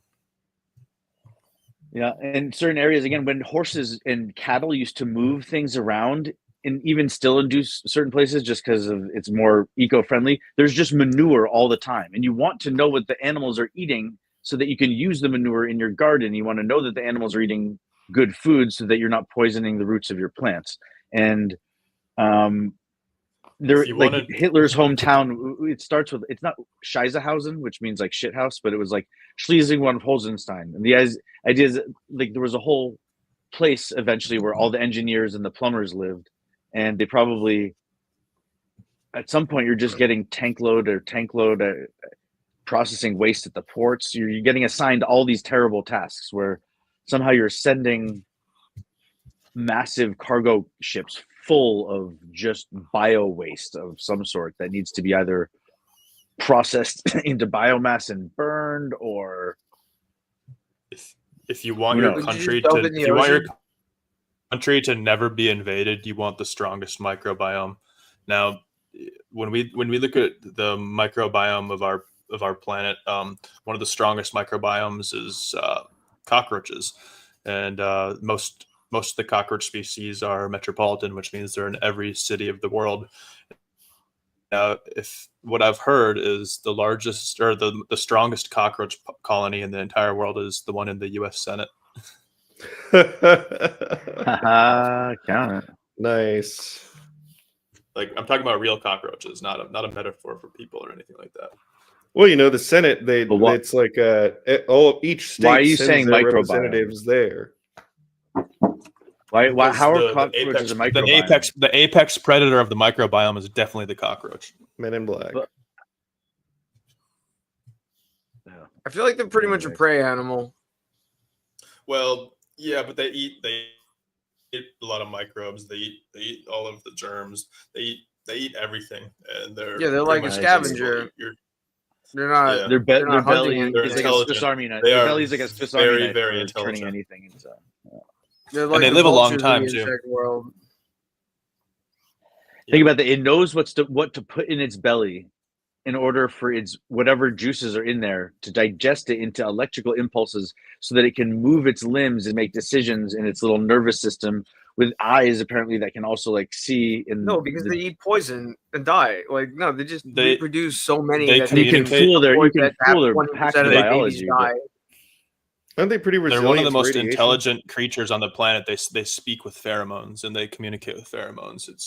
I don't know. I don't know if I would agree that they're the most intelligent species. And again, the IQ test originally was just a physical obstacle course. It was designed by the military, and there was no written questions or oral or verbal or listening portion of the IQ test. It was just a physical obstacle course. So, in terms of survivability and evolutionary intelligence, I would agree. But if you're talking about intellectual intelligence, you're not going to tell me that the cockroaches score up above a dormouse. So let's look at some of the different animals and the way they communicate. Obviously, humans are one of the most vocal animals. You can look at dolphins, and they are some of the most advanced species in communicating through vibrations, like sonar, basically. And then cockroaches are but turtles live to 200 years and they don't say a word, so hold on a second. That's because they have a slow metabolism. Cockroaches are one of the only animals that speak with chemistry. Basically, they speak with pheromones.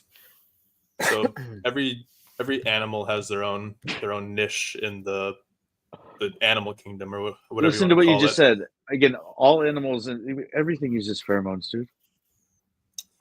Everything. Like bees use pheromones. Bees communicate through dance, which is crazy. That's even more complex. It's like saying lobsters have serotonin, so they're smarter than humans. Bees do it. I think cockroaches eat each other too. They're not like too social as far as insects go. Like termites and bees and wasps really outrank them on that scale. Now, the human species mimics insect species in a very, very strange way. In the way that cockroaches are one of the only animals that primarily rely on chemical communication. One of the only animals. All other animals that communicate with pheromones also communicate with sounds, and they communicate with other methods. So hive behavior in an emergent phenomenon where one bee doesn't build the nest in the honeycomb, and somehow there's this collective act of ants. The way that ants stream and communicate, and they even will build rafts to float on water, and somehow there's this emergent group. And name another species that is a mammalian or large. I mean, I guess sometimes like fish move in the water, or birds in the sky in this way where they're all in sync. But I've never seen cockroaches coordinate outside of maybe one alerting them, the rest of them where the food might be. Ants termites build mounds. Trying to think of ants actually plan out. They don't plan out their nests, but they end up creating nests that properly flow the air in and out so they constantly have fresh air, so they don't suffocate under there. Like, And just cockroaches don't even build nests; they just kind of leave their egg pod somewhere that should hopefully be safe to them. On Andreas's behalf, I'll say that, you know, dinosaurs were just big birds. And when you look at some of the fancy nests that these tiny little birds made with their tiny little beaks and bird brains, think about the nests that these dinosaurs were making, especially if there were 500 of them, and they would just like claw down part of the forest and bring it home and build these giant structures to keep out rodents, vermin, and they would. There are a lot of birds actually that didn't make it through the KT extinction, and most of them were ground-based actually. So I wouldn't be surprised. You know the briar birds that build this whole nest and they like lay out like items to tempt a mate. Again, think about a giant bird with 10 times the OCD as those little birds already have, and the idea that dragons would steal treasure and the dragon's nest would be full of like crowns and items, because again these giant pterodactyl species they would just like fly over cities and they would see something they wanted and they would like take it home to the nest, and they didn't know why. They were like a collector, you know. I always think about peacocking with dinosaurs. Like if the male dinosaurs like had all these like flamboyant like displays. Ornaments. Yeah. It's a fun thought. Yeah, I wouldn't be surprised if there was a similar evolutionary thing there. I mean, they were around for like millions of years. So, but imagine like 60-foot birds, though. Like, again, the idea that they're these light, agile creatures who have strong back, and then like instead of wings, they've got like big claws and hands, and maybe some sauropods. And they weren't all stunted like the T-Rex, you know. And they were saying T-Rex, like the little arms. Beavers do a like pretty good job. Went the other way. Look at the size of the beavers. No way those things got big teeth. But look what the beavers able to build. Isn't that impressive? Think about what other larger, species. And they might have even created land bridges over time. You know, they would create nests that would float, because oftentimes, again, mating behavior. It's like Noah's Ark. Somehow there were certain bird species, and there are certain bird species that they build nests on bodies of water at certain times, and there's something in their genetic code, literally somehow, that is so deeply ingrained in them that they choose this strange behavior that is the only way that they're able to reproduce. Otherwise, things get at their eggs. The vermin, predators, snakes, something will come along and snatch their eggs. But if they build these little rafts, and they might not even know what they're doing or why they're doing it. Imagine you see some of these nests. Where do you start? If you gave me a pile of twigs and grass, I don't know that I could weave it into what some of these, again, these are the little birds. These are like the things that would fit in your hand. Now imagine something that's 60 feet tall in a time when like all the trees were 200 feet tall, and it was trying to build like a home camp. You know? Imagine the first animal or insect that cooks things. We're fucked. The reason why one of the reasons why humans are so intelligent is because we learned how to cook things so early on. Well, that made a lot of calories available, yeah, so the brain could expand. Because the brain takes up, 20% of your caloric intake a day? 30. Yeah, up to 30. Yeah, it's serious. If you actually look at the CNS in a human being, it almost looks like a parasite, taking over the rest of the animal. The mycelium. Well, there's a Fuji's lyric. The Fuji's lyric was, "Stop trying so hard. I think I smell your brain cells frying." But... The idea is that, you can overheat in hot yoga or even with exercise. Just because you can endure the heat, the thing that gets damaged is the proteins in your brain tissue. So the whole idea of they were trying to cure people of HIV virus. Cooking long term. Because the HIV virus denatures at 104.5 degrees, or certain varieties of it do, and so they were heating people's blood up and their whole body, but they were keeping their head cool somehow. And again, there was tolerance or risk, but if you're ever overheating in a yoga class, go stick your head under the water in the shower. Don't let the teacher force you to stay in the room. But hands are don't pass out in the shower either. A lot of blood goes to your hands and then flows right back to your torso. So if you're ever feeling really hot and you don't have many other like if you only have a sink available to you, just wash your hands under the ice cold water, and you will feel cooler from having done that for like 5 minutes.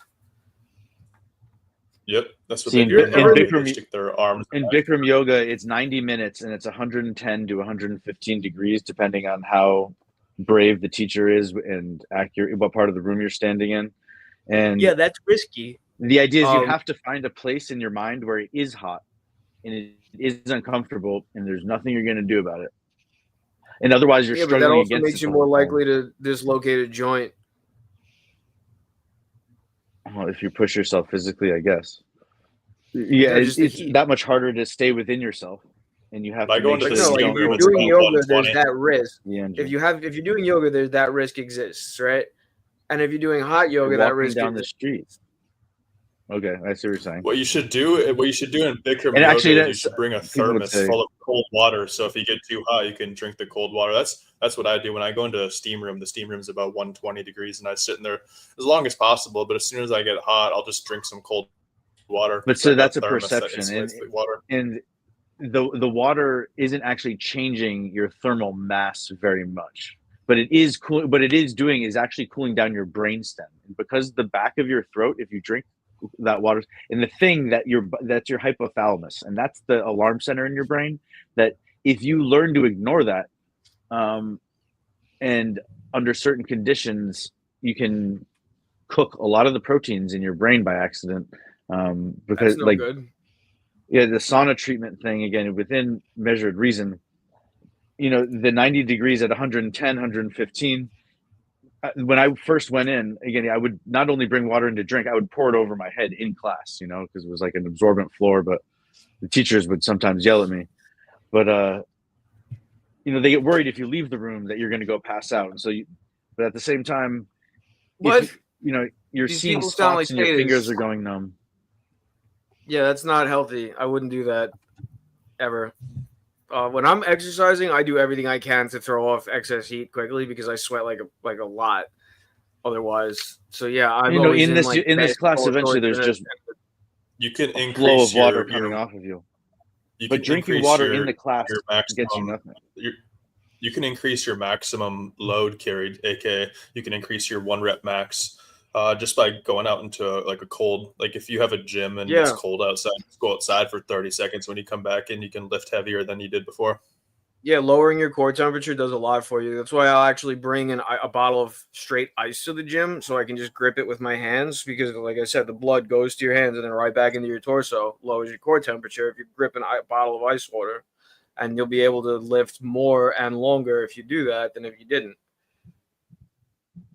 They actually, I got me inspired facing to do the- that.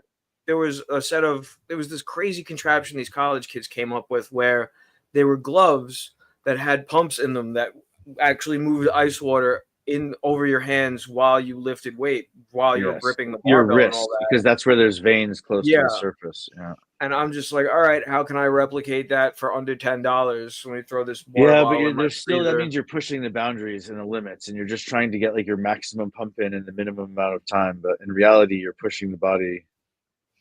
Well, yeah, I wanna you're make- pushing it for what performance, for what competition, and the negative aspect is that you overwhelm your cardiovascular system, and it either bursts or fails, or No, you're not going to get that out of 15 to 25 reps and a couple of sets on each lift. You're just going to. None of us are taking testosterone Yeah, here. I'm saying, but to the extent that you need to stick your hand in, you're saying they were demoing the product or they were using it like No, it They did was like studies on it.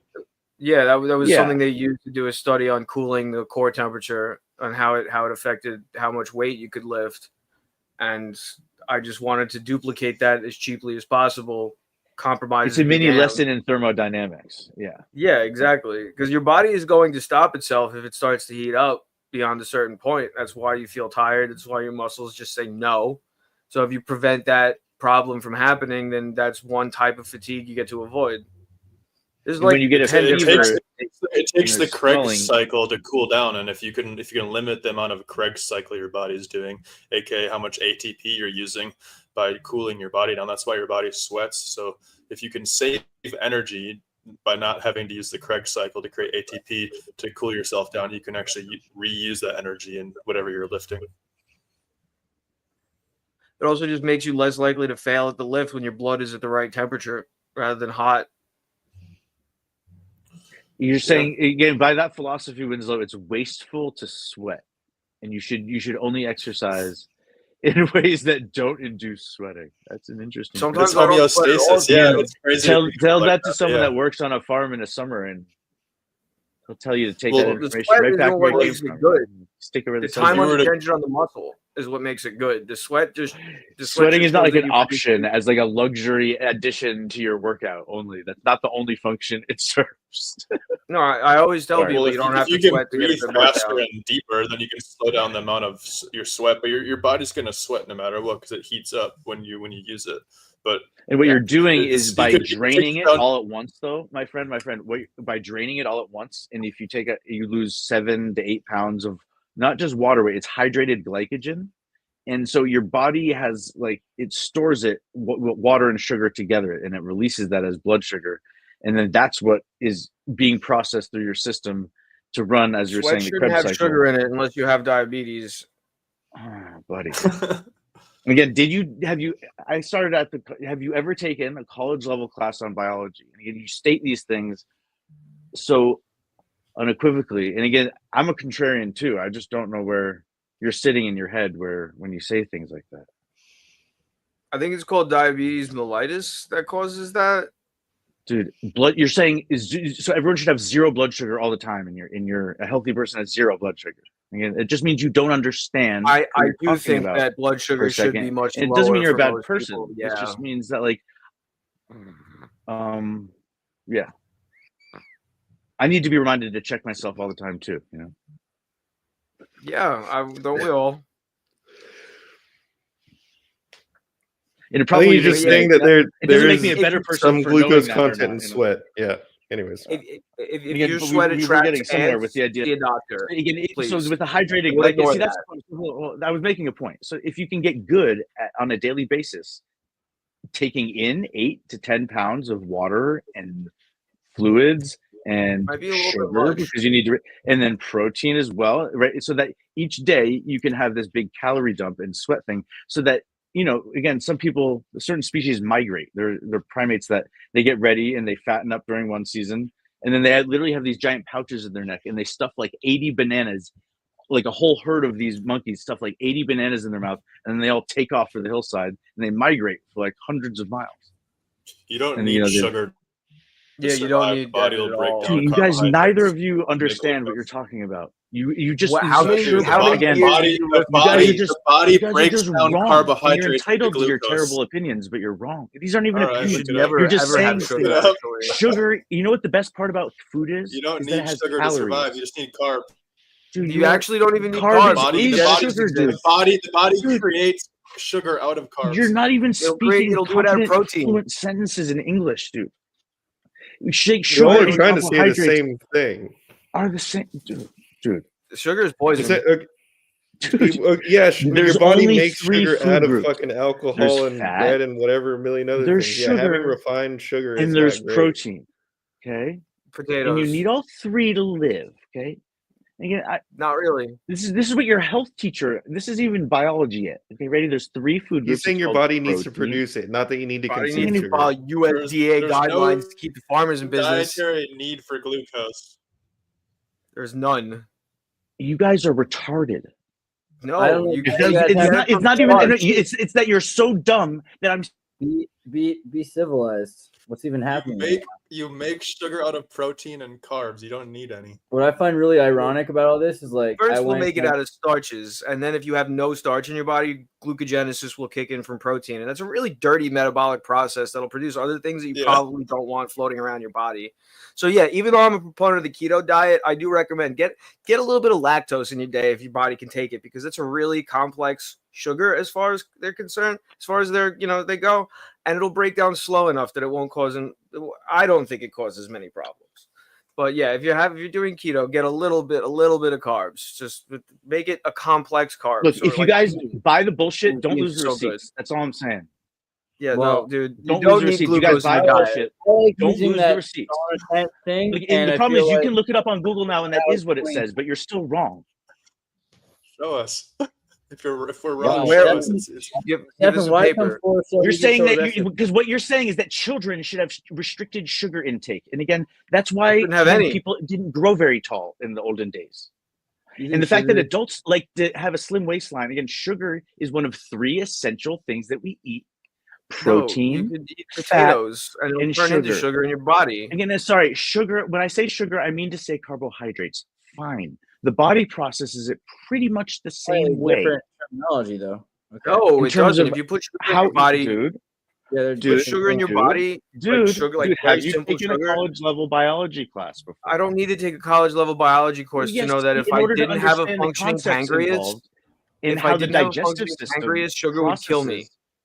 Okay, the digestive system processes food through a chemical process into things that College the body kids. I can hate use in a college kids. variety of ways.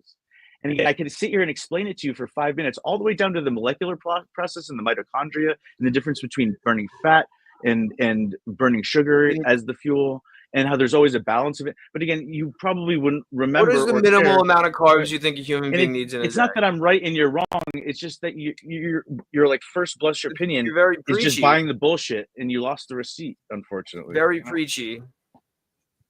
Your anti-sugar bullshit is just insidious, dude.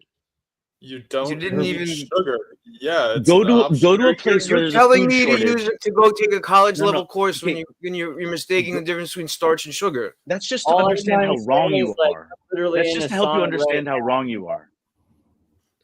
And it's not an opinion Andreas thing. And again, is if you in go the to a country sauna. where there's a food I think shortage, Andreas has and then you want to tell them to East cut their Berlin sugar intake, Wi-Fi right now. you want to tell them to cut their sugar That's intake. awesome. Yeah, I mean, it would be better if they were to be eating potatoes because then they wouldn't get This is why diabetes from it. people aren't in charge of things that they're not experts in, and we're just talking about things. And it's fine to be really wrong about things. You know, that's okay. What about All sweet right, well, potatoes? like, let's make it a contest. Let's see what the two of us look like in 3 months. Because I'm at the end of my winter bulk. My body's a little it don't look right, but it's strong as fuck. So let's see. Part of cellular It's so funny. metabol- That's what I said. Oh, go ahead, Vega. Sorry. Anyway, no, it's fine. You got the degree. I took like I was saying 1 year of Sean like would use pre-med TikTok to get flat biology. ads. Yeah. And again, the It's idea whatever.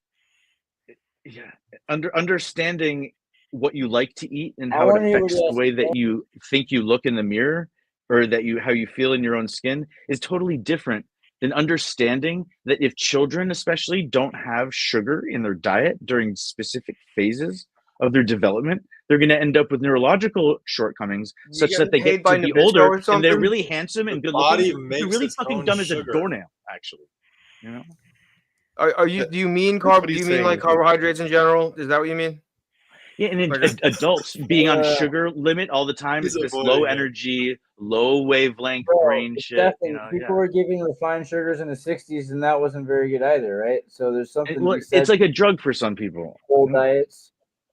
What do you And- mean? and do you it's mean, what teenage girls are do you is they including they potato control their starch and diet, kidney beans in this? This is, you know what I mean? and it makes them feel When like I they're say doing sugar, I something mean by like doing nothing. glucose, fructose, corn syrup, bullshit. I'm not talking about kidney beans. Okay, well, so there was a Cecil Fielder's son was a baseball player who had diabetes, and he was like 276 pounds eventually, right? But he was a vegetarian. Sounds about But right. what he would say Study before goes his completely workout, against sounds what about you're right. saying, Yoga Poser. hold on. So I'm telling you what a professional athlete, he would spike his blood sugar on purpose if he Mhm. knew he was going to work out, Yeah, and he would even use though he had insulin to get diabetes. jacked. You realize Well, bodybuilders it's use so that you insulin have- as a performance So enhancing Winslow drug. pulled up this page about It's cockroaches. because when your body is only Oh, using fat. Okay, Wait a second, and then But Go he ahead. would use insulin too, right? No, let Because otherwise- Andreas talk again. I can answer your question. Winslow brought up this page on landmark study finds low sugar diet in early childhood reduces lifetime risk of chronic disease. By the way, running a Damn podcast straight. from a sauna is like the new. This is what we're doing from now on. This is how we Okay. do it. I would never be So in hold a on. sauna. So You'd never Sean, catch me dead in one just of check those this. places. Check this logic for Wait, 1 second, right? Wait, So wait, Stefan, hold on. Give me a second. I want to hear what Winslow had to say about this. Winslow, you want to explain what this is all about here? What's the deal with this study here that you wanted to show us?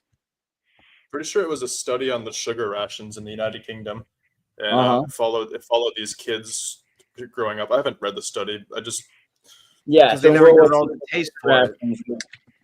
and they found out like you saw British people with their teeth and everything like that, and there's a lot of problems with refined sugars as opposed to kids in like Bolivia and Paraguay who like chew like sugar cane that you see all the time. But then there's like stuff that happens to your teeth because of that too. But there's like reasons why whole food and whole germ and all that's like healthier, right? It makes sense on a logical standpoint that if you're not loading your body with sugar, your body needs to adapt to create the sugar itself. So it'll create sugar out of carbohydrates, it'll create it out of protein, and it'll even create it out of called fat. hydrated glycogen. That's where this whole conversation started, was hydrated glycogen. That's how the cells actually store it in usable form. Well, actually, so whether you eat a potato glucose. or Jolly Glucose. Rancher, it's hydrated. Yeah. So fat and sugar, your body can be using and producing ATP and NADH from both of those things. And a healthy system can deal with both environments, and it can deal with fasting. And there's a natural, when you start, your body detects that you're not taking in calories and will start to emit a bit of a hormone and other proteins in your body through your endocrine system that will start digesting fats, and then there'll be more fat in your blood. And then if there's another healthy reaction, it's a cascade of things that happen, and then you have more proteins and enzymes that help uptake the lipids into the cells and be processed into that hydrated glycogen. But it's got to break apart the triphosphate or the trilipid head of the fats usually. And so when, especially during brain development and when the brain is actually growing in size. Hold on a second.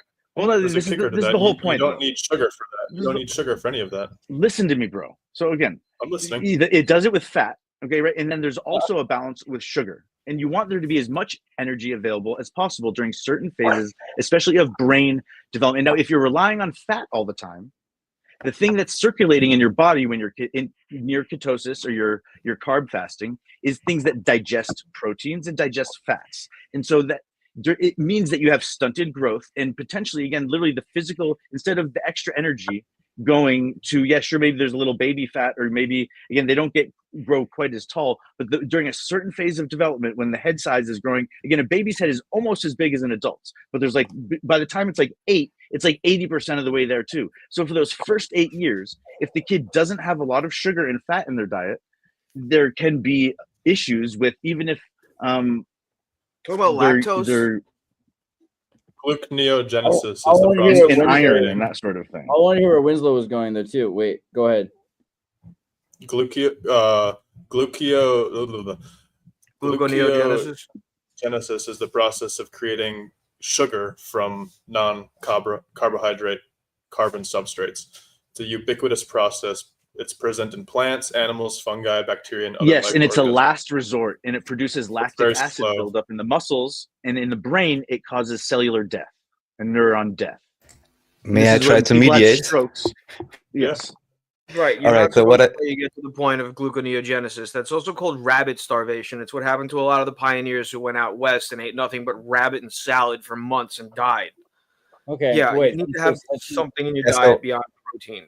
So what I understand, my understanding is similar to what Yoga Poser is saying, but also in the sense that the fasting, like you said, how do you call it, rapid deterioration or whatever? So it may Rabbit be a starvation, like or a hobby rabbit bunny. starvation. Okay, well, in any case, so it may be a great process for an adult to go through because all of these processes that you so aptly explained, Yoga Poser, are going on. However, in children, it's most likely not a good idea because you don't need that level of autophagy, I guess, and how do you call it, self-cleansing that an adult would need, and maybe also don't have the resources available that an adult would have within their body. And also, from what I understand, you need little sugar as an adult, but that doesn't mean that you don't need more and maybe don't want to rely on that conversion process, just as you guys just And you explained. need, and then desire to be high functioning. And again, it's like being used to being carb depleted and low blood sugar all the time. And then again, you can even engage in intense exercise potentially because your body has a very quick reaction speed and begins digesting fat. But when you have lower and lower percentage body fat, and then also again, it's circulating in your brain, and your brain is made of fat tissue. So the idea of being a meathead who's got like 3% body fat, literally their body is digesting their brain all the time because it's the last bit of fat reserve available to it. And if you're producing those chemical environment in your blood on purpose, for vanity reasons, I would suggest picking something else to focus on. Explain Nikola Tesla. Explain Nikola Tesla. That guy was severely underweight.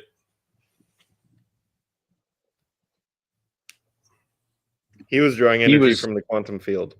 And maybe poor and poisoned, because again, he gave up his patents to his best friend. He should have been a billionaire, but Westinghouse was having trouble, and he gave him the patents for AC motors. Well, he was just to kind of like actually discover anything new. Who? He doesn't have any theorems. Tesla had a bunch of cool devices that he produced based on the work of scientists. How dare you? But all of his gadgets were based on principles that other people had discovered. How dare you? Sure, that's all science. Can we dig into the carnivore diet? What is Tesla's theorem?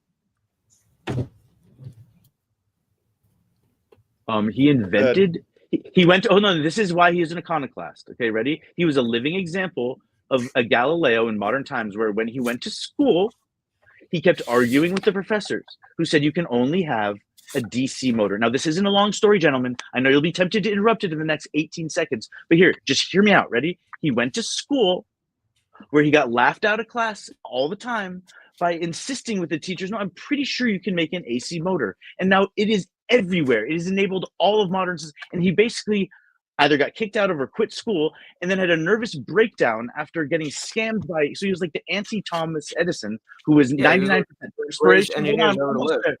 99% perspiration, 1% inspiration, whereas Tesla was 99% inspiration and 1% perspiration. So he would build a whole thing in his head, not draw any diagrams, go machine 12 pieces in the lab, and they would all fit together. And again, he built something that up until that time we even had radio communications. Okay, we could talk to each other across the oceans, and yet no one thought you could make an AC motor, and he figured it out. And he traced it out in the dirt because his friend dragged him out of his apartment and took him through Central Park. And somehow, after talking to the pigeons for a while with a migraine, he figured that shit out. Autists have wildly different metabolism as well. What does that mean? Metabolism is pretty chemical. And he enabled the Niagara Falls.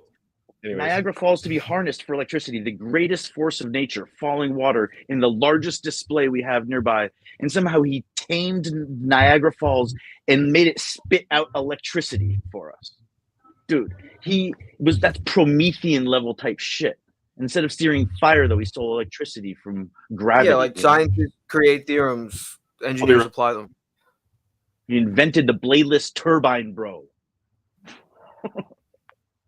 What was he was gifted. Andrew, you were going to talk about autistic metabolism or something? I really wanted to talk about the carnivore diet, but yeah, just I love it.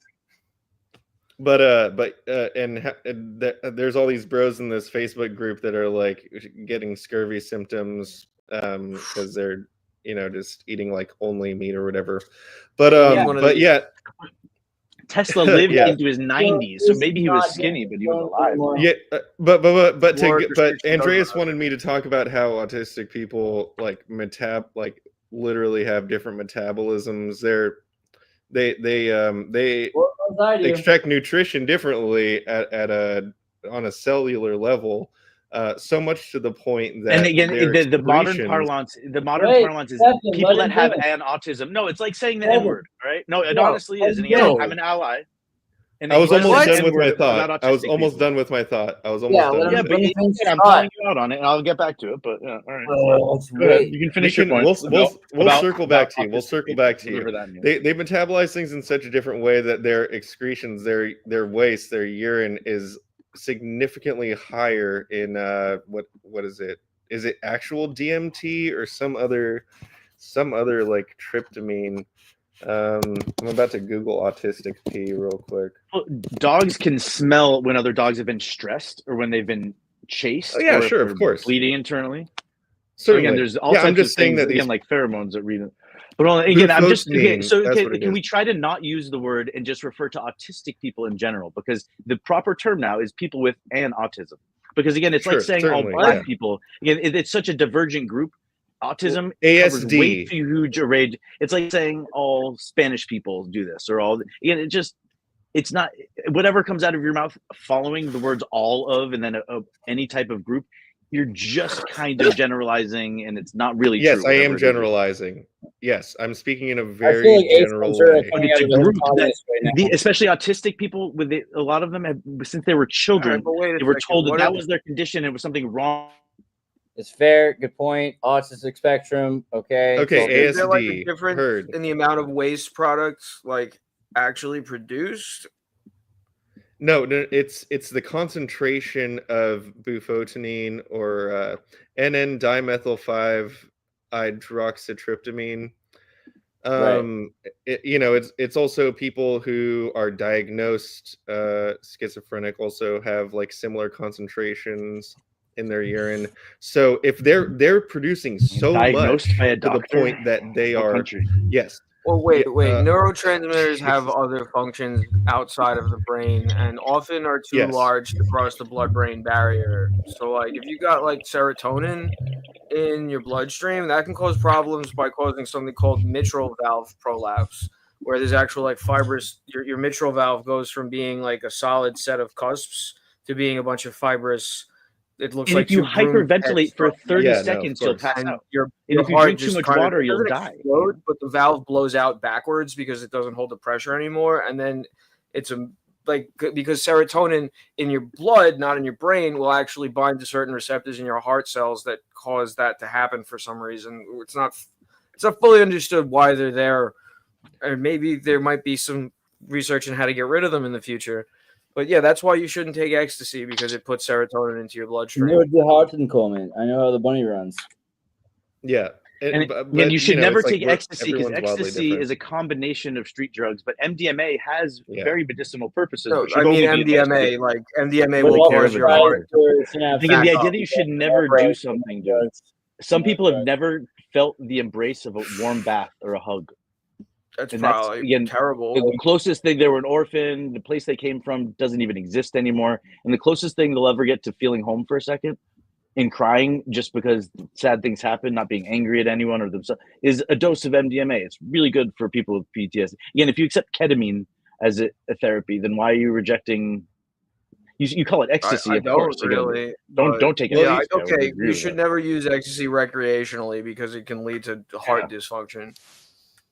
But even tears, are chemically different depending on your mood when you're shedding them. So there's and you get dope sick. the body is capable of all sorts of wild things, and our interactions with other molecules, will vary from individual to individual, and you can make certain generalizations based on, genetic predispositions or, certain conditions that people are born with or develop or whatever. So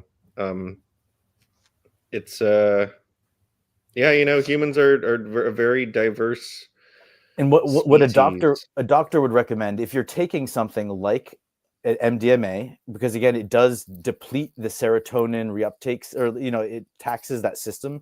There are certain things you can take, like spirulina and other types of mushrooms, that give your body the precursors. So again, before you start a regimen of the therapeutic medicine, you're gonna do some talk therapy. You might cry. You're gonna feel.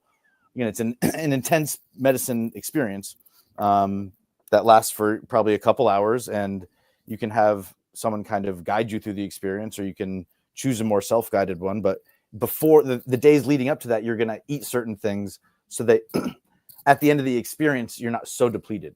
That's the idea. Yeah, you'd want to tune your motor. It does to kind of race burn through a lot of the stuff, the neurochemicals in your head, and gives you an experience. But then at the end, instead of leaving you feeling dope sick, if you plan for it the right day, again, if you're doing it under the care of medical professionals, that's the type of thing they would recommend. And there's a series of pills you're taking that are like essentially like Alpha Brain from Joe Rogan. But probably Does a little that bit fancier prevent than the that. serotonin in your blood from destroying your heart valves? And again, doing it regularly. Again, the thing you're talking about sounds like something from chronic use, perhaps, or. And yes, I would there's hope risk so. every time you go under anesthesia. You might not wake up. Yeah, they give you like fentanyl and shit. You could die. Well, no, and In any fact, time the only there's reason you risk with don't any die is medicine, because they breathe yeah. for you. Yeah. generally the doctor doesn't want to pierce the skin with surgery, and they'll do anything they can with medicine to correct an imbalance before they will pierce the skin, because you're opening the body up to so much possibility for infection and healing and stuff like that. But just piercing, like if it has to be like inside the body wall, like not like limb surgery, that's well, I guess it used to be more of a paradigm, and this is coming more from the olden days, like when Jerry Remy, Red Sox second baseman, who ended up being the announcer, had 2 knee surgeries, then his career was over because there was a big X on his knee, and each time they opened it up, they had to like peel back, and you can only, there's so much scar tissue. But now orthoscopically, what counts as surgery? Yeah. But even with the needle, like I said, limb surgery and like muscle and bone surgery is a lot different from internal surgery, because you don't have to pierce the body wall. If you break the trunk and you need to stitch and heal that, good fucking luck just doing a sit up ever again for years. Like that's pretty serious shit. Yeah, it happens with people who give birth. It'll tear their abdominal wall or whatever, and sometimes they'll have to get surgery to repair their abs and stuff, just because. And that's like a totally natural process. Yeah, a lot of women used to die in that, and they recently figured out how to not let that happen. But they're called prenatal yoga classes, and some people are taking them because they know they're going to get pregnant. But again, some people's yoga teacher would say, "Look, I can tell. I've seen your body type before. You're at a higher risk category for having that split down the middle of your abdomen. So here's the exercises you need to work on for the next 6 months, and then you need to see if there's results. And otherwise, again, you just recognize that and anticipate. Because sometimes instead of pairing, you can ask the surgeon, because there's like 6 layers or something. In an emergency C-section, you're going in as quickly as possible to save the baby, because you've tried to get it out, and it's either stuck halfway so versus a pre-planned C-section, which could take hours and hours. And it's almost similar in architecture. The joke is it's like installing a waterproofing detail, where you have to have the carpenter come in and build it and then step back.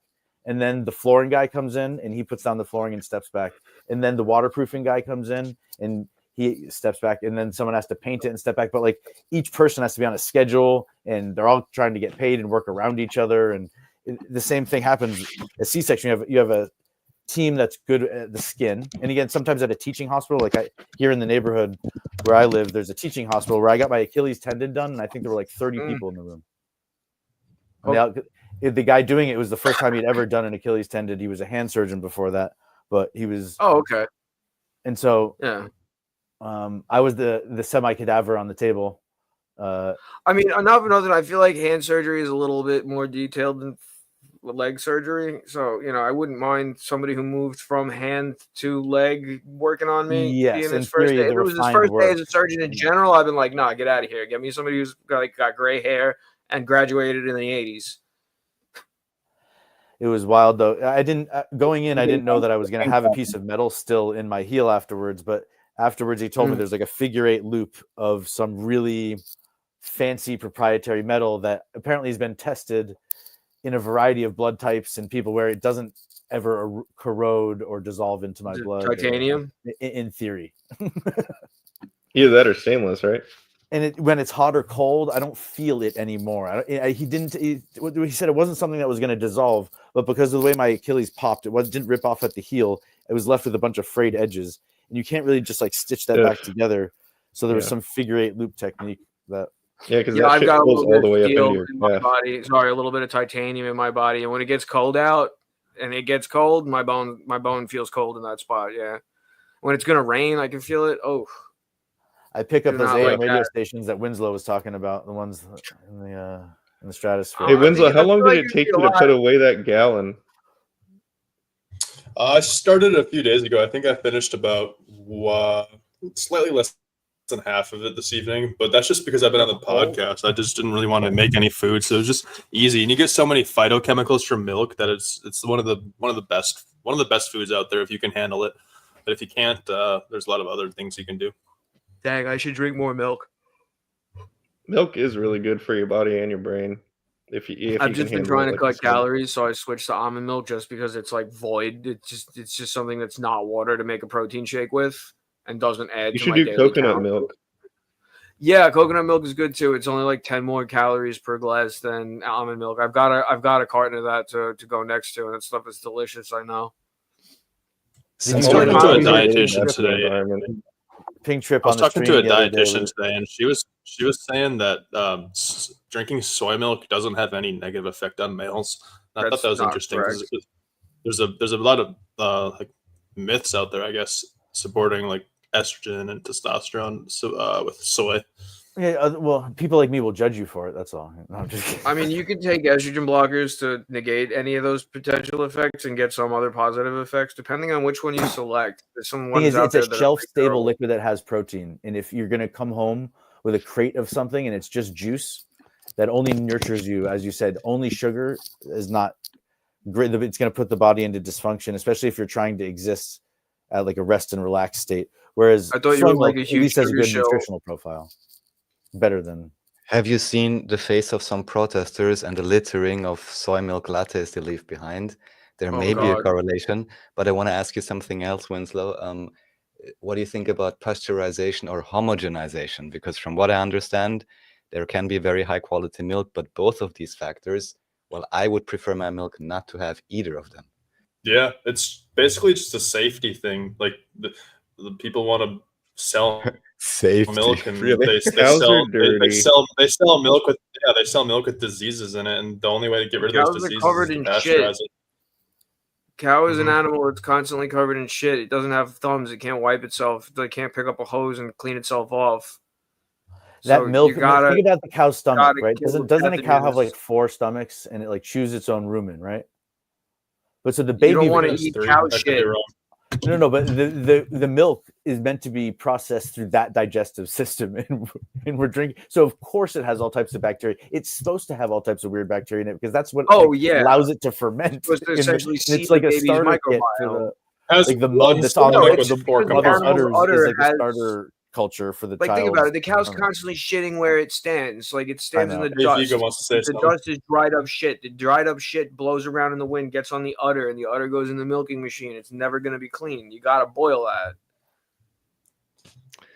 I was just everyone was talking at once. It was hard to sort of focus. So I just. But you say I'm saying from a biological standpoint. I didn't want to say anything. Just all you guys are talking at the same time. So I was just trying to get, I don't know, some sort of consensus on turn taking or whatever. Are we talking about cows? I really am partial towards. See, I'm big on natural synthetic things.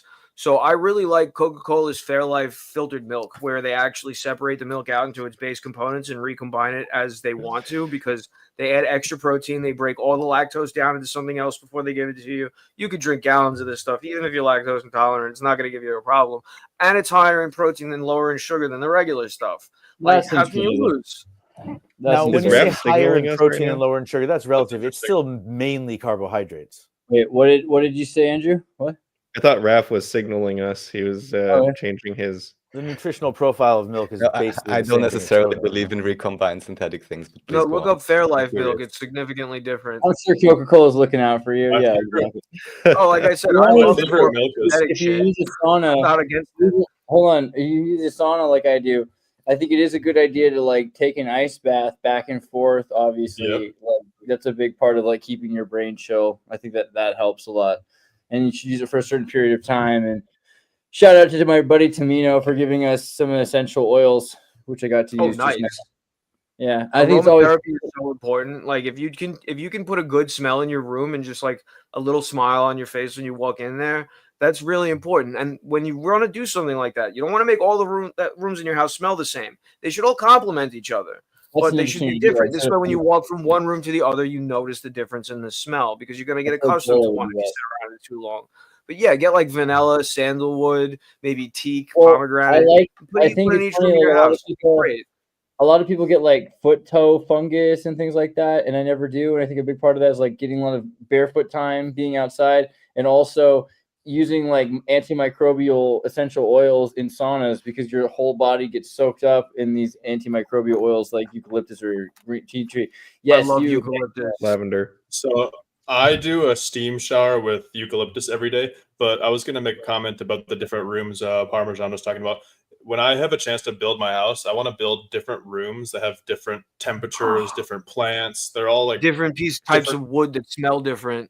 Different microbiomes, Sandal, different bacteria. The way to do that again, it's so that different use times different of the hardwood. day, you have your And if breakfast you nook. finish it though, You have your breakfast nook with glass windows facing the morning sun, so that that room heats up in the morning, and then you hang out in different places in the room. That's how all houses used to be designed. And if you're looking for even just a general layout from north to south to make that happen, so that if you want to hang out in a cold room in the morning, you go to the opposite side of the house from where the sun is, and you're kind of processing. That's actually why if you look up any block, one side will be nicer than the other, because the house where you get sunlight during the day in the front room will be more expensive, and they're all going to be on the same side of the street. Interesting. Let me share. And Sean, I stand corrected fun. about the Fairlife milk. The Fairlife milk, that's some legit shit. I didn't realize it's got literally more protein than carbs and fat. I didn't think that was possible. Yes, I thought sir. milk was a scam. Let me. Jamie Oliver dumped that huge thing of sugar on the stage, and significantly more expensive than regular milk, worth every penny in my opinion. Especially if you've got the money to spend on it, give it a shot. That's what should be in kids' lunch. Outside of how expensive is it, it's like if the state is in charge of feeding someone who's not in charge of themselves, what is the minimum standard? And like even another types of, and it tastes exactly like regular milk. I Wait, want kids' lunches. you guys Coca-Cola they brand feed milk. pork to prisoners in Massachusetts, even if they're Muslim or Jewish. You know. I want you guys They to all give you think the option about, to eat a vegetarian different rooms protein, in as far your as house I for a second. understand.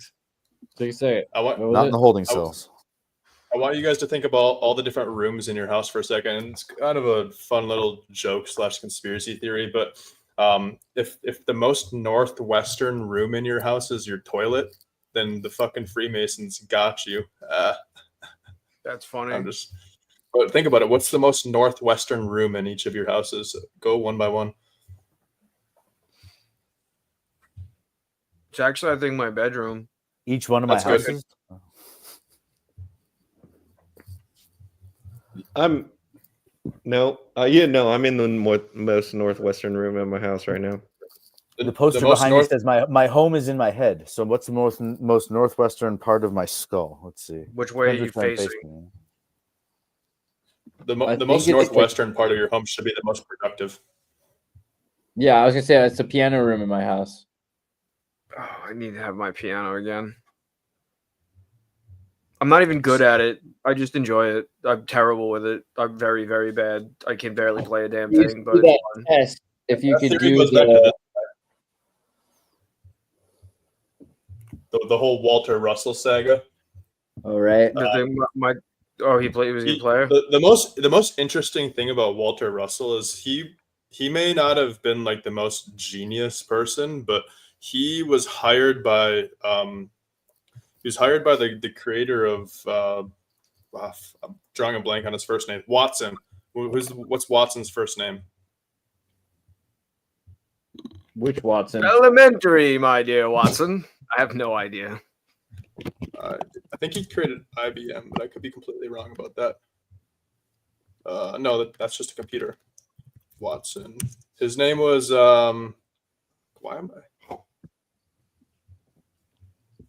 I'm gonna look it up quick. But he was hired by the guy to be a motivational speaker.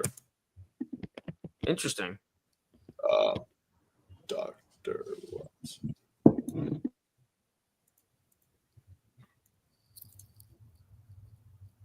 God, what's his name?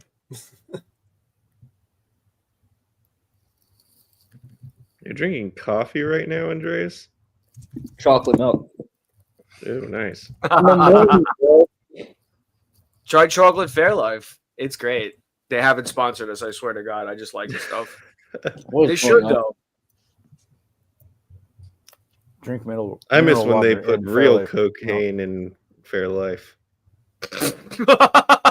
That shit'll wake you up in the morning. You don't gotta even put it in your coffee. Wait, was it a writer? There was some famous figure who drank David Bowie cocaine milk. That was his thing. Really? Wow. That's just fucking Clockwork Orange shit. I was about to say that's probably where the reference we might have gotten it from them. if you ever actually probably got watch it from the Clockwork book. Orange, you get to learn a lot of Russian words. The Moloko is just their word for milk. Drug is their word for friend. Golova sounds like Gulliver, which is kind of a cognate, not false cognate or something. Gulliver is head, or sorry, Golova is head. If Rafa's still And the here, book I, it goes even I further. want to hear one sentence in German and then have him translate it to English so we can hear how charming the language is.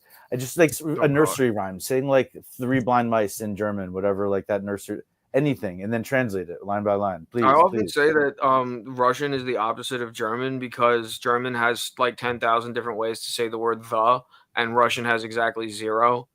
You just say, Germans I go treat store. words the same way that French people treat numbers. What? I said Germans treat words the same way that French people treat numbers. Oh yeah, French make their numbers a fun puzzle. Yeah. But you literally have to do a little bit of math to figure out what the fuck they're talking about. And that's why they're Like, bad oh yeah, it's at 60 math. minus 20 plus 2.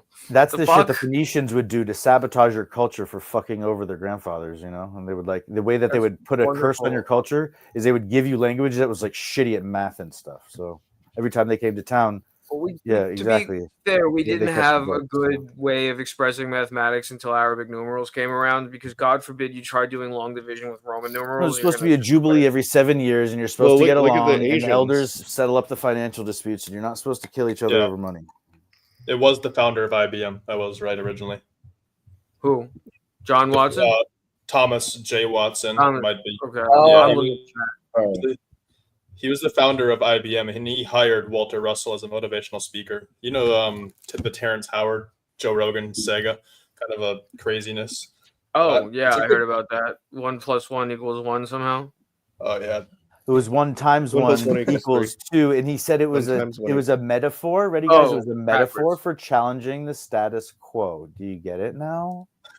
Oh, totally. Just like Elon's you know little what it sounds salute like? It was sounds just like kind of he ate challenging too many the status mushrooms quo. one night and then got on stream and then just had to not let it go because he would have looked stupid if he'd been like, yeah, I just had tripped out too hard and had a week, you know.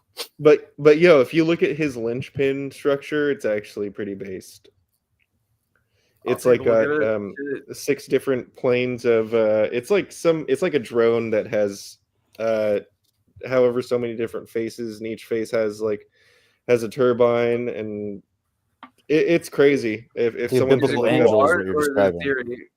You know the Yeah. the military first created drones in the 40s. Would not surprise me. Yeah, I don't doubt it.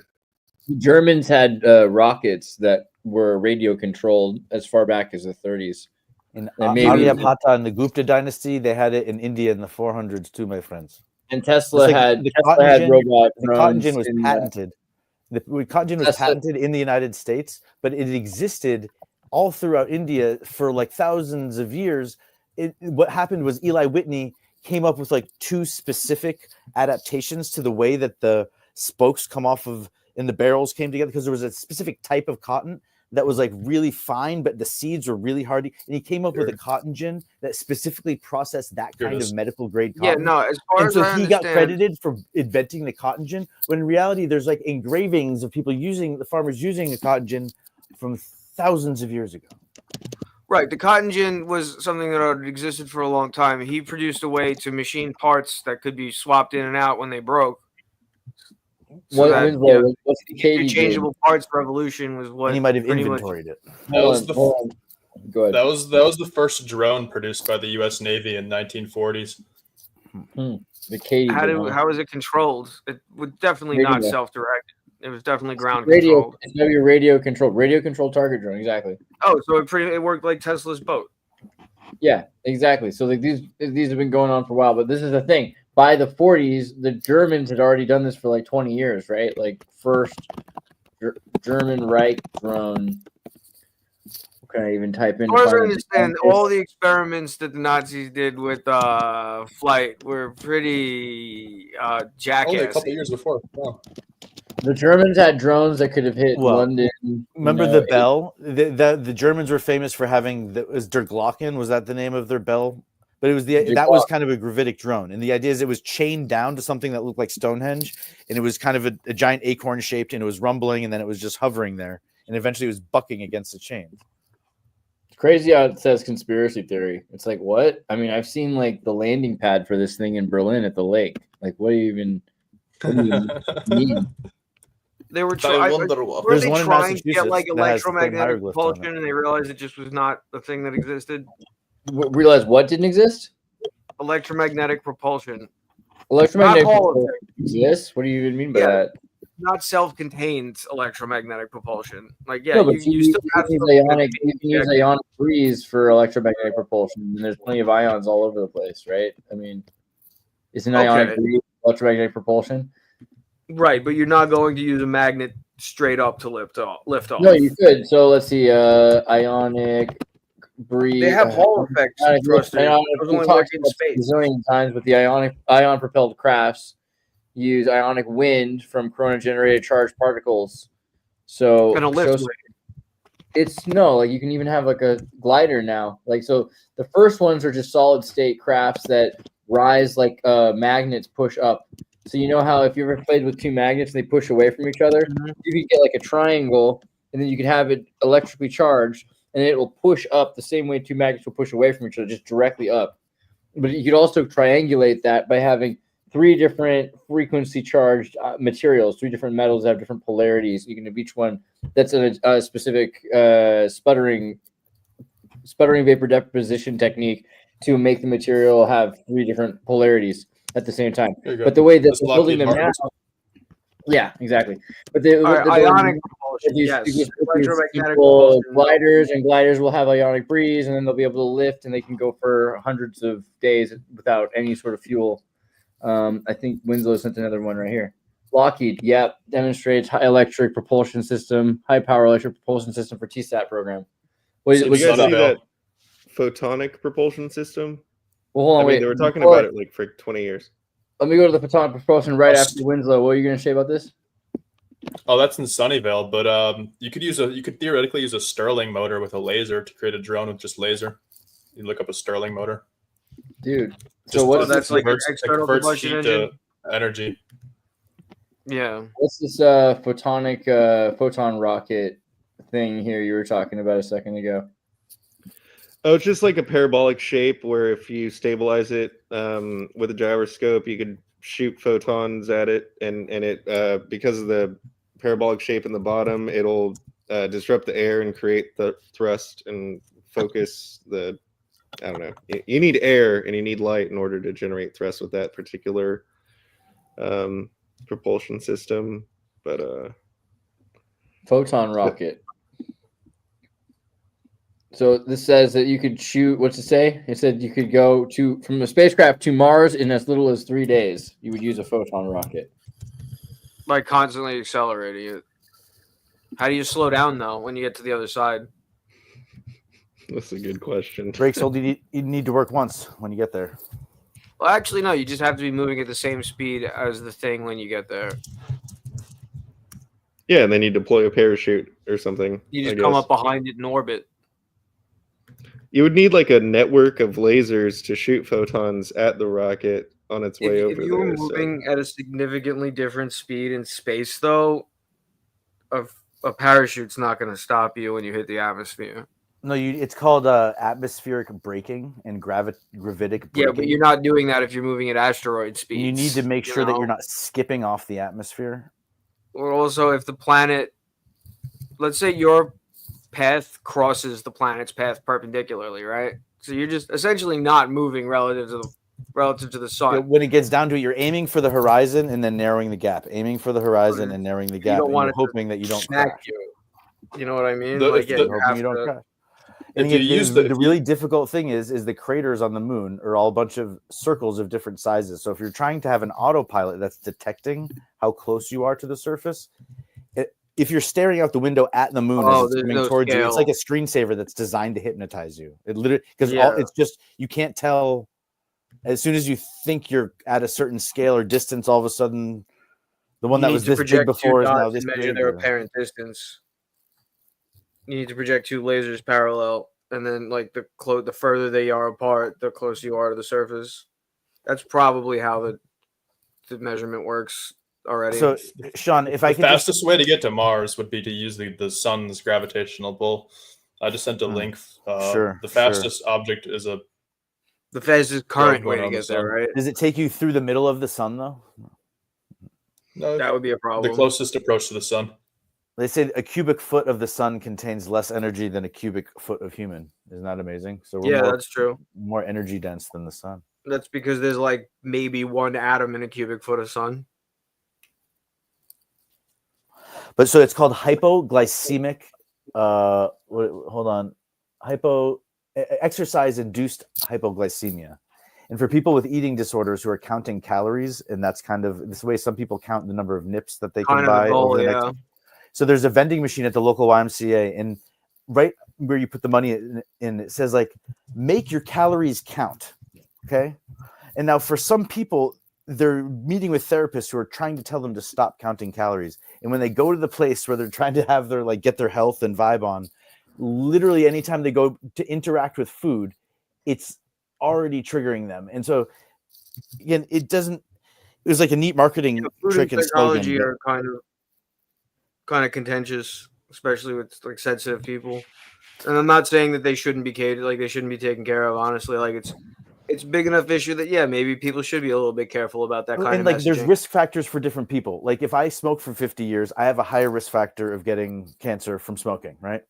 And if you're a teenage girl, you're more likely to get an eating disorder than pretty much any category of, and that's when, again, not only is their brain and body, like their reproductive system is either developing or not, that sort of thing. And they're going through all types of emotional change, and they control it by not eating, and then it's stunting their growth. And then they end up with hormonal imbalances because instead of the system potentially developing, fully, regardless of whether, it's definitely unhealthy to restrict calories. They're taking extremely, other types of, who knows what's in McDonald's hamburgers with hormones. Again, women have to be so much careful. Hamburgers are pretty good overall, honestly. If you don't eat, especially if you don't eat the bread. Now, this is purely anecdotal, but I recently saw a comment where people were talking about health, and somebody commented, well, you know what my grandma did? She basically ate whatever and was smoking all her life. However, at least as an adult, she did calorie restriction. So the thing you're talking about. And honestly, I think there is something to it, like not starving yourself, but most people in the West anyhow are overeating. And also the whole caloric understanding of burning energy, I think is completely outdated and much too simplistic. I mean, we are not a combustion engine. Yeah. That's arguable. They tested that on mice. It works. If you a severe caloric deficit will actually, but I don't know. The consensus of the study was, you're speeding up aging to get that effect. But if you could induce that effect without doing the caloric restriction, a calorie restriction actually does slow down your aging. Now, I've got a question for you. You say you describe yourself as that's such a Diet Coke right, science statement. It's like talking about toxins. Fasting is like anti-age. You just interrupted. Winslow, I've got a question for you since you described yourself as sober. Have you fasted ever? I did intermittent fasting for a couple of years. I would fast from 8 p.m. to 8 a.m. No, I'm talking about multi-day fast, only water. I've done that for 5 days, up to 5 days max. But do you consider that sober? What doing intermittent fasting, considering that being sober? No, did you sleep? Did you sleep during those 5 days? No, I didn't. So then, you're definitely not sober at the end of that experience. Okay. I wouldn't operate. I wouldn't be operating any heavy machinery, bub. Most I've ever done is 3 days, and I did sleep, and I still wouldn't consider that sober at the end of it. There's a weird high you get from doing that. There are studies about GHB related. You start hallucinating. Created after 3 days. There are studies on this. Like I think it's called GHB or something, like some really bad drug, but like some related compound to that is generated after fasting for 2 or 3 days. But like water, being drunk lowers your inhibitions and lowers your ability to carry out the stupid shit that you might think of doing when you're really drunk, or not even remember. You're just like acting. You're becoming an automaton, and your brain tells your body like, "Have a good night. I'll see you in the morning." And so your body's walking around as this like automaton, just pumped full of booze in the brain, and not a great state to be in when it comes to But when you're not sleeping, the problem is you're still able to carry out all the stupid things that your brain is coming up with, and your inhibitions are lowered and your judgment is impaired. And so the idea that you're going to make the same type of decisions that you would make when you're driving if you are well rested versus you aren't, because in general you shouldn't drive if you're even a little bit tired, because if you've ever almost fallen asleep behind the wheel, talk about adrenaline. Very and again, dangerous. if that it's like a self-driving car. Again, some of you guys will get in a self-driving car, and some people will almost fall asleep at the wheel like 4 times before they pull. You know why it's called Waymo? Because an Uber costs way more money. I actually once broke a fast when I was 17, a 48-hour fast with Bacardi 151 rum. Straight, not mixed with anything. Oh my God, that was the dumbest thing I've ever done in my life. It only took 3 shots to get me shit-faced and 5 shots to get me blacked out. Thank God my friends are nice enough to bring me home with both of my eyebrows still attached. So does the Waymo come with the full day's worth, the previous day's worth of cum stains from the prostitutes that were using the back seat and the front seat of the Waymo as a mobile stripper van, or did they clean it like every 8 hours or a 1 hour drive? They have cameras all over it, and they've got microphones in there now. Yeah, so I mean, it's free footage, I guess. I mean, as long as no one gets hurt, right? I don't think think that's how it works. Prostitutes are on the cutting edge of early adoption of tech. All I know is where I live, there's no such thing as a Waymo. I promise. Wait, so Winslow, are you saying even a prostitute wouldn't fuck you if you didn't have your own car? He's literally married. I'm not saying he's gonna do it. I'm just saying that's like what he's saying. Like you can't get laid even from a prostitute if you don't have your own car. No, I'm pretty sure prostitutes are not early adopters of technology, and right now self-driving cars are being only adopted by early adopters. Yeah, I wouldn't. Like I said, I wouldn't ride prostitute. I would rather a prostitute do any number of things other than have. Yeah, again, the spiritual thing that Vega was saying again, right? How do you disengage from thinking about and commodifying sex like that, where you become a purchase or buying sexual activities, where it's that you would only, unless you want to be that person, you don't engage in intercourse with them. You can have all types of intimate experiences. And again, gentlemen, before we close out, because we're getting too far, I just want to make sure I get this in about the male orgasm, right? It is disgusting and vile and gross and evil and, shameful. But the female orgasm is definitely divine and inspired and sacred and connected to everything good and eternal and holy and blessed. And as long as all the men on this channel remember that every day, is that we are disgusting human beings, and that our naked bodies, we should be so ashamed of them, especially as adults, that we just need to constantly remind ourselves that the male orgasm is evil and destructive and wasteful, and not to be revered in the same way that the female orgasm again should be elevated and deified and cherished and worshipped. So again, we can still keep going. I just want to make sure I got that out there. I was just gonna say, you shouldn't sleep with any women you wouldn't be friends with, at least. You don't have to want to fucking be them, but if you wouldn't be their friend, then you shouldn't sleep with them. Again, anytime you sleep with someone, you're risking getting them pregnant. I mean, unless they're telling you that they've got their tubes tied or something, and then I don't know. I mean, it's called rubber, bro. There's the window during which 99.5% odds. I don't know from it. The window during which a woman can actually get pregnant is relatively small, especially when you take into consideration how long it would take for the sperm to get there. So yes, there always is the risk of impregnating a person, but it's actually a lot smaller than culture would suggest.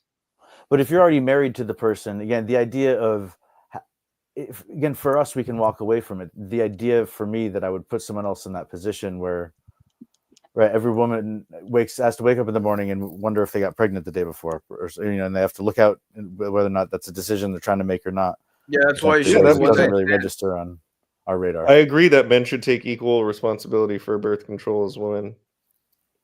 Well, birth control, the idea is that you don't need to come anywhere near her pussy. That's pretty much like birth control. I mean, yeah, no, exactly. And again, if you have a condom on, sport fucking is fun. But that's the kind of thing where like this condom comes off or breaks anyways, or you know. So Well, you know, you could also use it's it great. for Okay, jacuzzi. hold on, wait a I second. got I need to something. I got comment on something. that. And then if You you're fucking multi-orgasmic, know and if then it's you're broken. I mean, You're not stupid. If it all of a sudden starts feeling good for no fucking reason, you know it's broken. Take it out, put another one on. You always bring two. I just finished an experimental condom study. I can't talk about it, but I want you guys to imagine what the next generation of condoms are going to be like. They glue your dick Look, hole not for shut. nothing. There's a few brands that I like, and there's a bunch that I don't. So I hope that there's a bunch of new ones that I come can out. tell that you are like, what's coming. I can tell you what's coming blows your imagination away. Like There's it's great. They're talking about this gel that they could actually inject into your vas deferens. That I'm not doing that. It decays after like 5 years or whatever. So it's like it actually is. Okay, but like you can wear a condom with strange women because What's you don't want to coming blows your imagination. Is it an NFT condom? Blockchain rubber. A Viga's getting kind of to the got pictures of monkeys on it. Mix of things.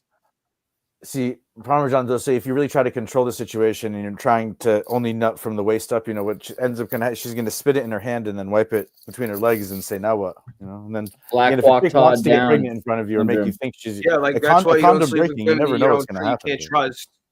You sleep with women you trust, that won't happen, bro. Like That's you what should have a good Black Hawk friendly Fall. relationship. It You've shouldn't heard be the a joke where random after girl. the two people slept together, tie the condom in a knot, and he throws it in the trash or down the toilet. And he goes, "I have a tradition. I'm going to name it. I always gotta name it. Before I throw it out."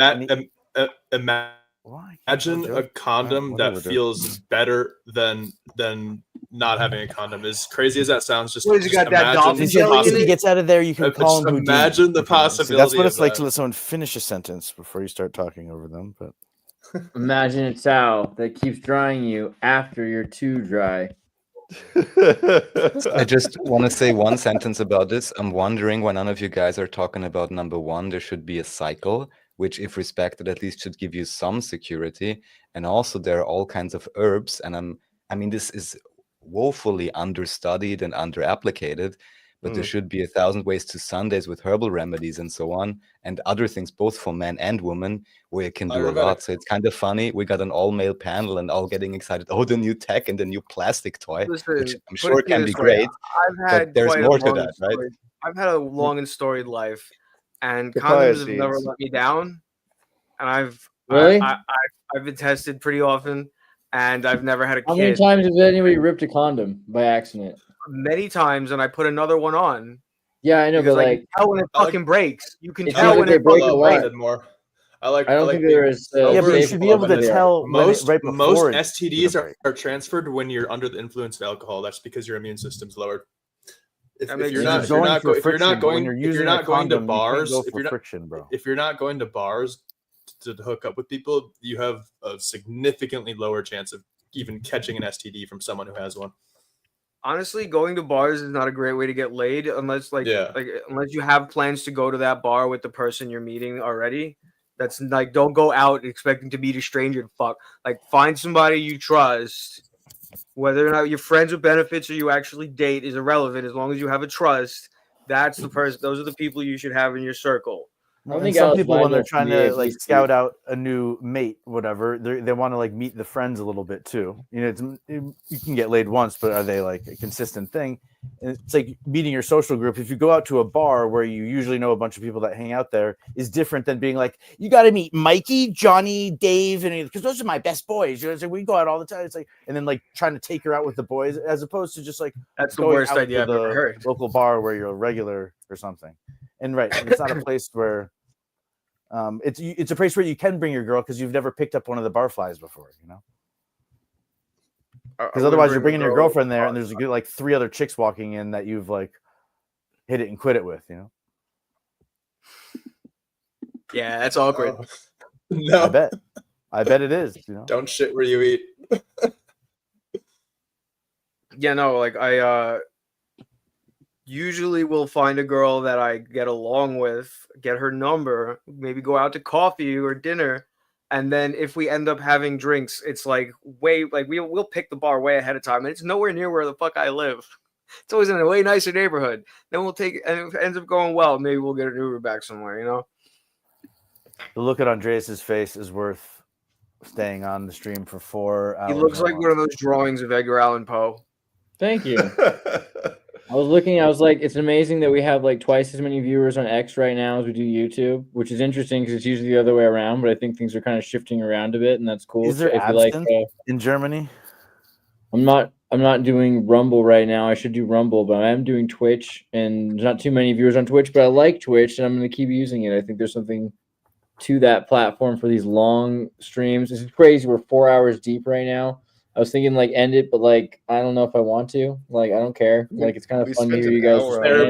Therapy for the boys. It's a group cast, bro. It's the sharing Sean, time. just to close out the idea again, for men's health, when you're talking about dietary changes, again, I'm actually very much on board with a lot of the things you're saying. And when it filters through my like, is this safe advice for everyone filter? What's coming up again is like calorie restriction and especially eating disorders. Women potentially societally, especially, are more susceptible to feeling like that is going to somehow increase their 4 hours deep. It's crazy. Value or worth. And so it affects the reproductive system though as well. Everything affects, especially the late night ratings. What time is it? Isn't it like early wherever you guys are? What time is it where you are? 5 minutes to 4 minutes, 3 minutes to midnight where I am.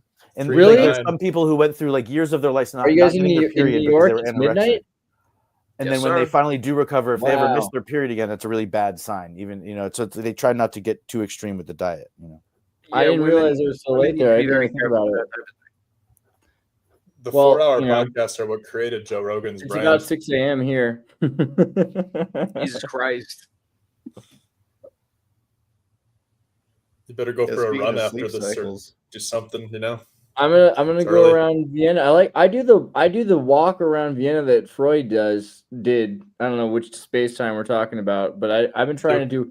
One of the things I've been trying to do is like all the things that people in Vienna that I think are interesting did, like go to their coffee shop or see where Hitler lived. You know what I mean? Like there's all of these places in town that still exist. Can I show off my artwork? I did this today. I made this today. So check this out. Draw a picture of a dog and eat a salad. You gotta try things in Vienna. Check Is it going in or out? I can't tell. Do you go in clockwise This is an or LED counterclockwise screen around? that. Oh my God, app on Stephen, my that looks phone. incredible. That's really cool. And so I'm playing with the proportions what's of it. funny? I remember Stefan wanting to make this like a year ago, and not being quite able to make it, but articulating pretty well what the plan was.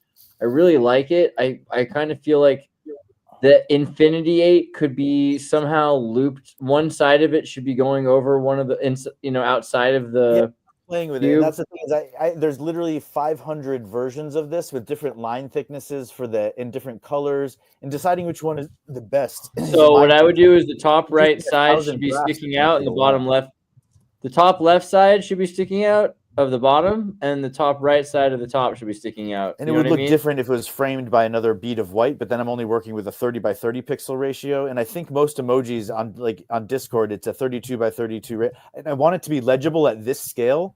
And then also at this scale where it's, the thing on the website next to the name on like Chrome or whatever, there's like a little logo. And if you get your color and logo just right from that little square of pixels, you can tell what website you're at, or what company you're interacting with.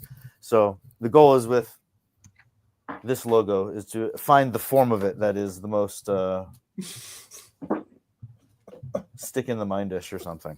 But oh, that's funny.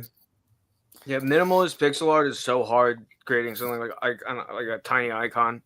But Incubate is that process through which, and it's like the parent umbrella organization under which there's the My Codex, which is an organization system for entrepreneurial people with ADD, and then underneath that there's like Yoga Funkin' Fit Productions and the Omni Yoga Institute and Omni Yoga Database, and so it's like building a tech company and a medical service provider where you're experimenting with different yoga teaching techniques and trying to get like maybe funding lined up to write a business plan at first and for like a year or two to really get everything mapped out with a good team, and then to shop that business plan around for a big and like try to find countries or regions that if you're trying to take up a lot of office space and hire a bunch of people that are going to give you tax breaks. So Never know. Yeah, you could always apply for grants. Make it For a business, Not right for the now, they're initial all phase, that's a good idea. Yeah. And locally, there's apparently something called the Service Corps of Retired Executives, SCORE, SCORE. And retired executives, it sounds like people who kind of made their money and got out, but they meet with you. And if you can give them an effective 5-minute elevator speech, and they don't feel like they'll just say, I should introduce you to this person. He has experience with that part of your idea. And this person has experience. And so then they network you with a finance person and try to get you to kind of flesh out your idea. And then there's also the Small Business Association, which is a whole separate network of mentors and stuff. So as long as you don't just sit down and stream of consciousness at someone, if you practice and rehearse an elevator speech and use a whiteboard or have a Prezi or a PowerPoint presentation interface where you're kind of presenting a large scale set of ideas that you're hoping to get someone to provide a whole bunch of tax rebates for, and maybe free up some funding, that sort of thing. So I mean, it's gonna be hard to get a grant right now with the Trump pause on that, but I'm sure it'll come back soon. But if you're doing an experiment for the Army, as like, it's called self-care, or even for certain medical institutions, their people need to be doing yoga anyways. And instead they're doing it at your institute, where they're noticing if there are certain words or techniques that are being used that lead to certain injuries or a lack of understanding of what the pose is supposed to be, so that they can give beginner yoga teachers the best tools. So what do you think about DeepSeek, Winslow? Is that a rabbit meme? Kinda. Like R1 rabbit. I have that piece of shit. What is the big flash about DeepSeek? I'm sorry. Like, what is I haven't been following AI as closely as I should because I'm doing things. What is the actual? Definitely. Joe King, we talked about ice baths. Ice baths are super important. You should do ice baths back and forth. I actually have an ice machine that makes ice. That's how much I care about ice baths. Sorry. Wait, what about the polar bears? China had some company. We talked about this before. They made a AI system that is a self-training system, and it shows you how it thinks itself.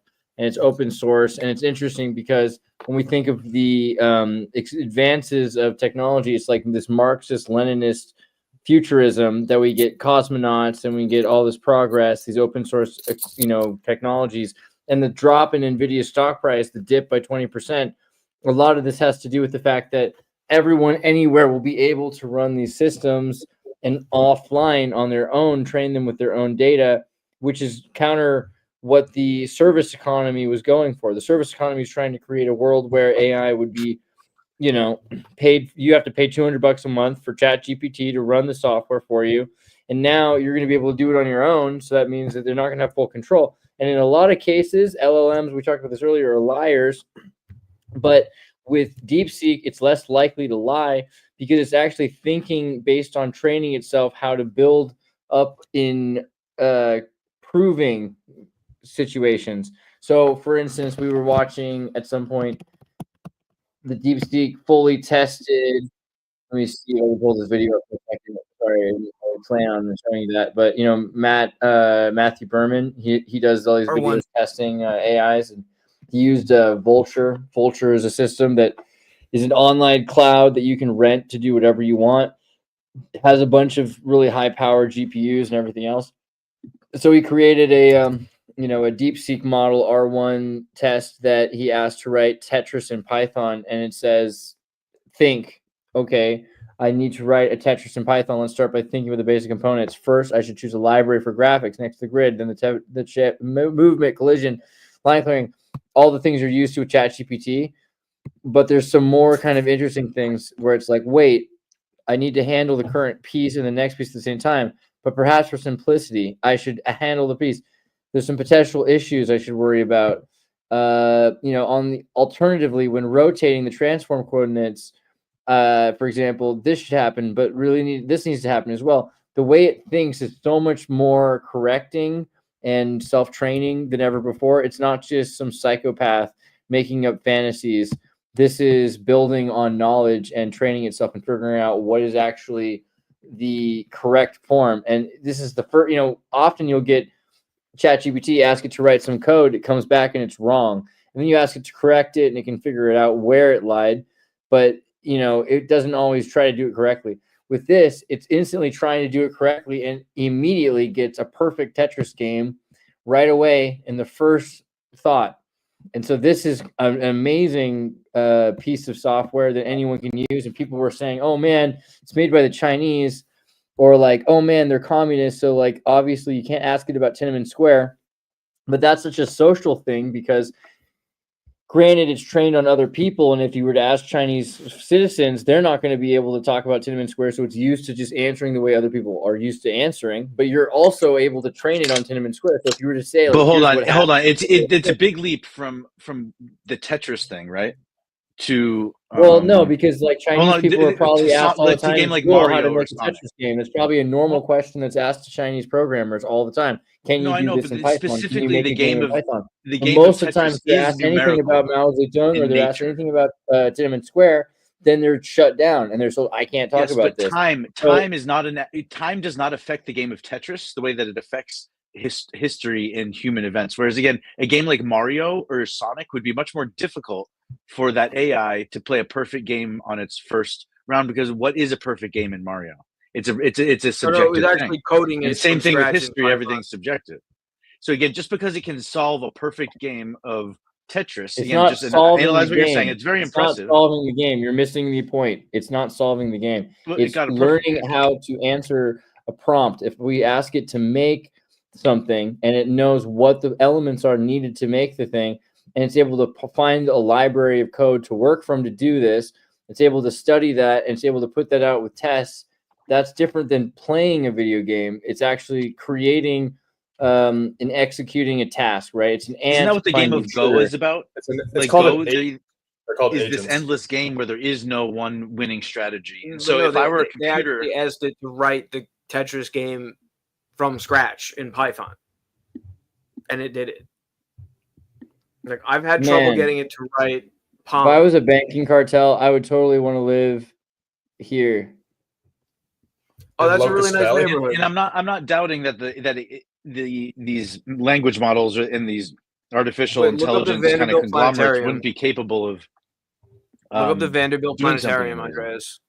Hold on, check out the Rothschilds' little manor here. That's where the Rothschilds live. But Parmesan, how dare you say that stuff about Tesla? Okay, they own all of those houses around that house, by the way. I would imagine, right? Tesla was a god amongst men. He gave away his fortune again and again. They don't have guest houses; they have guest mansions. That's crazy. That man understood the fundamental forces of nature better than anyone else in the history of the universe, potentially, to the extent where he invented got it all something from Maxwell and Lawrence that everyone else had given up on trying to invent, and now it's used everywhere. If you go west from there, the Russians have a house there where it's basically owned by the Russian government. It's weird. The U.S. doesn't own any land in China, and it doesn't own any land in Russia. But Russia and China both own, like the governments both own land in the United States. That means they're paying where taxes. I'm going Egan next Halloween. Doesn't that mean they're paying us taxes though? No, it's their land. They don't pay property taxes. You can own land and not pay the government taxes. Is that how it works? It's their own land. It's literally so that's how it works. You're saying that's how it works. You don't have land taxes for it. You don't have to pay taxes. Nope. See, I think something makes me doubt that. You're either wrong or lying. If your lips are moving or no. Anybody else? Bueller? You guys gonna leave me out on a limb here? Anyone else going to confirm or deny his theory about? I don't know. I was kind of trying to figure out if Winslow had any thoughts on like the difference between the LLM and like the self-training DeepSeek model, or what you think about all that, because we talked about like buy NVIDIA on the dip and all that. But like, what are you thinking about with DeepSeek, and why is it kind of interesting? And also, go ahead. They basically want to just disrupt the U.S. AI economy, and let's be honest, they probably took a lot of the technology. How much of it did they develop themselves? I don't know for sure, so I'm not going to make an official comment on it. But Yeah. Well, it's MIT licensed though, so anyone can use it for anything, right? So isn't that And it's kind of break more the it point? faster, fail faster. Isn't that Elon's disruptive thing? Again, Elon revolutionized a whole bunch of industries by being a disruptor. Competition. I mean, it's not competition. That's the thing. All right, maybe Andrew, you might want to comment on Marxist-Leninist thought and the idea of disrupting capitalism as a whole or individual pieces. I mean, yeah, sure. If that's kind of like. I mean, their symbol's literally a whale. It's like, come on. That's their jam. You know, everything that they produce over there sort of has that in mind, and a lot of those people believe in it. So, you know, if the products, especially like AI, reflect the people who are programming it, then you know, makes sense. But hey, you know, since Trump is deporting all these illegal immigrants, I think one of the most dangerous criminal immigrants that is in our country is Elon Musk. Is he legally here? You're not a criminal if the government employs you and licenses you to be. Oh yeah, sorry. Again, he's been wearing a black hat. He never wore a black hat before, and I know Andreas is big on kind of symbolism and metaphors. But as soon as Elon started wearing a black hat and going dark MAGA, and again, no, he's being forced into the position where he might just want to get on a rocket ship and take off and leave everyone else behind, because there's about to be hellfire that rains down upon everything. When the rich guy gets in the thing and leaves, usually that's the sign that everything else is about to break down. So, and going to Mars is like a metaphor for going to war. And yet, you know, there's still people stuck up on the space station, remember? You know, and I don't get the feeling that like Russia's really in the mood to help us until we figure out how to make Zelensky come to heel. So Locust Valley like, is where the there's a richest woman family actually in the from the entire town world that my mother lives in, Needham. She's a teacher, and she's been up there for an extra 150 days. You know, I think at this point. Yeah, no, that's crazy. Like I don't And think they just actually swapped 10 years from now. They just swapped in a new CEO of the Starliner program, and I'm sitting here thinking, like, how the fuck is this guy going to convince people to buy tickets on flights on this thing after all of this shit? Like, I'm sorry, I don't care if those tickets, if they paid me to fly on the Starliner, I would rather buy a ticket on a traditional airline at this point, especially one that doesn't use Boeing planes.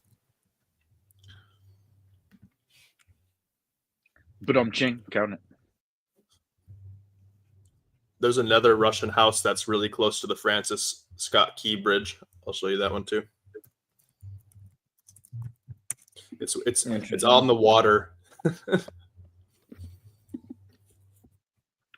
Sean, you will learn to respect Nicola's Tesla's name. He was an engineer, not a scientist. Do you know how Thomas Edison screwed him over? Did you hear the story about how he ended up digging ditches for 3 years? Smartest man on the planet. The other engineer who wasn't a scientist? He wasn't even an engineer. He just hired a bunch of engineers. Who? Edison, right? Yeah, and like I said, he was 99% perspiration and 1% inspiration. That's how he had to test 400 different filaments for the light bulb and 500 different gases. Funding. He was an engineering manager who knew how to get investors. And that's what money. it took for certain like plug and chug inventions. Whereas the type of inventions that Nikola Tesla summoned out of the ether were, again, probably existed thousands of years ago. Maybe even much longer ago than that. There was he kind of drew out the flat Earth map and then realized that was because sometimes again things are encoded in architecture or in ancient documents and manuscripts that get passed down, and the technology isn't necessarily forbidden. Like fun songs and Scooby-Doo clues, right? The map of flat Earth somehow is like if the winds blowing are magnets, and you look at it that way, and the Earth plane then rotates in the center. It's pretty profound, actually. Okay. And it's this thing again that we preserve information in all types of ways, and there's time where even oral history gets disrupted. And then all that's left are the physical outlines of the structures we've made, and we're trying to convey any amount of intelligence forward 10,000 years in time. And our species has been around for 1 million years. But we used to have bigger teeth, but our tongues were just as capable of making noises. And well, I don't know.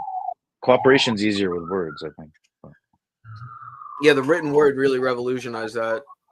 there's certain castles and star forts that are literally a 2-stroke steam piston engine. When you look, and it was built in like 1519, when apparently those things didn't exist. But literally, the layout is the exact. And From what year? Even if it was forbidden technology, I'll look up the star fort. And there's even one in the shape of like not the American eagle, but the eagle that you see in all the flags. But it's real subtle in the architecture. You kind of gotta. There in the past.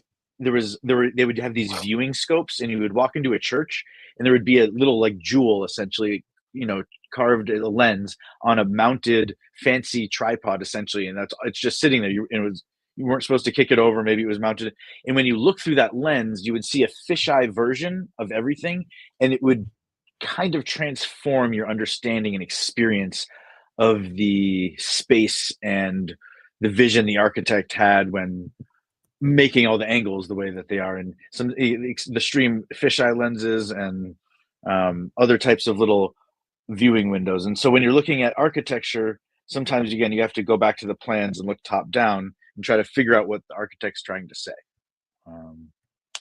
And oftentimes the best technology in the past, what people would do with it is sell it to the king, and then the king would dig the deepest hole they could and bury it there and then guard that hole so that no one else ever got access to that technology. And now we've kind of done the opposite of everything with the internet while it still exists, where everyone's running things up the flagpole all the time. And again, it's yet to be seen, or remains to be seen, if this is Pandora's box or not. But Nikola Tesla is credited with inventing the AC motor, and he may have kind of rediscovered it on its own, but just like the cotton gin, I'm sure that shit was around for a long time. It just wasn't appreciated or understood or ubiquitous. The amount of things that are manufactured that I come into contact with, or that are within my visual range at this point, is more man hours embodied to dig up those things, test them, manufacture them, ship them, get them. We're all living with 100 people's worth of man-hour energy embodied in just the structures in which we live, let alone the cars in which we're moving. Each car probably represents like 1,000 lives of human effort and energy, of toil, just to produce one of them. Yeah, and yet actually, we're not worthy. The streets we drive on, the plumbing system, everything, and that's part of the modern absurdist construct of trying to understand when none of us are worthy of any of this. Yeah, like when you cleave something, like when you're saying like a house has a bunch of man-hour energy tied up in it, yeah. Like when you create a surface, or like by cleaving, or by like pouring something that then hardens into a solid thing and taking it out of the mold, there's like a certain amount of energy in that object. You could call it surface energy, and that's how about literally growing the holding tree and together. protecting the forest. And if that energy leaves the object, then the object just dissipates into the environment. Well, I wanted to touch back on. I wanted to touch on something that Yoga was saying about how the designers of the architects would hide messages, and you could view them through a crystal or lens. There's someone who's conducting this experiment with red lasers, and apparently, if you stare through a red laser beam, like cast on like a wall or something, and you're on DMT, it's like a window into people like see Matrix code and stuff. There's like this whole documentary on it. I saw that documentary. Don't do drugs, kid. And if you're going to do that, make sure you're sitting down first. No joke. I don't know how much validity there is to it, but it's an interesting experiment that it looks like they're doing, because they're all saying that they're seeing the same thing without being prompted or anything like that. Well, redshift. You take ayahuasca, you beat Pachamama. Have you taken the Jaguar? Jaguar? So it just made me think of the crystal lens architecture nonsense. No, I haven't. I smoked like a little bit of like the DMT powder on like a bowl of weed, but it didn't really do anything. It just made everything look like Paper Mario. I brought Yash Paul onto this podcast months ago. Yeah, that was pretty cool. I can riff a little more on those lenses and stuff. So Galileo eventually went blind because he realized that there were certain types of uranium glass where it glows in the dark, especially if you hit it with like certain types of radiation. And so there were places that were lit indoors at night with uranium impregnated in the glass. And if you look this up, you can still buy some of it. It's not that radioactive. But when you got really a lot of the in there, you could refract not just visual light, but then radio signals as well. And so the whole dome thing, some of the lenses that you would look through would literally be like a type of radio receiver, depending. And now we bend it with metal and antennas, but he was doing it originally with faceted glass that had really high refractive properties, not for visible light, but for radio waves. But he went blind. And he went blind before. He designed something called the satellite computer. Hold on. He designed something called the satellite computer. I shit you not. Okay. There is actually a satellite. One of the first satellites we sent up was around Earth was called Galileo, or maybe out into the solar system was a satellite. But his satellite computer was something that would track the position of the stars and record it down on some sort of like ticker tape, so that you didn't have to do it by hand every night. And that way you could tell if something was out of alignment. Interesting. So what was he just, like, trying to calculate the positions of the stars with like gears or something? But that's the weird holographic principle. It's like the Lamb of Tartary. Again, the fact that there's like Galileo designed a satellite computer, which was like a giant mechanical computer essentially that had an input. The students would line up where the stars were and it would mark it. And then they eventually built an actual satellite with a computer on it and sent it into outer space. And then the other theory is he actually designed both. And after he went blind, he described the satellite computer, and the Vatican built it and kept it in the basement. And then I don't know. What did he build it out of? Like, I'm Googling this right now. Well, you could conceive of electromagnet, because if you're building churches and you're doing lightning rods, and then you're realizing that you're picking up on AM radio signals through the dome, if you coat it with certain metals, and then you put receivers at certain focal points. I don't think there were too many people transmitting at the time, though.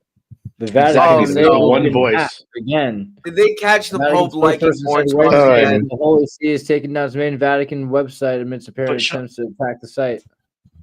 I mean, Sean, I hope you know the whole premise of Tartary, and again, which is kind of not Andreas' shtick anymore, but he was kind of like one of the first.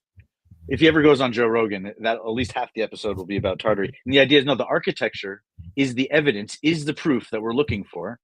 And like I said, they encode certain things in the architecture. No, it's not a code. When you build architecture out of limestone and quartz and granite, and you do it in a certain way, and then you ground it, and then you connect it becomes a giant radio antenna, okay? And when you sing inside of it, the audio waves, it's called there's the photoelectric effect, and then there's the photoacoustic effect. And so you can send a sound wave by chanting in one church, and then another church literally picks up that signal like miles away.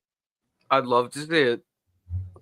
And actually, that might what be happens the when thing this that's Pope missing dies, is we the just need to last demonstrate it once. And there are some, it's called Antiquitech. It's called Antiquitech, and there are active examples of it where there's lightning that still shoots out of some of these Cambodian temples. And when are they opening up Lucifer's tomb underneath the Vatican? I feel like they might have did that already, just based on the state of the world. Not yet. Not yet. It's still closed. His tomb is still closed. But when are they opening that thing? That's going to be crazy. Also, have you guys heard the theory that the current pope is the last pope because of the spaces where they put the statue of all the popes? There's only enough room for this last one. There's no more room for another pope. I mean, that just means they got to build more. It's like the end of the Mayan calendar. And architecture is a big component in this, and not only being kind of one of the main proofs for the Tartary, the idea that if you look at ancient structures, there's a reason they built them in that shape, guys. It's not a coincidence, okay? And there was that form that across cultures. They would have the towers and the domes, but so that's and then we go back to Tegrity Falls, the outdoor cannabis farm. Indoor cannabis farming is really an architecture problem. And that's, again, knowing how to price out the system where you're not sacrificing any quality. You're not trying to cheap out on the lights and get the best deal on anything. You're trying to grow the plants exactly the way you would grow one of them.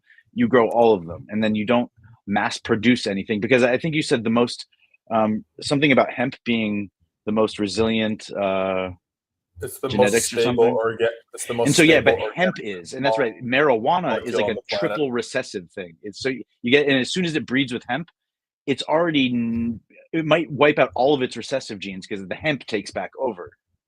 And so I met the guy who created the time crystal in our cellular phones. He wants to create quantum computers out of cannabis, which I think is very interesting.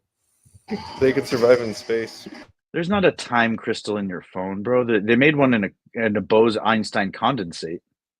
They shot a laser at a Bose-Einstein. All phones have crystals for clocks. Yeah. There's one in the watch. There's a timing crystal. A timing crystal is very different from a time crystal. All right. A time crystal is a structure that repeats indefinitely. That is one of the most fascinating thing. I always watch that YouTube video, and it's like a 10-minute video on how the watch is assembled and how it comes down to the vibration of a little crystal. And then every time, and like I follow the whole video through, and I'm like, whoa, that's so cool. And then as soon as the video's open, I'm like, try to explain that. It's like, wait a minute. So the crystal's vibrating and it times the watch? What? And it's the idea, it's almost like a sacrificeless. When you apply voltage to the crystal, it changes shape. So when it changes shape, it disconnects from the voltage source and then changes back. And it does that like something like 32,000 times a second. Yeah. So every time you count it, it's 32,000 a second. Yeah, imagine there's a guy, you're trying to build a timing device and he's trying to miniaturize it. He goes, no, trust me, you just put a fucking crystal in it. Watch. And you're going, no, dude, shut up. You don't know what you're talking about. We need to build a microchip and it's going to be a digital clock and it'll read out on the face hand. And he's going, no, watch. We're going to build all the complex gears in an entire clock tower. We're going to miniaturize them. We're going to build screws that are friggin' this big. Yeah. The guy's name was Piezo. He figured it out. That's why it's called the piezoelectric effect. You went to college. You should know that. Of course. I'm just yanking your chain. But the piezoelectric effect is also what causes the buildings to pick up radio signals. Why'd you bring up the Bose-Einstein effect? I'm curious. Because you said a time crystal is something where they made a crystal where a time crystal is not a timing crystal. A crystal is something that repeats in space. A time crystal is a theoretical physical construct that would, instead of repeating in space, it repeats in time, meaning it would have to oscillate to one physical configuration and then back, and without losing any energy. But they would have to MIT said they did it between these two states. And a time crystal, the only way to do that is inside of a Bose-Einstein condensate. You can't do that in like a normal like temperature or environment. The Bose-Einstein condensate, I think that sounds like what's left if you turn your speakers up to 11 and then you sit in front of them. Eventually, you just melt into like a Bose-Einstein condensate or something. No, wasn't Winslow saying the solar system, the planet is like a time crystal in the solar system? Wasn't not. I like that. It's fun to say, though. I know. So you're saying the solar system is that? No, it's not. The solar system is a representation of Earth, the past, the present, and the future. How about the platonic solids?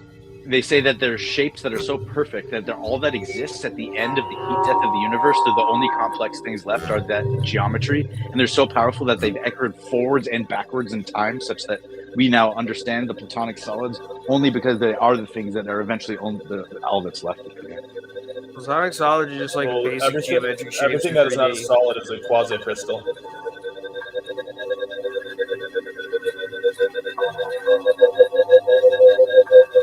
$64-star tetrahedra, bro. Casimir effect. Electric universe.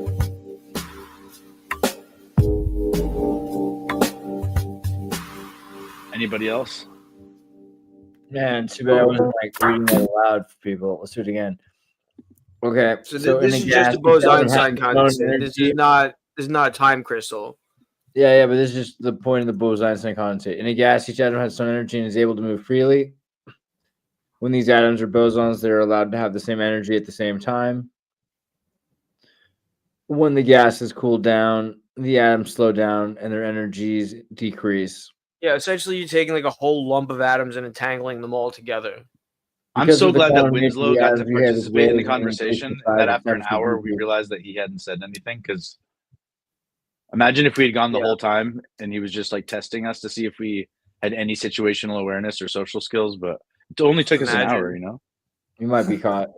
So anyway, the atoms behave as waves. As the temperature decreases at a very low temperature, the size of the waves becomes larger than the average distance between the two atoms. you lose the ability to differentiate one atom from the other. So it's just like one big glob of atom, but they're At the still variable temperature, separate. all the You just bosons can't are able differentiate to be at the same energy in the same quantum state.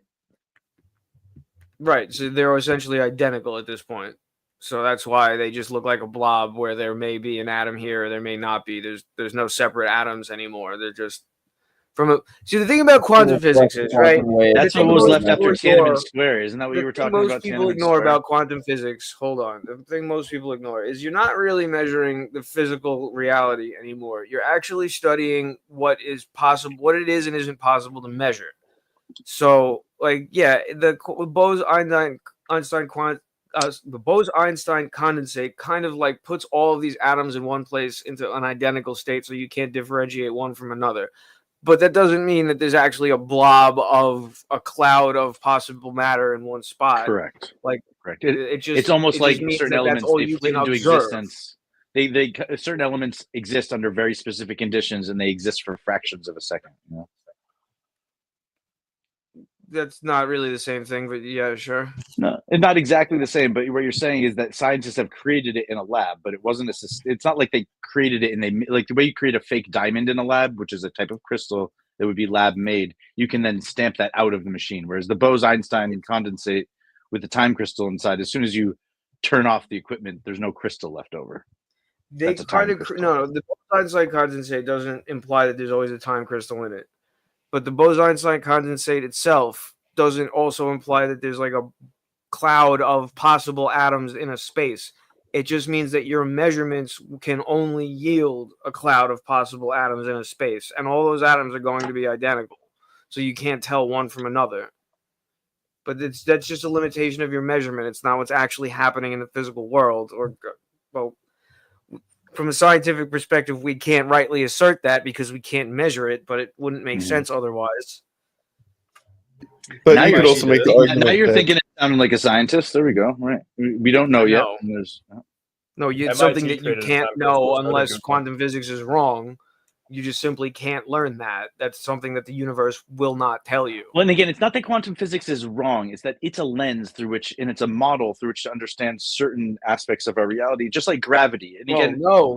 gravity Quantum isn't physics is a model necessarily which real. you understand the measurements of our reality and what Hold it on. is possible and Hold not on, hold possible on, hold to on. measure. Outside of flat Earth, do you accept that there are mainstream respected scientists who are a little iffy on gravity? What? Exactly. some of the I mean, yeah, no. Gravity is definitely a contentious. So again, the issue only in science. alternative I to want the to jump in gravity right theory here and interrupt is you the guys once electric again. universe. And just because Let things Rev sound speak. strange, Gravity paradigm exists. shifting. Yeah. So just Okay. not a long time ago, Nachiketa sent me an interesting video by a Hungarian guy with a very nice German accent when he speaks German, called Dr. Gyula Saz. I actually just translated it. He uploaded it, where he's trying the free fall experiment to verify Newton's gravitational constant. And he did that by himself, and then also in relation to some university and some falling tower where he's supposed to do that. And at the very end, it showed that his hypothesis appeared correct and would have quite a few implications if Newton's gravitational constant is falsified. However, this falling tower place chose at the very end not to sign that document. And my inkling about this is because they realized if they're going to sign it and give it credence, they would have to revise, let's say, a lot of the things that they assume. What you're actually talking about is who was locked away? It was the guy Galileo. So he went to the Leaning Tower of Pisa, and he was credited as dropping the feather. And oh no, it wasn't. It was like the heavy ball and the light ball, and Copernicus showing that was they the one who fell was at actually in prison. Galileo was just discouraged. Okay, but for a Well, long Albert time, Einstein for proved thousands of he years, was wrong. people supposedly tracked all the stars and their motion, and tracked the constellations and the planets, and figured out the seasons and how to travel the seas and build all these things. But they still didn't. The fundamental theory of gravity, the equation, mathematical equation they were using, was wrong in all the textbooks. But no one really ever used that for anything, because most people barely understood math, let alone use math for anything complex. And anyone, it's like as soon as I'm pretty sure that was Galileo, was at the Leaning Tower of Pisa, right? The basis of Newton's gravitational theory is that if like a planet sweeps out an orbit space, like like this, like it does this, it's going to like trace a pizza slice between it and the sun. So no matter how far away that body is from the sun, the amount of time, like given a certain amount of time, like say 1 month, every body will move in such a way that the pizza slice will have the same area. That's what Newton's gravity is all based on. And it's pretty spot on. Like, yeah, there's some glitches here and there like Mercury, but that's where Einstein comes in. And yes, and so there was a series of corrections and then an improvement of the science. But it's interesting, the Leaning Tower of Pisa, the architecture of it specifically allowed him to stand on the highest balcony and drop something straight down. See, because there was Galileo's side that was leaning. And then what happened was more and more people would gather to show, because this was part of his demonstration. It was a Socratic method. It was like 1589, and it was the Renaissance, the end of it, so he would give these speeches and lectures, and then to end the crescendo of his lecture was him going up to the top of the tower and dropping it off, and more people would gather on the side that was already tilting. And so the idea that they had to keep correcting he never it because connected gravity with he attracted such crowds. Motion. And the allegory with Galileo is outside of Mercury and Hermes being the messenger beacon, because if you put a bell full of mercury or gallium, again, Galileo, there were different radio signals you'd pick up with different types of equipment. A different element. And so it was a different frequency, and you could have sub-channels, and it wouldn't disrupt theirs. Either as AM, FM. And, now we can dial it in to the specific station with specific scanner radios, or even just household stuff we got. But back in the day, you built the equipment and you didn't even really understand why it was emitting things on the frequency the way it did. You just knew if you changed the size of certain things that it didn't work anymore. And it literally had to do with resonance structures, with, again, like Masonic architecture is making sound. It's magic sound. And magic sound is kind of like radio frequency. It's Hermes carrying the message at the speed of light. Everything. And the rumor that in ancient Rome there was one emperor or dictator who would whisper into one corner of his room in his palace, and somehow that message would echo out throughout the entire kingdom, in a series of, and it wasn't instantaneous. It wasn't like there was a radio. So there were, outside of sending and receiving the signal, there's then recording the signal while you're away. It's like an answering machine. And in the church, there are a lot of old church painting. There's like a ticker tape that's like spitting out. Because it was, there were early types of machines printers? That could. What was that? Like printers, like before the printing press.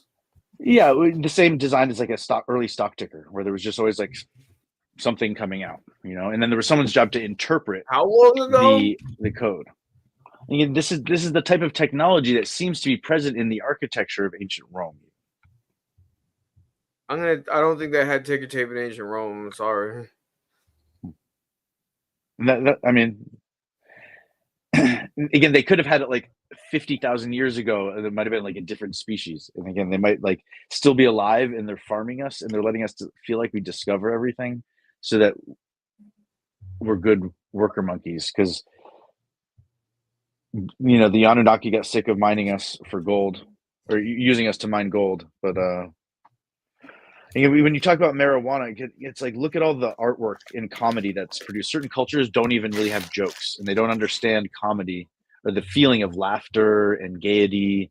And again, usually in the animal kingdom, baring your teeth is like a sign of aggression and something you do out of like a fear response. And laughing and smiling is a very strange social behavior we have, but it's really wired into that's actually neurology. True. And so helping people, again, some people like, it gives them a sense of humor with their day-to-day, with themselves. So again, marijuana and the endocannabinoid system, who knows what it does for different people, but what other drug really embodies a sense of humor and like strange thinking that way? I don't know. But nitrous oxide. Another drug that, twice. If you're going to take it sitting down, because you don't want to fall Don't over. take it, period. No, that's bad. Yeah, don't take it. As far as drugs that are bad, put holes in your brain go, that's like on the top of the fucking list. Stay the fuck away from that unless you got a dentist giving it to you for a procedure. Also, there's a risk where like you could freeze your lungs with it, and like there's a million different things that could go wrong and kill you on day one with like on your first shot. So just don't do it. Like it doesn't. I guess even there were kill you certain times in my chemically, life where I like, made decisions. physically. Yeah, that's not ever one of them I've made. But trying to understand, it's like when you watch someone get in a car with someone who's drunk, and you're going, "Why? Why would you do that?" Dude, I was just gonna say earlier, like all these people I know who don't do drugs are so much happier and make such crazier art. I was looking at my buddy Brad Whitbeck a second ago, who I'll make a shout out to. He wrote a book with his wife about. He's a Mormon also. He wrote a book about dragons, dude. Hold on, check the suit out. Look, he like dresses like Pee Wee Herman in this picture. It's hilarious. No, because he's a straight Pee Wee he's a Herman Mormon dresses like missionary, him. though. It's kind of a, but he's actually super rad and based. He's kind of a Chad character because he played in like the TV Mormon, like the Mormon movies they do. He like played in some like he played like one of the prophet or one of the warrior prophets in like the ancient Book of Mormon for the Mormon TV show. That's funny. But yeah, where was the page? I'll go back a second. Here it is. There we go. Here we go. Him and his wife, because he made this like book series, the Chronicles, the Skystone Chronicles, and like I think it's kind of cool that these people exist and don't do drugs. I'm just gonna keep harping on that. I think if you like find a tantric love and you have a dream that's bigger than your own, you know, like you're thinking about God, that's like a pretty good omnipotent or omnipresent, like past, present, and future, beyond space time goal that's like beyond you, and like they're trying to become God. To say that kind of feeling isn't drugs or more powerful than it. Again, if we're wired, I feel like you know, like all this stuff about drugs. we're is so like, it's distractible. true that you can like find pleasure and like there's like health benefits to taking herbs and things like that. I'm not like saying that it's a bad thing to try to have a healthy diet. You know, I hear what you're trying to get at and all that, but I just feel like the coolest thoughts are coming from a clear space, and it's probably worth. I don't looking think into that. You know, also I feel like people who are talented are going to be talented regardless of what their hobbies are. You know, as long as they're not doing a drug to the point where they're like destroying their life with it, they'll probably either be prolific with their talent, or if they're not. Then But when they you say just- destroying your life, but I Siddhartha, really did you ever think read? that, Did like, you read not, Herman I Hesse's? think not doing drugs Herman and Hesse's like Siddhartha? fasting are probably like better than doing lots of drugs. You know, By the time Probably drugs. By the time Terrence McKenna started traveling and preaching, he was not doing any drugs. Yeah. And from what I understand, isn't Wim Hof also producing DMT by doing these cold bath things, which I guess is similar Totally. with the sauna and cold bath? So it's about learning also how to, not indigenously, but endogenously, how do you pronounce It's it also correctly? it's the Produce the same body's reaction compound, to right? oxygen toxicity. Because just like water, again, it's oxygen. If you hyperventilate, if you go scuba diving with a little bit too much oxygen in there, you pass out and you probably don't wake up. I think it's only like 13% is what you need it to be, but if it's 16%, you're done or something. So when you hyperventilate like that, what you're doing is playing the fainting game kind of a little bit, and then you get these little mini strokes and you see colors.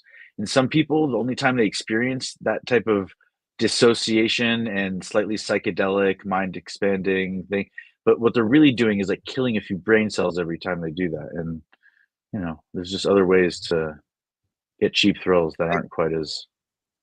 Hey, it's Batman. I think it's also possible to have too low and like to be too low on carbon dioxide. Like you do need to have a certain concentration of that, even though it technically is a waste product. It does maintain your blood pH. So like if you don't have that, you lose acid, and you kind of need that. And also When you're scuba if you diving, have it's called nitrox. When you want to do extended bottom times, you're breathing a mixture that's heavy. It got more nitrogen in it, and so less nitrogen. That's what it is, because the nitrogen dissolves into your blood more readily. And because you're under a lot of pressure, and you have 3 atmospheres of pressure in your lungs. Of course, it's going to change the chemistry of the absorption. What's wild though is even when you're down 80 feet, the regulator has a valve on it where you're not sipping on something and sucking air out of it. It's as though shooting it down your throat. it's almost like, and you can push a button and it actually will kind of inflate your lungs ish, but it's so wild that no matter how deep you go, it doesn't get harder to breathe. And you can almost feel the air gets denser though. Every 33 feet, they call it the Martini rule. And usually some people are drastically affected by the sense of nitrogen narcosis. And so narcosis meaning just like the drug narcotics, and nitrogen meaning when there's an excess of it in your blood, some people get intoxicated and it impairs their ability to do simple math equations. Or so what you do is you bring down these little tablets, these like plastic tablets and a special kind of crayon that you can write underwater. And one of the first things you do if you're going to do any depth diving to like 80 or 100 feet, because we did some shipwreck diving at like 100 feet, the first thing is you go down to a full 100 feet and you sit there, probably the deepest you've ever been, and you sit in a circle and you try to write your name, and some people just start giggling, and when a fish comes by they like try to give it the respirator, and then like and when you have a dive buddy, you need to know your dive buddy isn't like in La La Land, you know. So sometimes, and for me there was basically no effect on the bottom though. I think I actually scored better on the whatever exercise it was, you know. I think I was paying attention a little more on the bottom of the ocean. So everyone has different blood chemistry. Like I said, some people are lactose intolerant, you know, and some people. That machine's got to be able to spray air out of itself at that depth, and yeah, obviously it's going to be rocketing the air out into your lungs. No, and again, it's not. The pressure valve is designed in such a way that it's always available as soon as you sip in. And again, it's so you're surrounded by water. This claustrophobic feeling of knowing how you can't bail. If you're at 50 feet, you can, and there's an emergency, you swim for the surface. But at 100 feet, you can't. You got to get up there with a buddy and have a safety stop, and you, even just the idea you wouldn't pass out on the way kicking to the surface, and yeah, I just wouldn't do that. Seems I'd literally rather go to space than go underwater like that. And it's also something I probably wouldn't do. It's something that's really good for the metabolism to be in water that's 85 degrees, and then you're in a wetsuit as well. And your hypothalamus and your brainstem just knows that it's supposed to produce more body heat, because water wicks heat away from you faster than air. And so even water that's 85 degrees, it doesn't feel warm. You're not cold, but your body is trying to churn your digestive system and run your metabolism. So, and it's not trying to run your metabolism to build muscle or to move your muscles. It's just doing it to churn whatever system we have that generates body heat. And so by diving 5 times a day on a liveaboard, which is what I did for like a whole week when I was like 24, where you wake up and you've set up your dive gear the night before, so that when you wake up, you put on your wetsuit, which is kind of an aerobic thing anyways, and you're kind of getting yourself warmed up just by getting that on. And then you dive, and then you eat breakfast, and then you dive, and then you eat lunch, and then you dive, and then you eat dinner, and then you do a night dive as well. And for being in the water, some people were down there 2 hours, whereas my tank, I would only last me like an hour, because I was a smoker, I guess, or I don't know. Some people are just fish. They just know how to maximize their bottom. Cool. It's called maximizing bottom, and they're all trying to catch a picture of this, that, or the other. And wow, I just feel like it's really risky to be that deep underwater, and you literally just can't surface. Right. And so there's a traditional Chinese method instead. It's called sitting in the corner in a bucket of water, and it looks like you're in a punishment or timeout. But one good way it's not that you're losing weight right away, it's that you're activating your metabolism. And so just you're burning more calories. And people with eating disorders, if you went through a period of prolonged starvation, your organs kind of shut down a little bit. And so even though you're eating, eventually your body isn't reacting the way and providing the things that will help use the sugar and fat that you are eating and allow you to store some. And so what you need to do is like put on some weight to reactivate, to give your organs a chance to come back online, and then be maybe a little bit more strict with your dietary regimen. But there is just this specific phase. And again, I appreciate you letting me use our conversation as a way just to kind of bring awareness to this type of thing. Because I'm just going to stay right here on the surface of the world and not go too deep and not go too high up, because I like to do things like get shredded and bodybuild a little bit. And I feel like I would die men, it's cool to experiment on our bodies. For women, it's a bigger deal. Yeah. It's harder for them to change too because their metabolism works more slowly. So like if even just like gaining or losing weight was a goal for them, it will happen over more time than it will for a man. And I've also got an advantage that I'm not very tall, so when I go to the gym, the results show quickly. You know, What I say is any don't- change.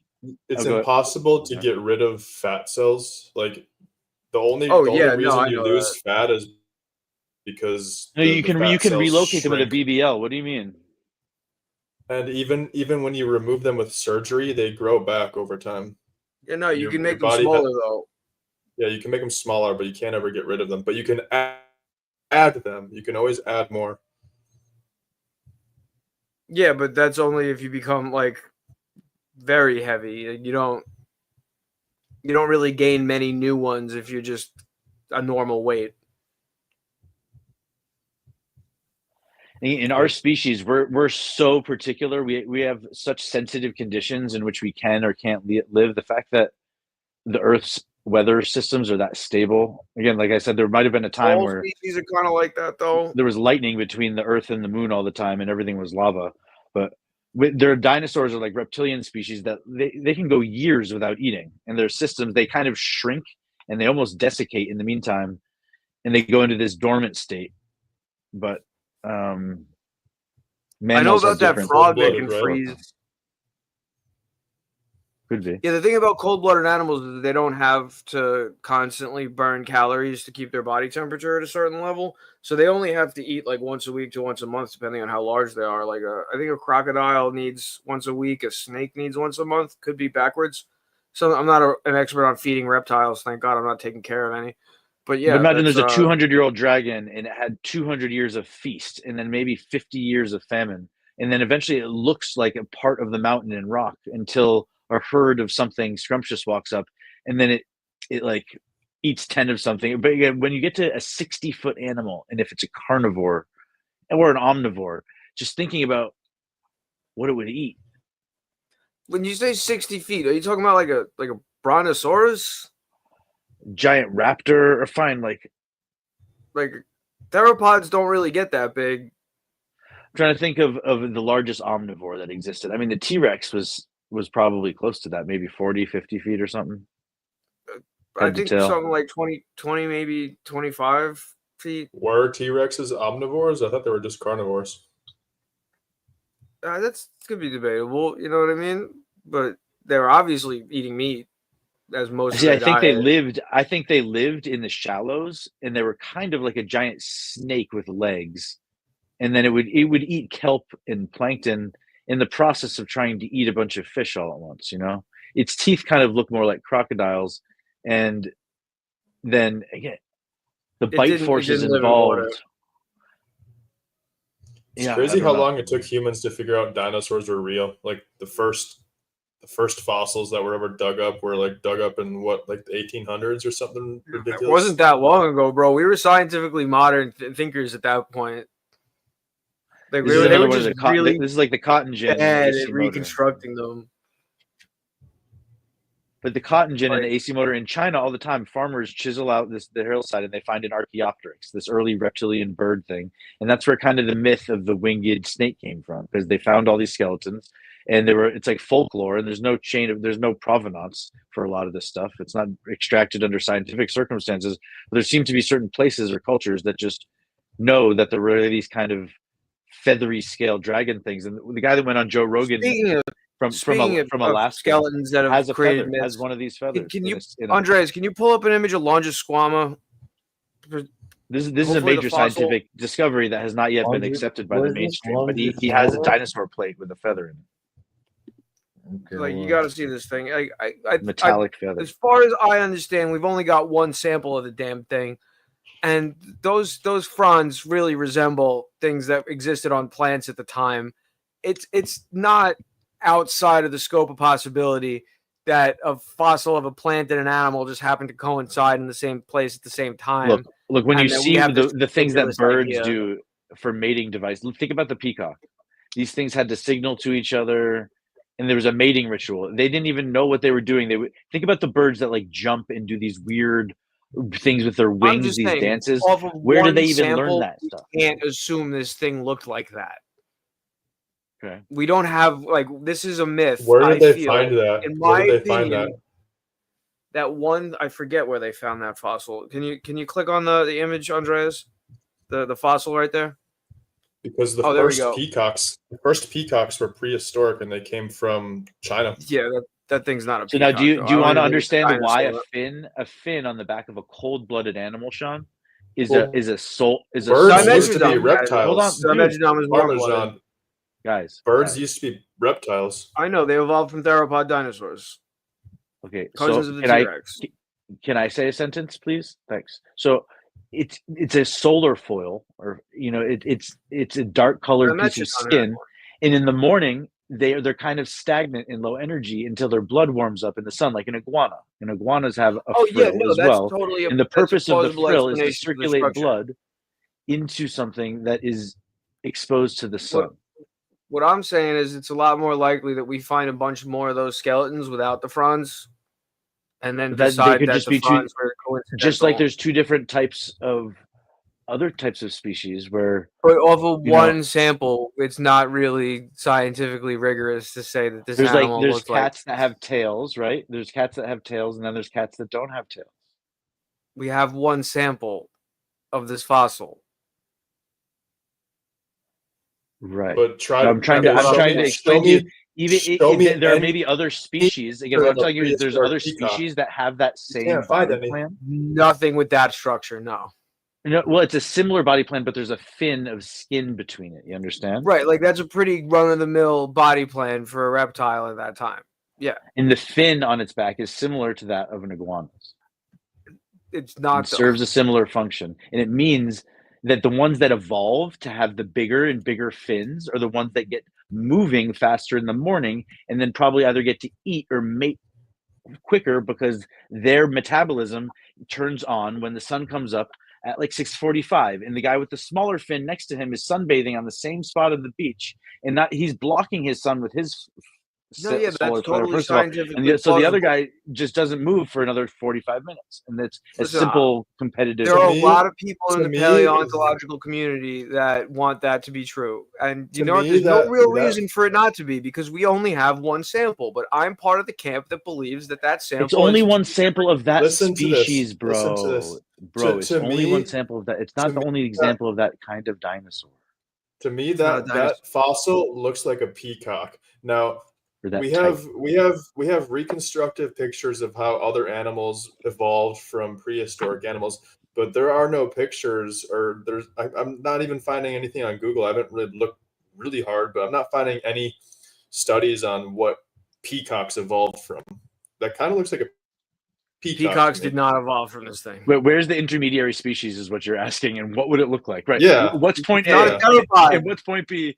And then what's the peacock? Right. It's not a dinosaur. It's like it's Always Sunny, where they were trying to make money or something. What's the name of that fossil? I'm going to look it up. Longisquama. How do you spell that? LONGISQUAMA.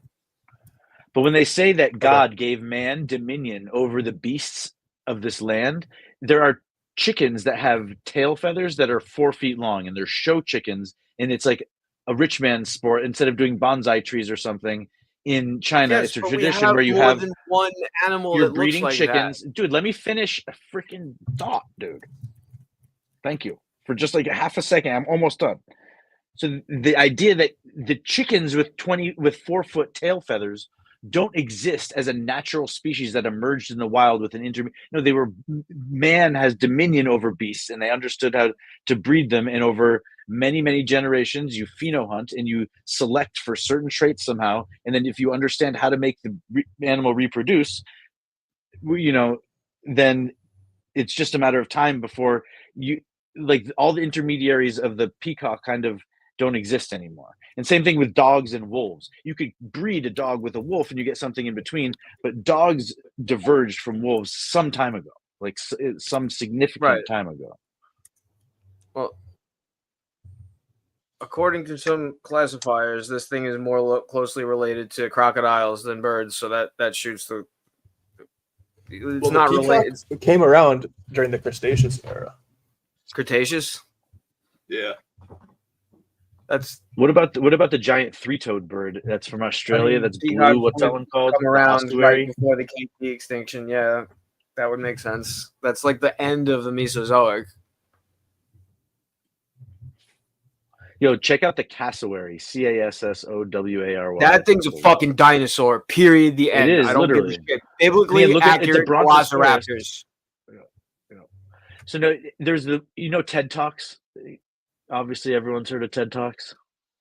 I think I've seen one or two of those in my life. Okay, again, it's like a free college education, and it's all the most up-to-date information. And so, the most recent thing about dinosaurs. The most recent thing about dinosaurs is that in the past, they thought that there were many different species that they were discovering because they had different shaped head crests and different shaped neck crests, and their bone structure was different. And what they realized is they were just different age phases and seasonal cycles for certain types and varieties of even like velociraptor and T-Rex size animals.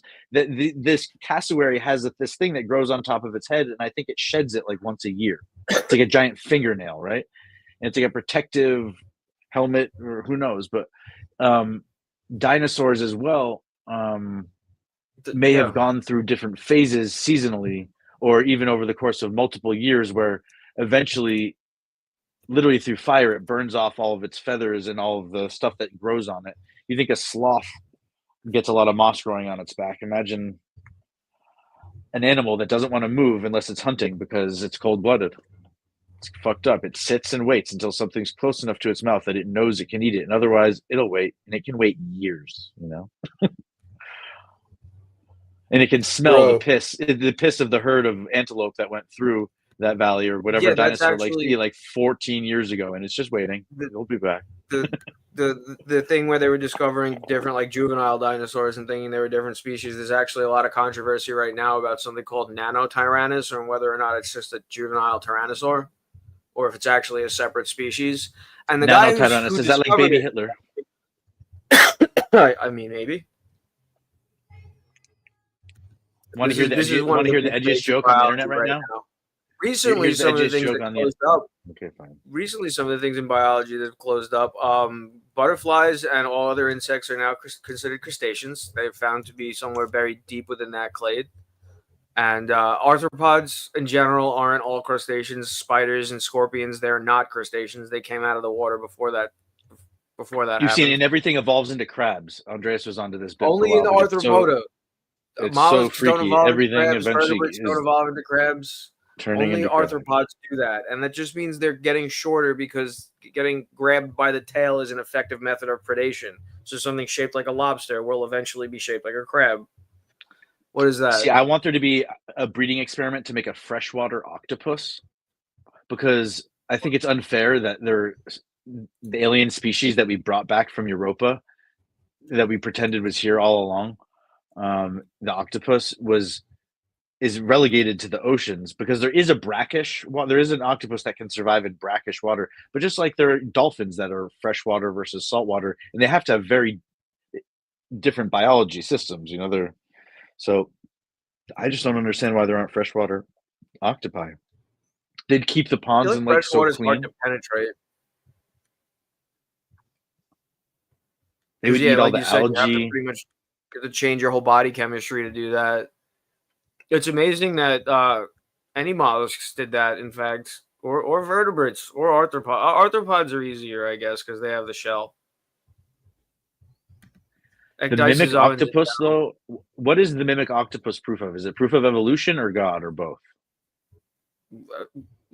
They're not They're not opposing concepts, I would say, but yeah, definitely.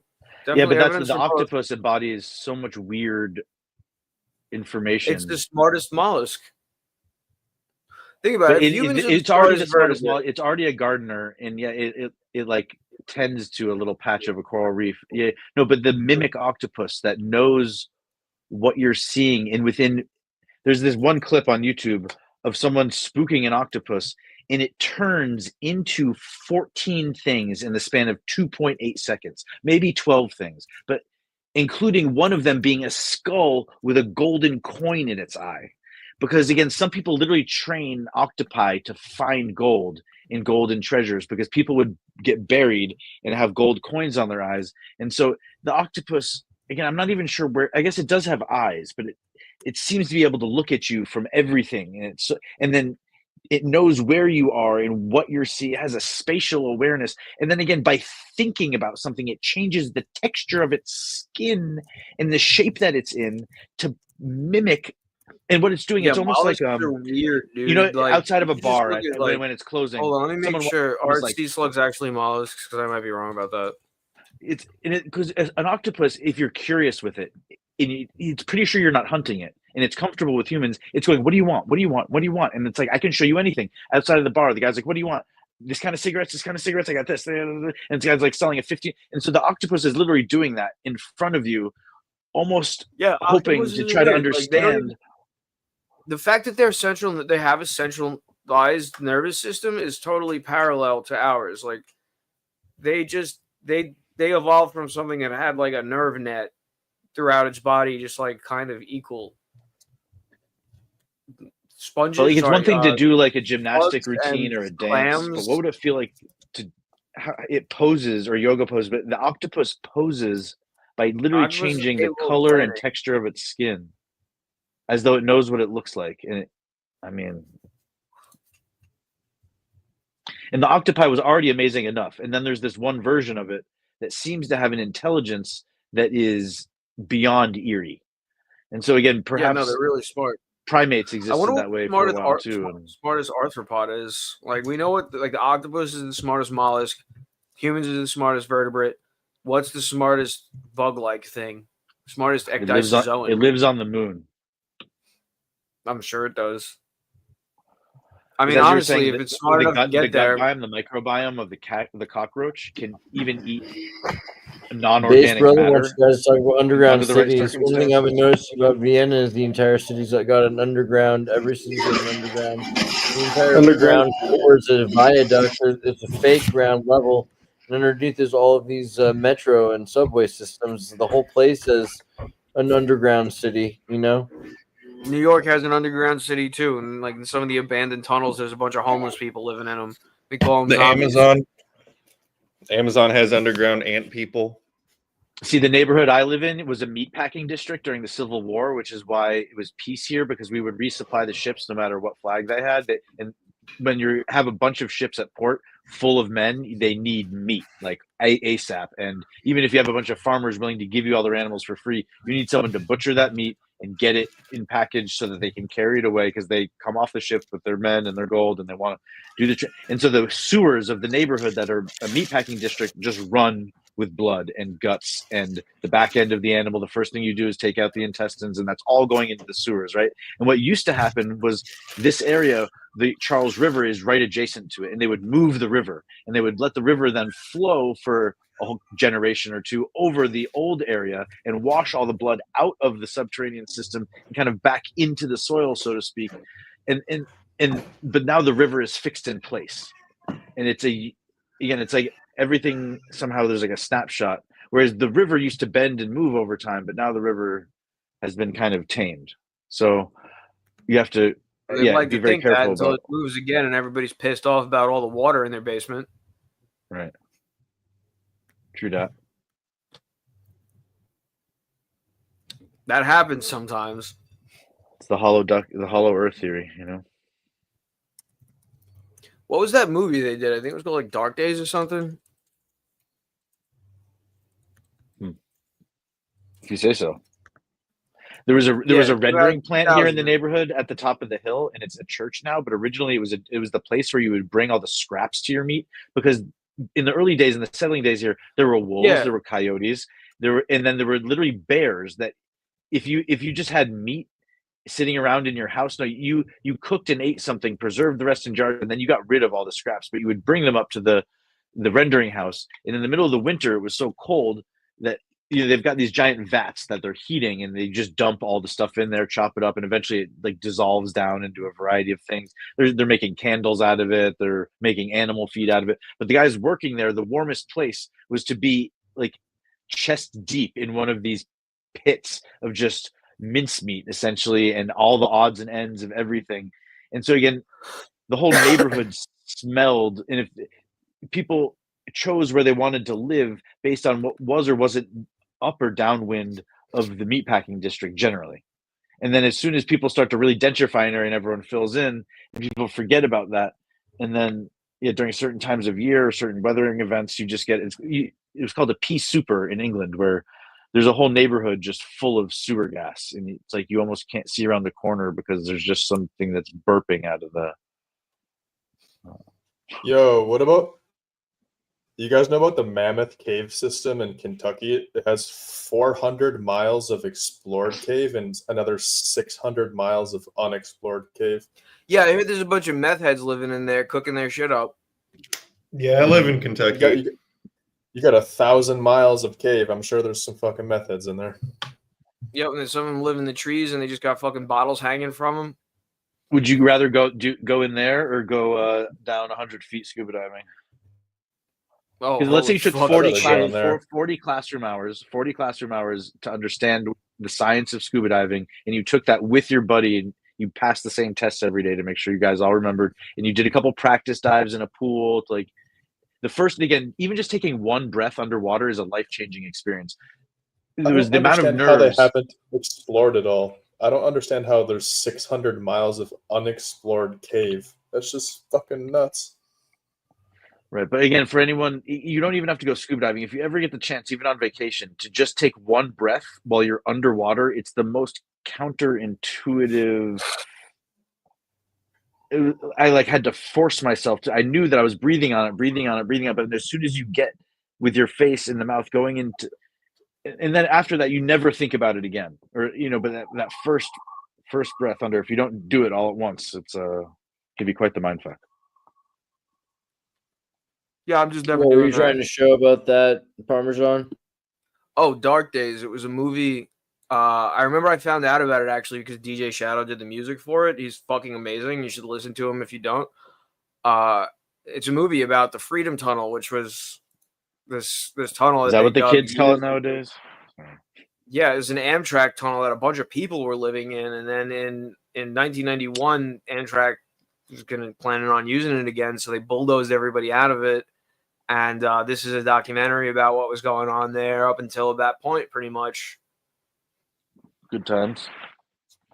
Yeah, if you listen to the album Introducing, that's the album that is pretty much the soundtrack to this movie. It's a really good album, too, so it's worth listening to. It's got a lot of samples from the interviews in it.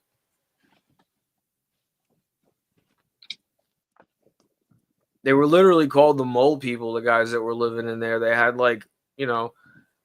tents set up with, wire and sheets because they were underground. They never had to worry about rain or anything. Shit didn't even need to be waterproof. As long as there was nothing dripping above them, they were all right.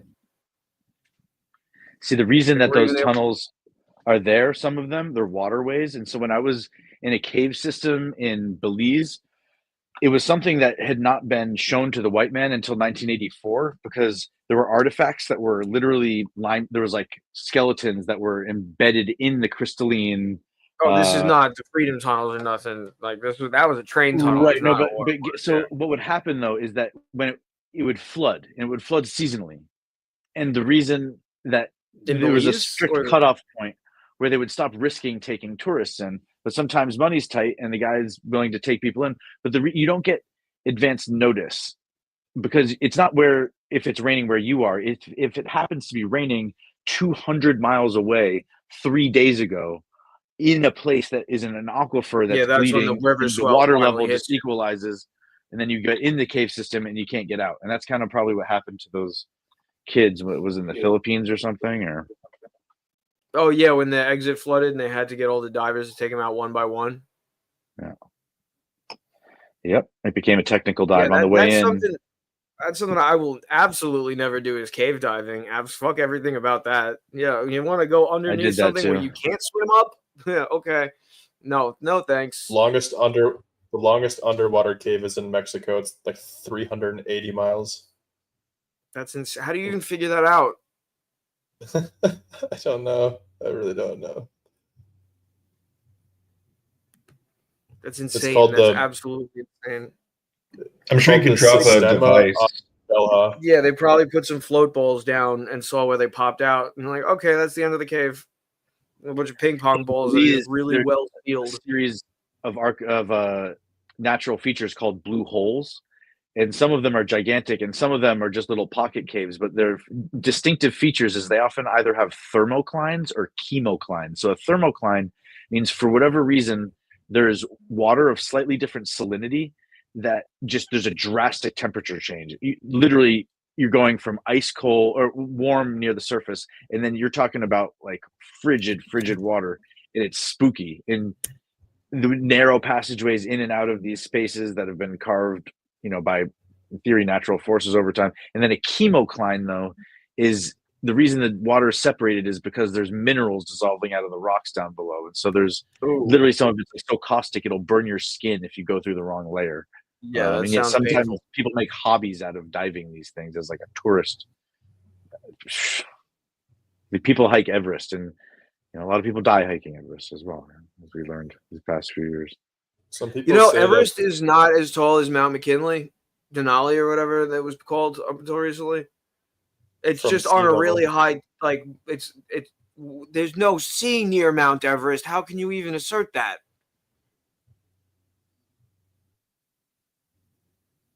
It's on a giant plateau.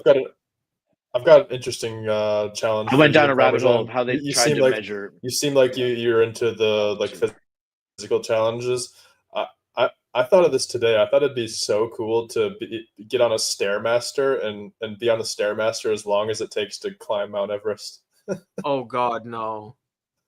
No. Yeah, but no, then no. do it Don't in a even try the hypoxic. Empire Do it in a State Building hypoxic without environment. training. I'm gonna ask. That would be Hypoxic a cool environment with video 0% game. humidity. You have to do like a Stairmaster video game for $200 for PlayStation 5. But The so, Oculus Sean, you asked a headset. really intriguing question, and this is similar to is the Earth flat or not? And so you asked, how do they measure the height of Everest? And what they're doing is literally 25 hours. using trajectory and They're trigonometry. figuring out how and far from the center of the Earth it is. I know. they're using these brass stands with like giant metal discs, and they're aligning them and taking these really specific measurements. And then what they're doing is they're aiming to the next highest known point. And I went down this rabbit hole, and it's called land surveying. And these very early land surveying tools were these kits. Romans did them to build the roads. And how do you measure where sea level is? And then when something's so far away from the ocean, what reference point are you using? What do you mean sea level at that point, right? And especially if you're not even sure if the Earth's flat the or thing round. about Mount Everest is it's on a plateau. It's very high up, but it's on a plateau.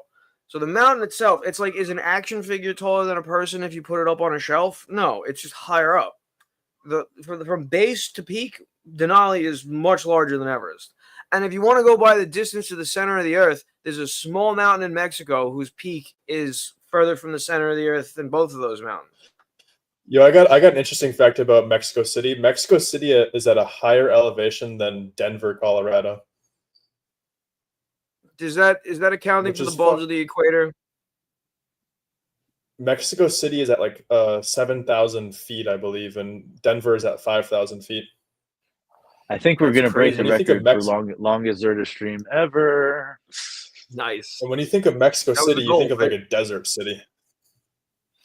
And when you Colorado's- say the globe, you mean the flat plane on which we live? No, I'm just kidding. God. Yeah, Colorado's is like a hair away from being the desert. I was in Denver. See, a the couple problem years is ago. you're responsible. My Oh friend my God, is described the it as same steppe. thing to saying that gravity might not exist. But then Before again, we that's keep gonna going, be real how long is the science record before.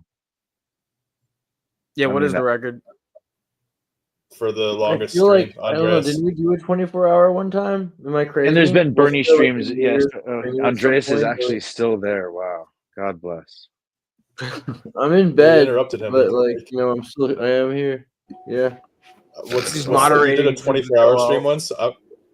Yeah, I think we did a 24-hour stream. I don't remember the exact circumstances, but I vaguely remember a New Year's stream that might have been like 12 hours, or was it 24 hours? I don't know. I think it must have only been like 12 hours. I can't imagine I was awake for 24 hours doing the stream.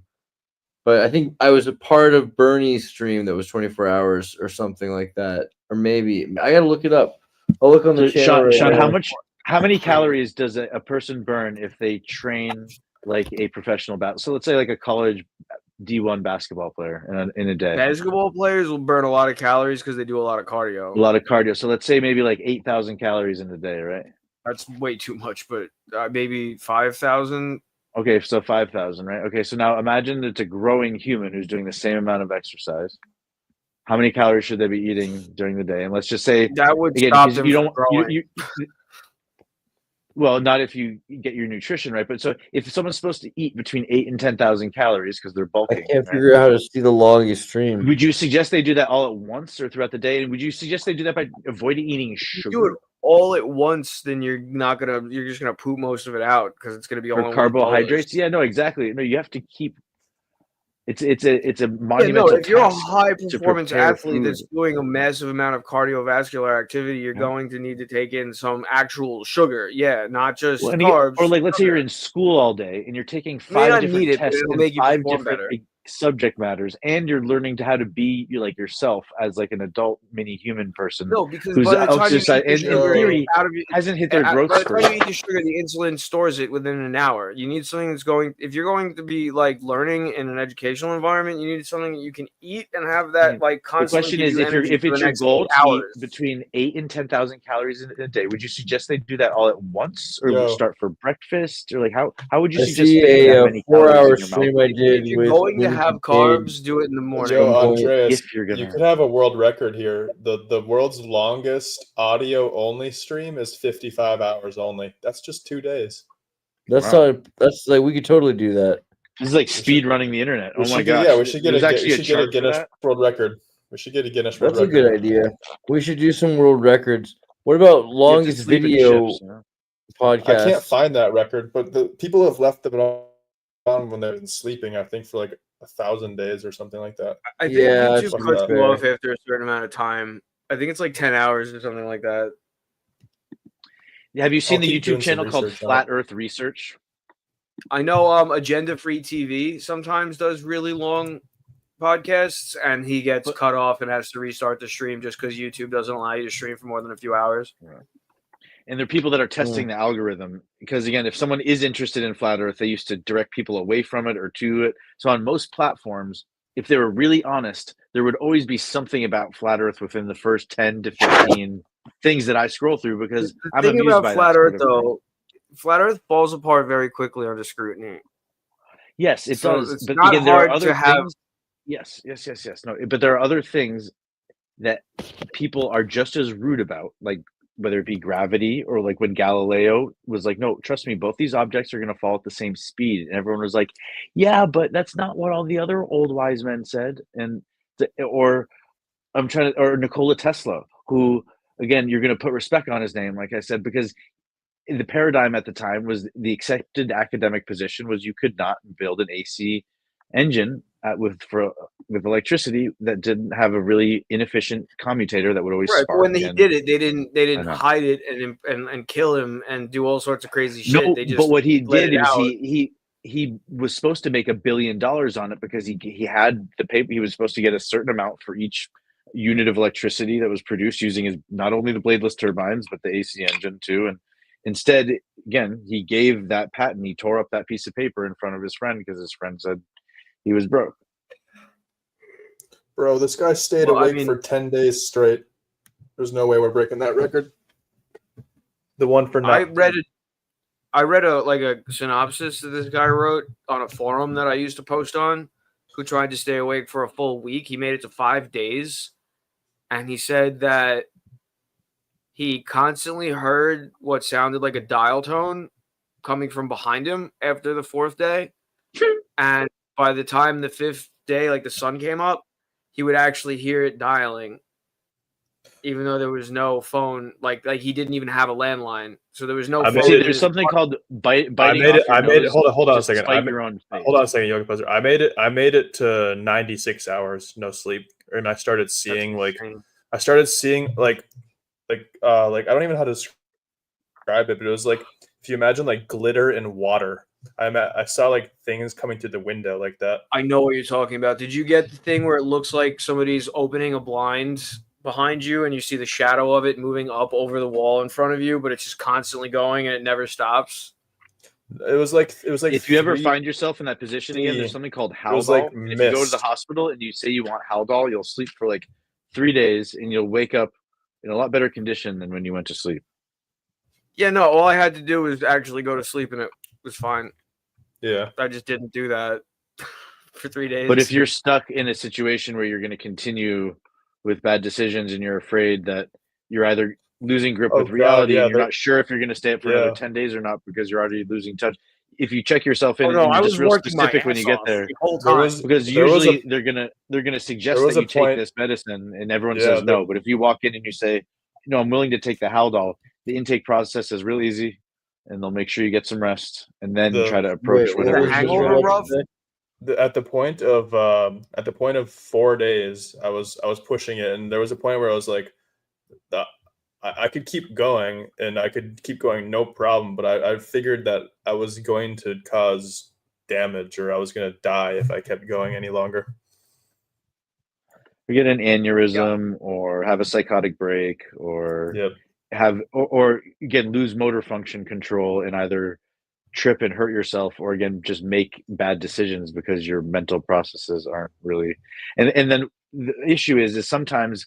Remember when I was in high school, there was a kid who was hanging out with the older kids and had tried some drugs, whatever that meant, and he was telling me, he's like, "Look, I don't suggest you ever do drugs, but like if you ever do them, just remember that the thoughts that you're having when you're on those drugs aren't your thoughts, man. So if you're having like darkness, or that's just kind of the drugs in their negative thought." And same thing with when you're inebriated because of lack of sleep, the mind can go to all types of places, and so you just want to avoid being in the situation where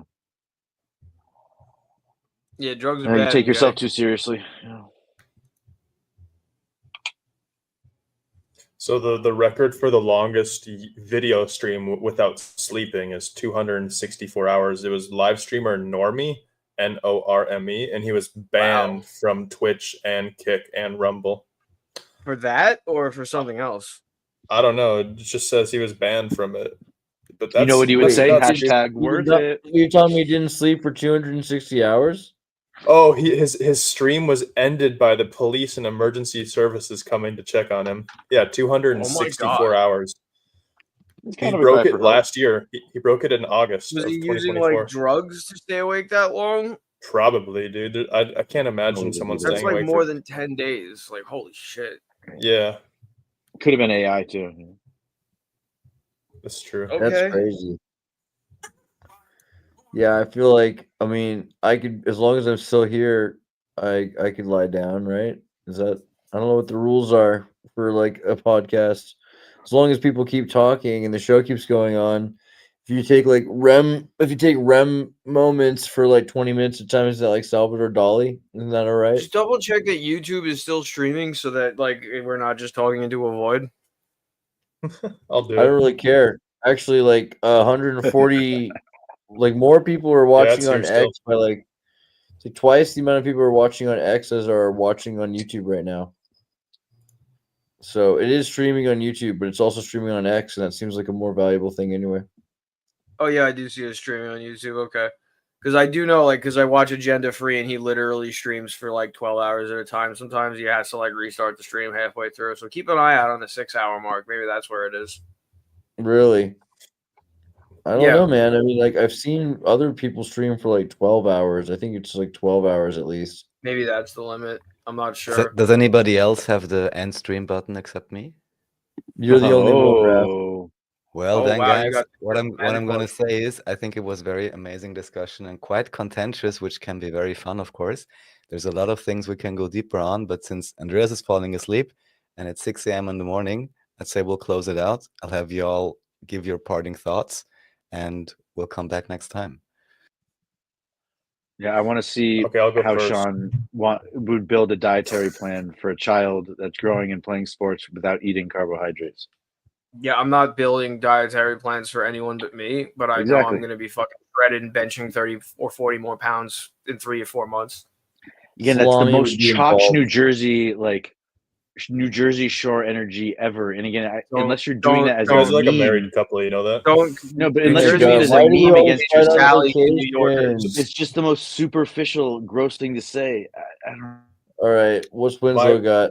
my closing thoughts are, I think we got some good synergy. We just got to, talk it out more and figure out our pecking orders per se, not necessarily like in the sense of like that, but just finding the natural rhythm of us all talking, because I think we all play a good part in telling the stories. We just got to get to know each other a little bit better. I like And social etiquette. We could even have a structure where every 20 minutes you pick a topic and discuss it. I'd say we do pretty good. I used to do that. Then I thought, you know what? Roll the dice. What were you, Sean? What's your closing thought? Yeah, I'm gonna be benching 30 or 40 pounds more in 3 months, and I'm gonna be fucking shredded. Here's the analogy. I'm going to start the cannabis church of Massachusetts. I got inspired by Zach today. He said the idea of a church as a place to have the art display, because if at the World's Fairs they were able to have the incubator displays where they had all the different life cycle stages of the human fetus, then we should be able to do that with a plant. No, they did that with fetuses. Raphael, I knew that. I knew Andreas would appreciate that one. And that's the inspiration for my artwork. It's subscribe kind of to Xirtus Amoeba, subscribe to Yoga Poser, Parmesan, Winslow, if you can. Share your links, guys. And thanks everyone for joining in the chat and holding it down for so long. All the panelists. Was fun to listen to. Yep. Thanks a lot, everybody. I'll miss you guys until I see you next time. The following video contains content some viewers might find disturbing. The views and opinions expressed here are not facts and are nothing more than entertainment. The views and opinions are not facts and do not represent the views and opinions of Xirtus or our channel, and do not necessarily represent or reflect the views of the guests, YouTube, Google, mainstream media, society, or civilization at large, or anybody. Viewer discretion is advised.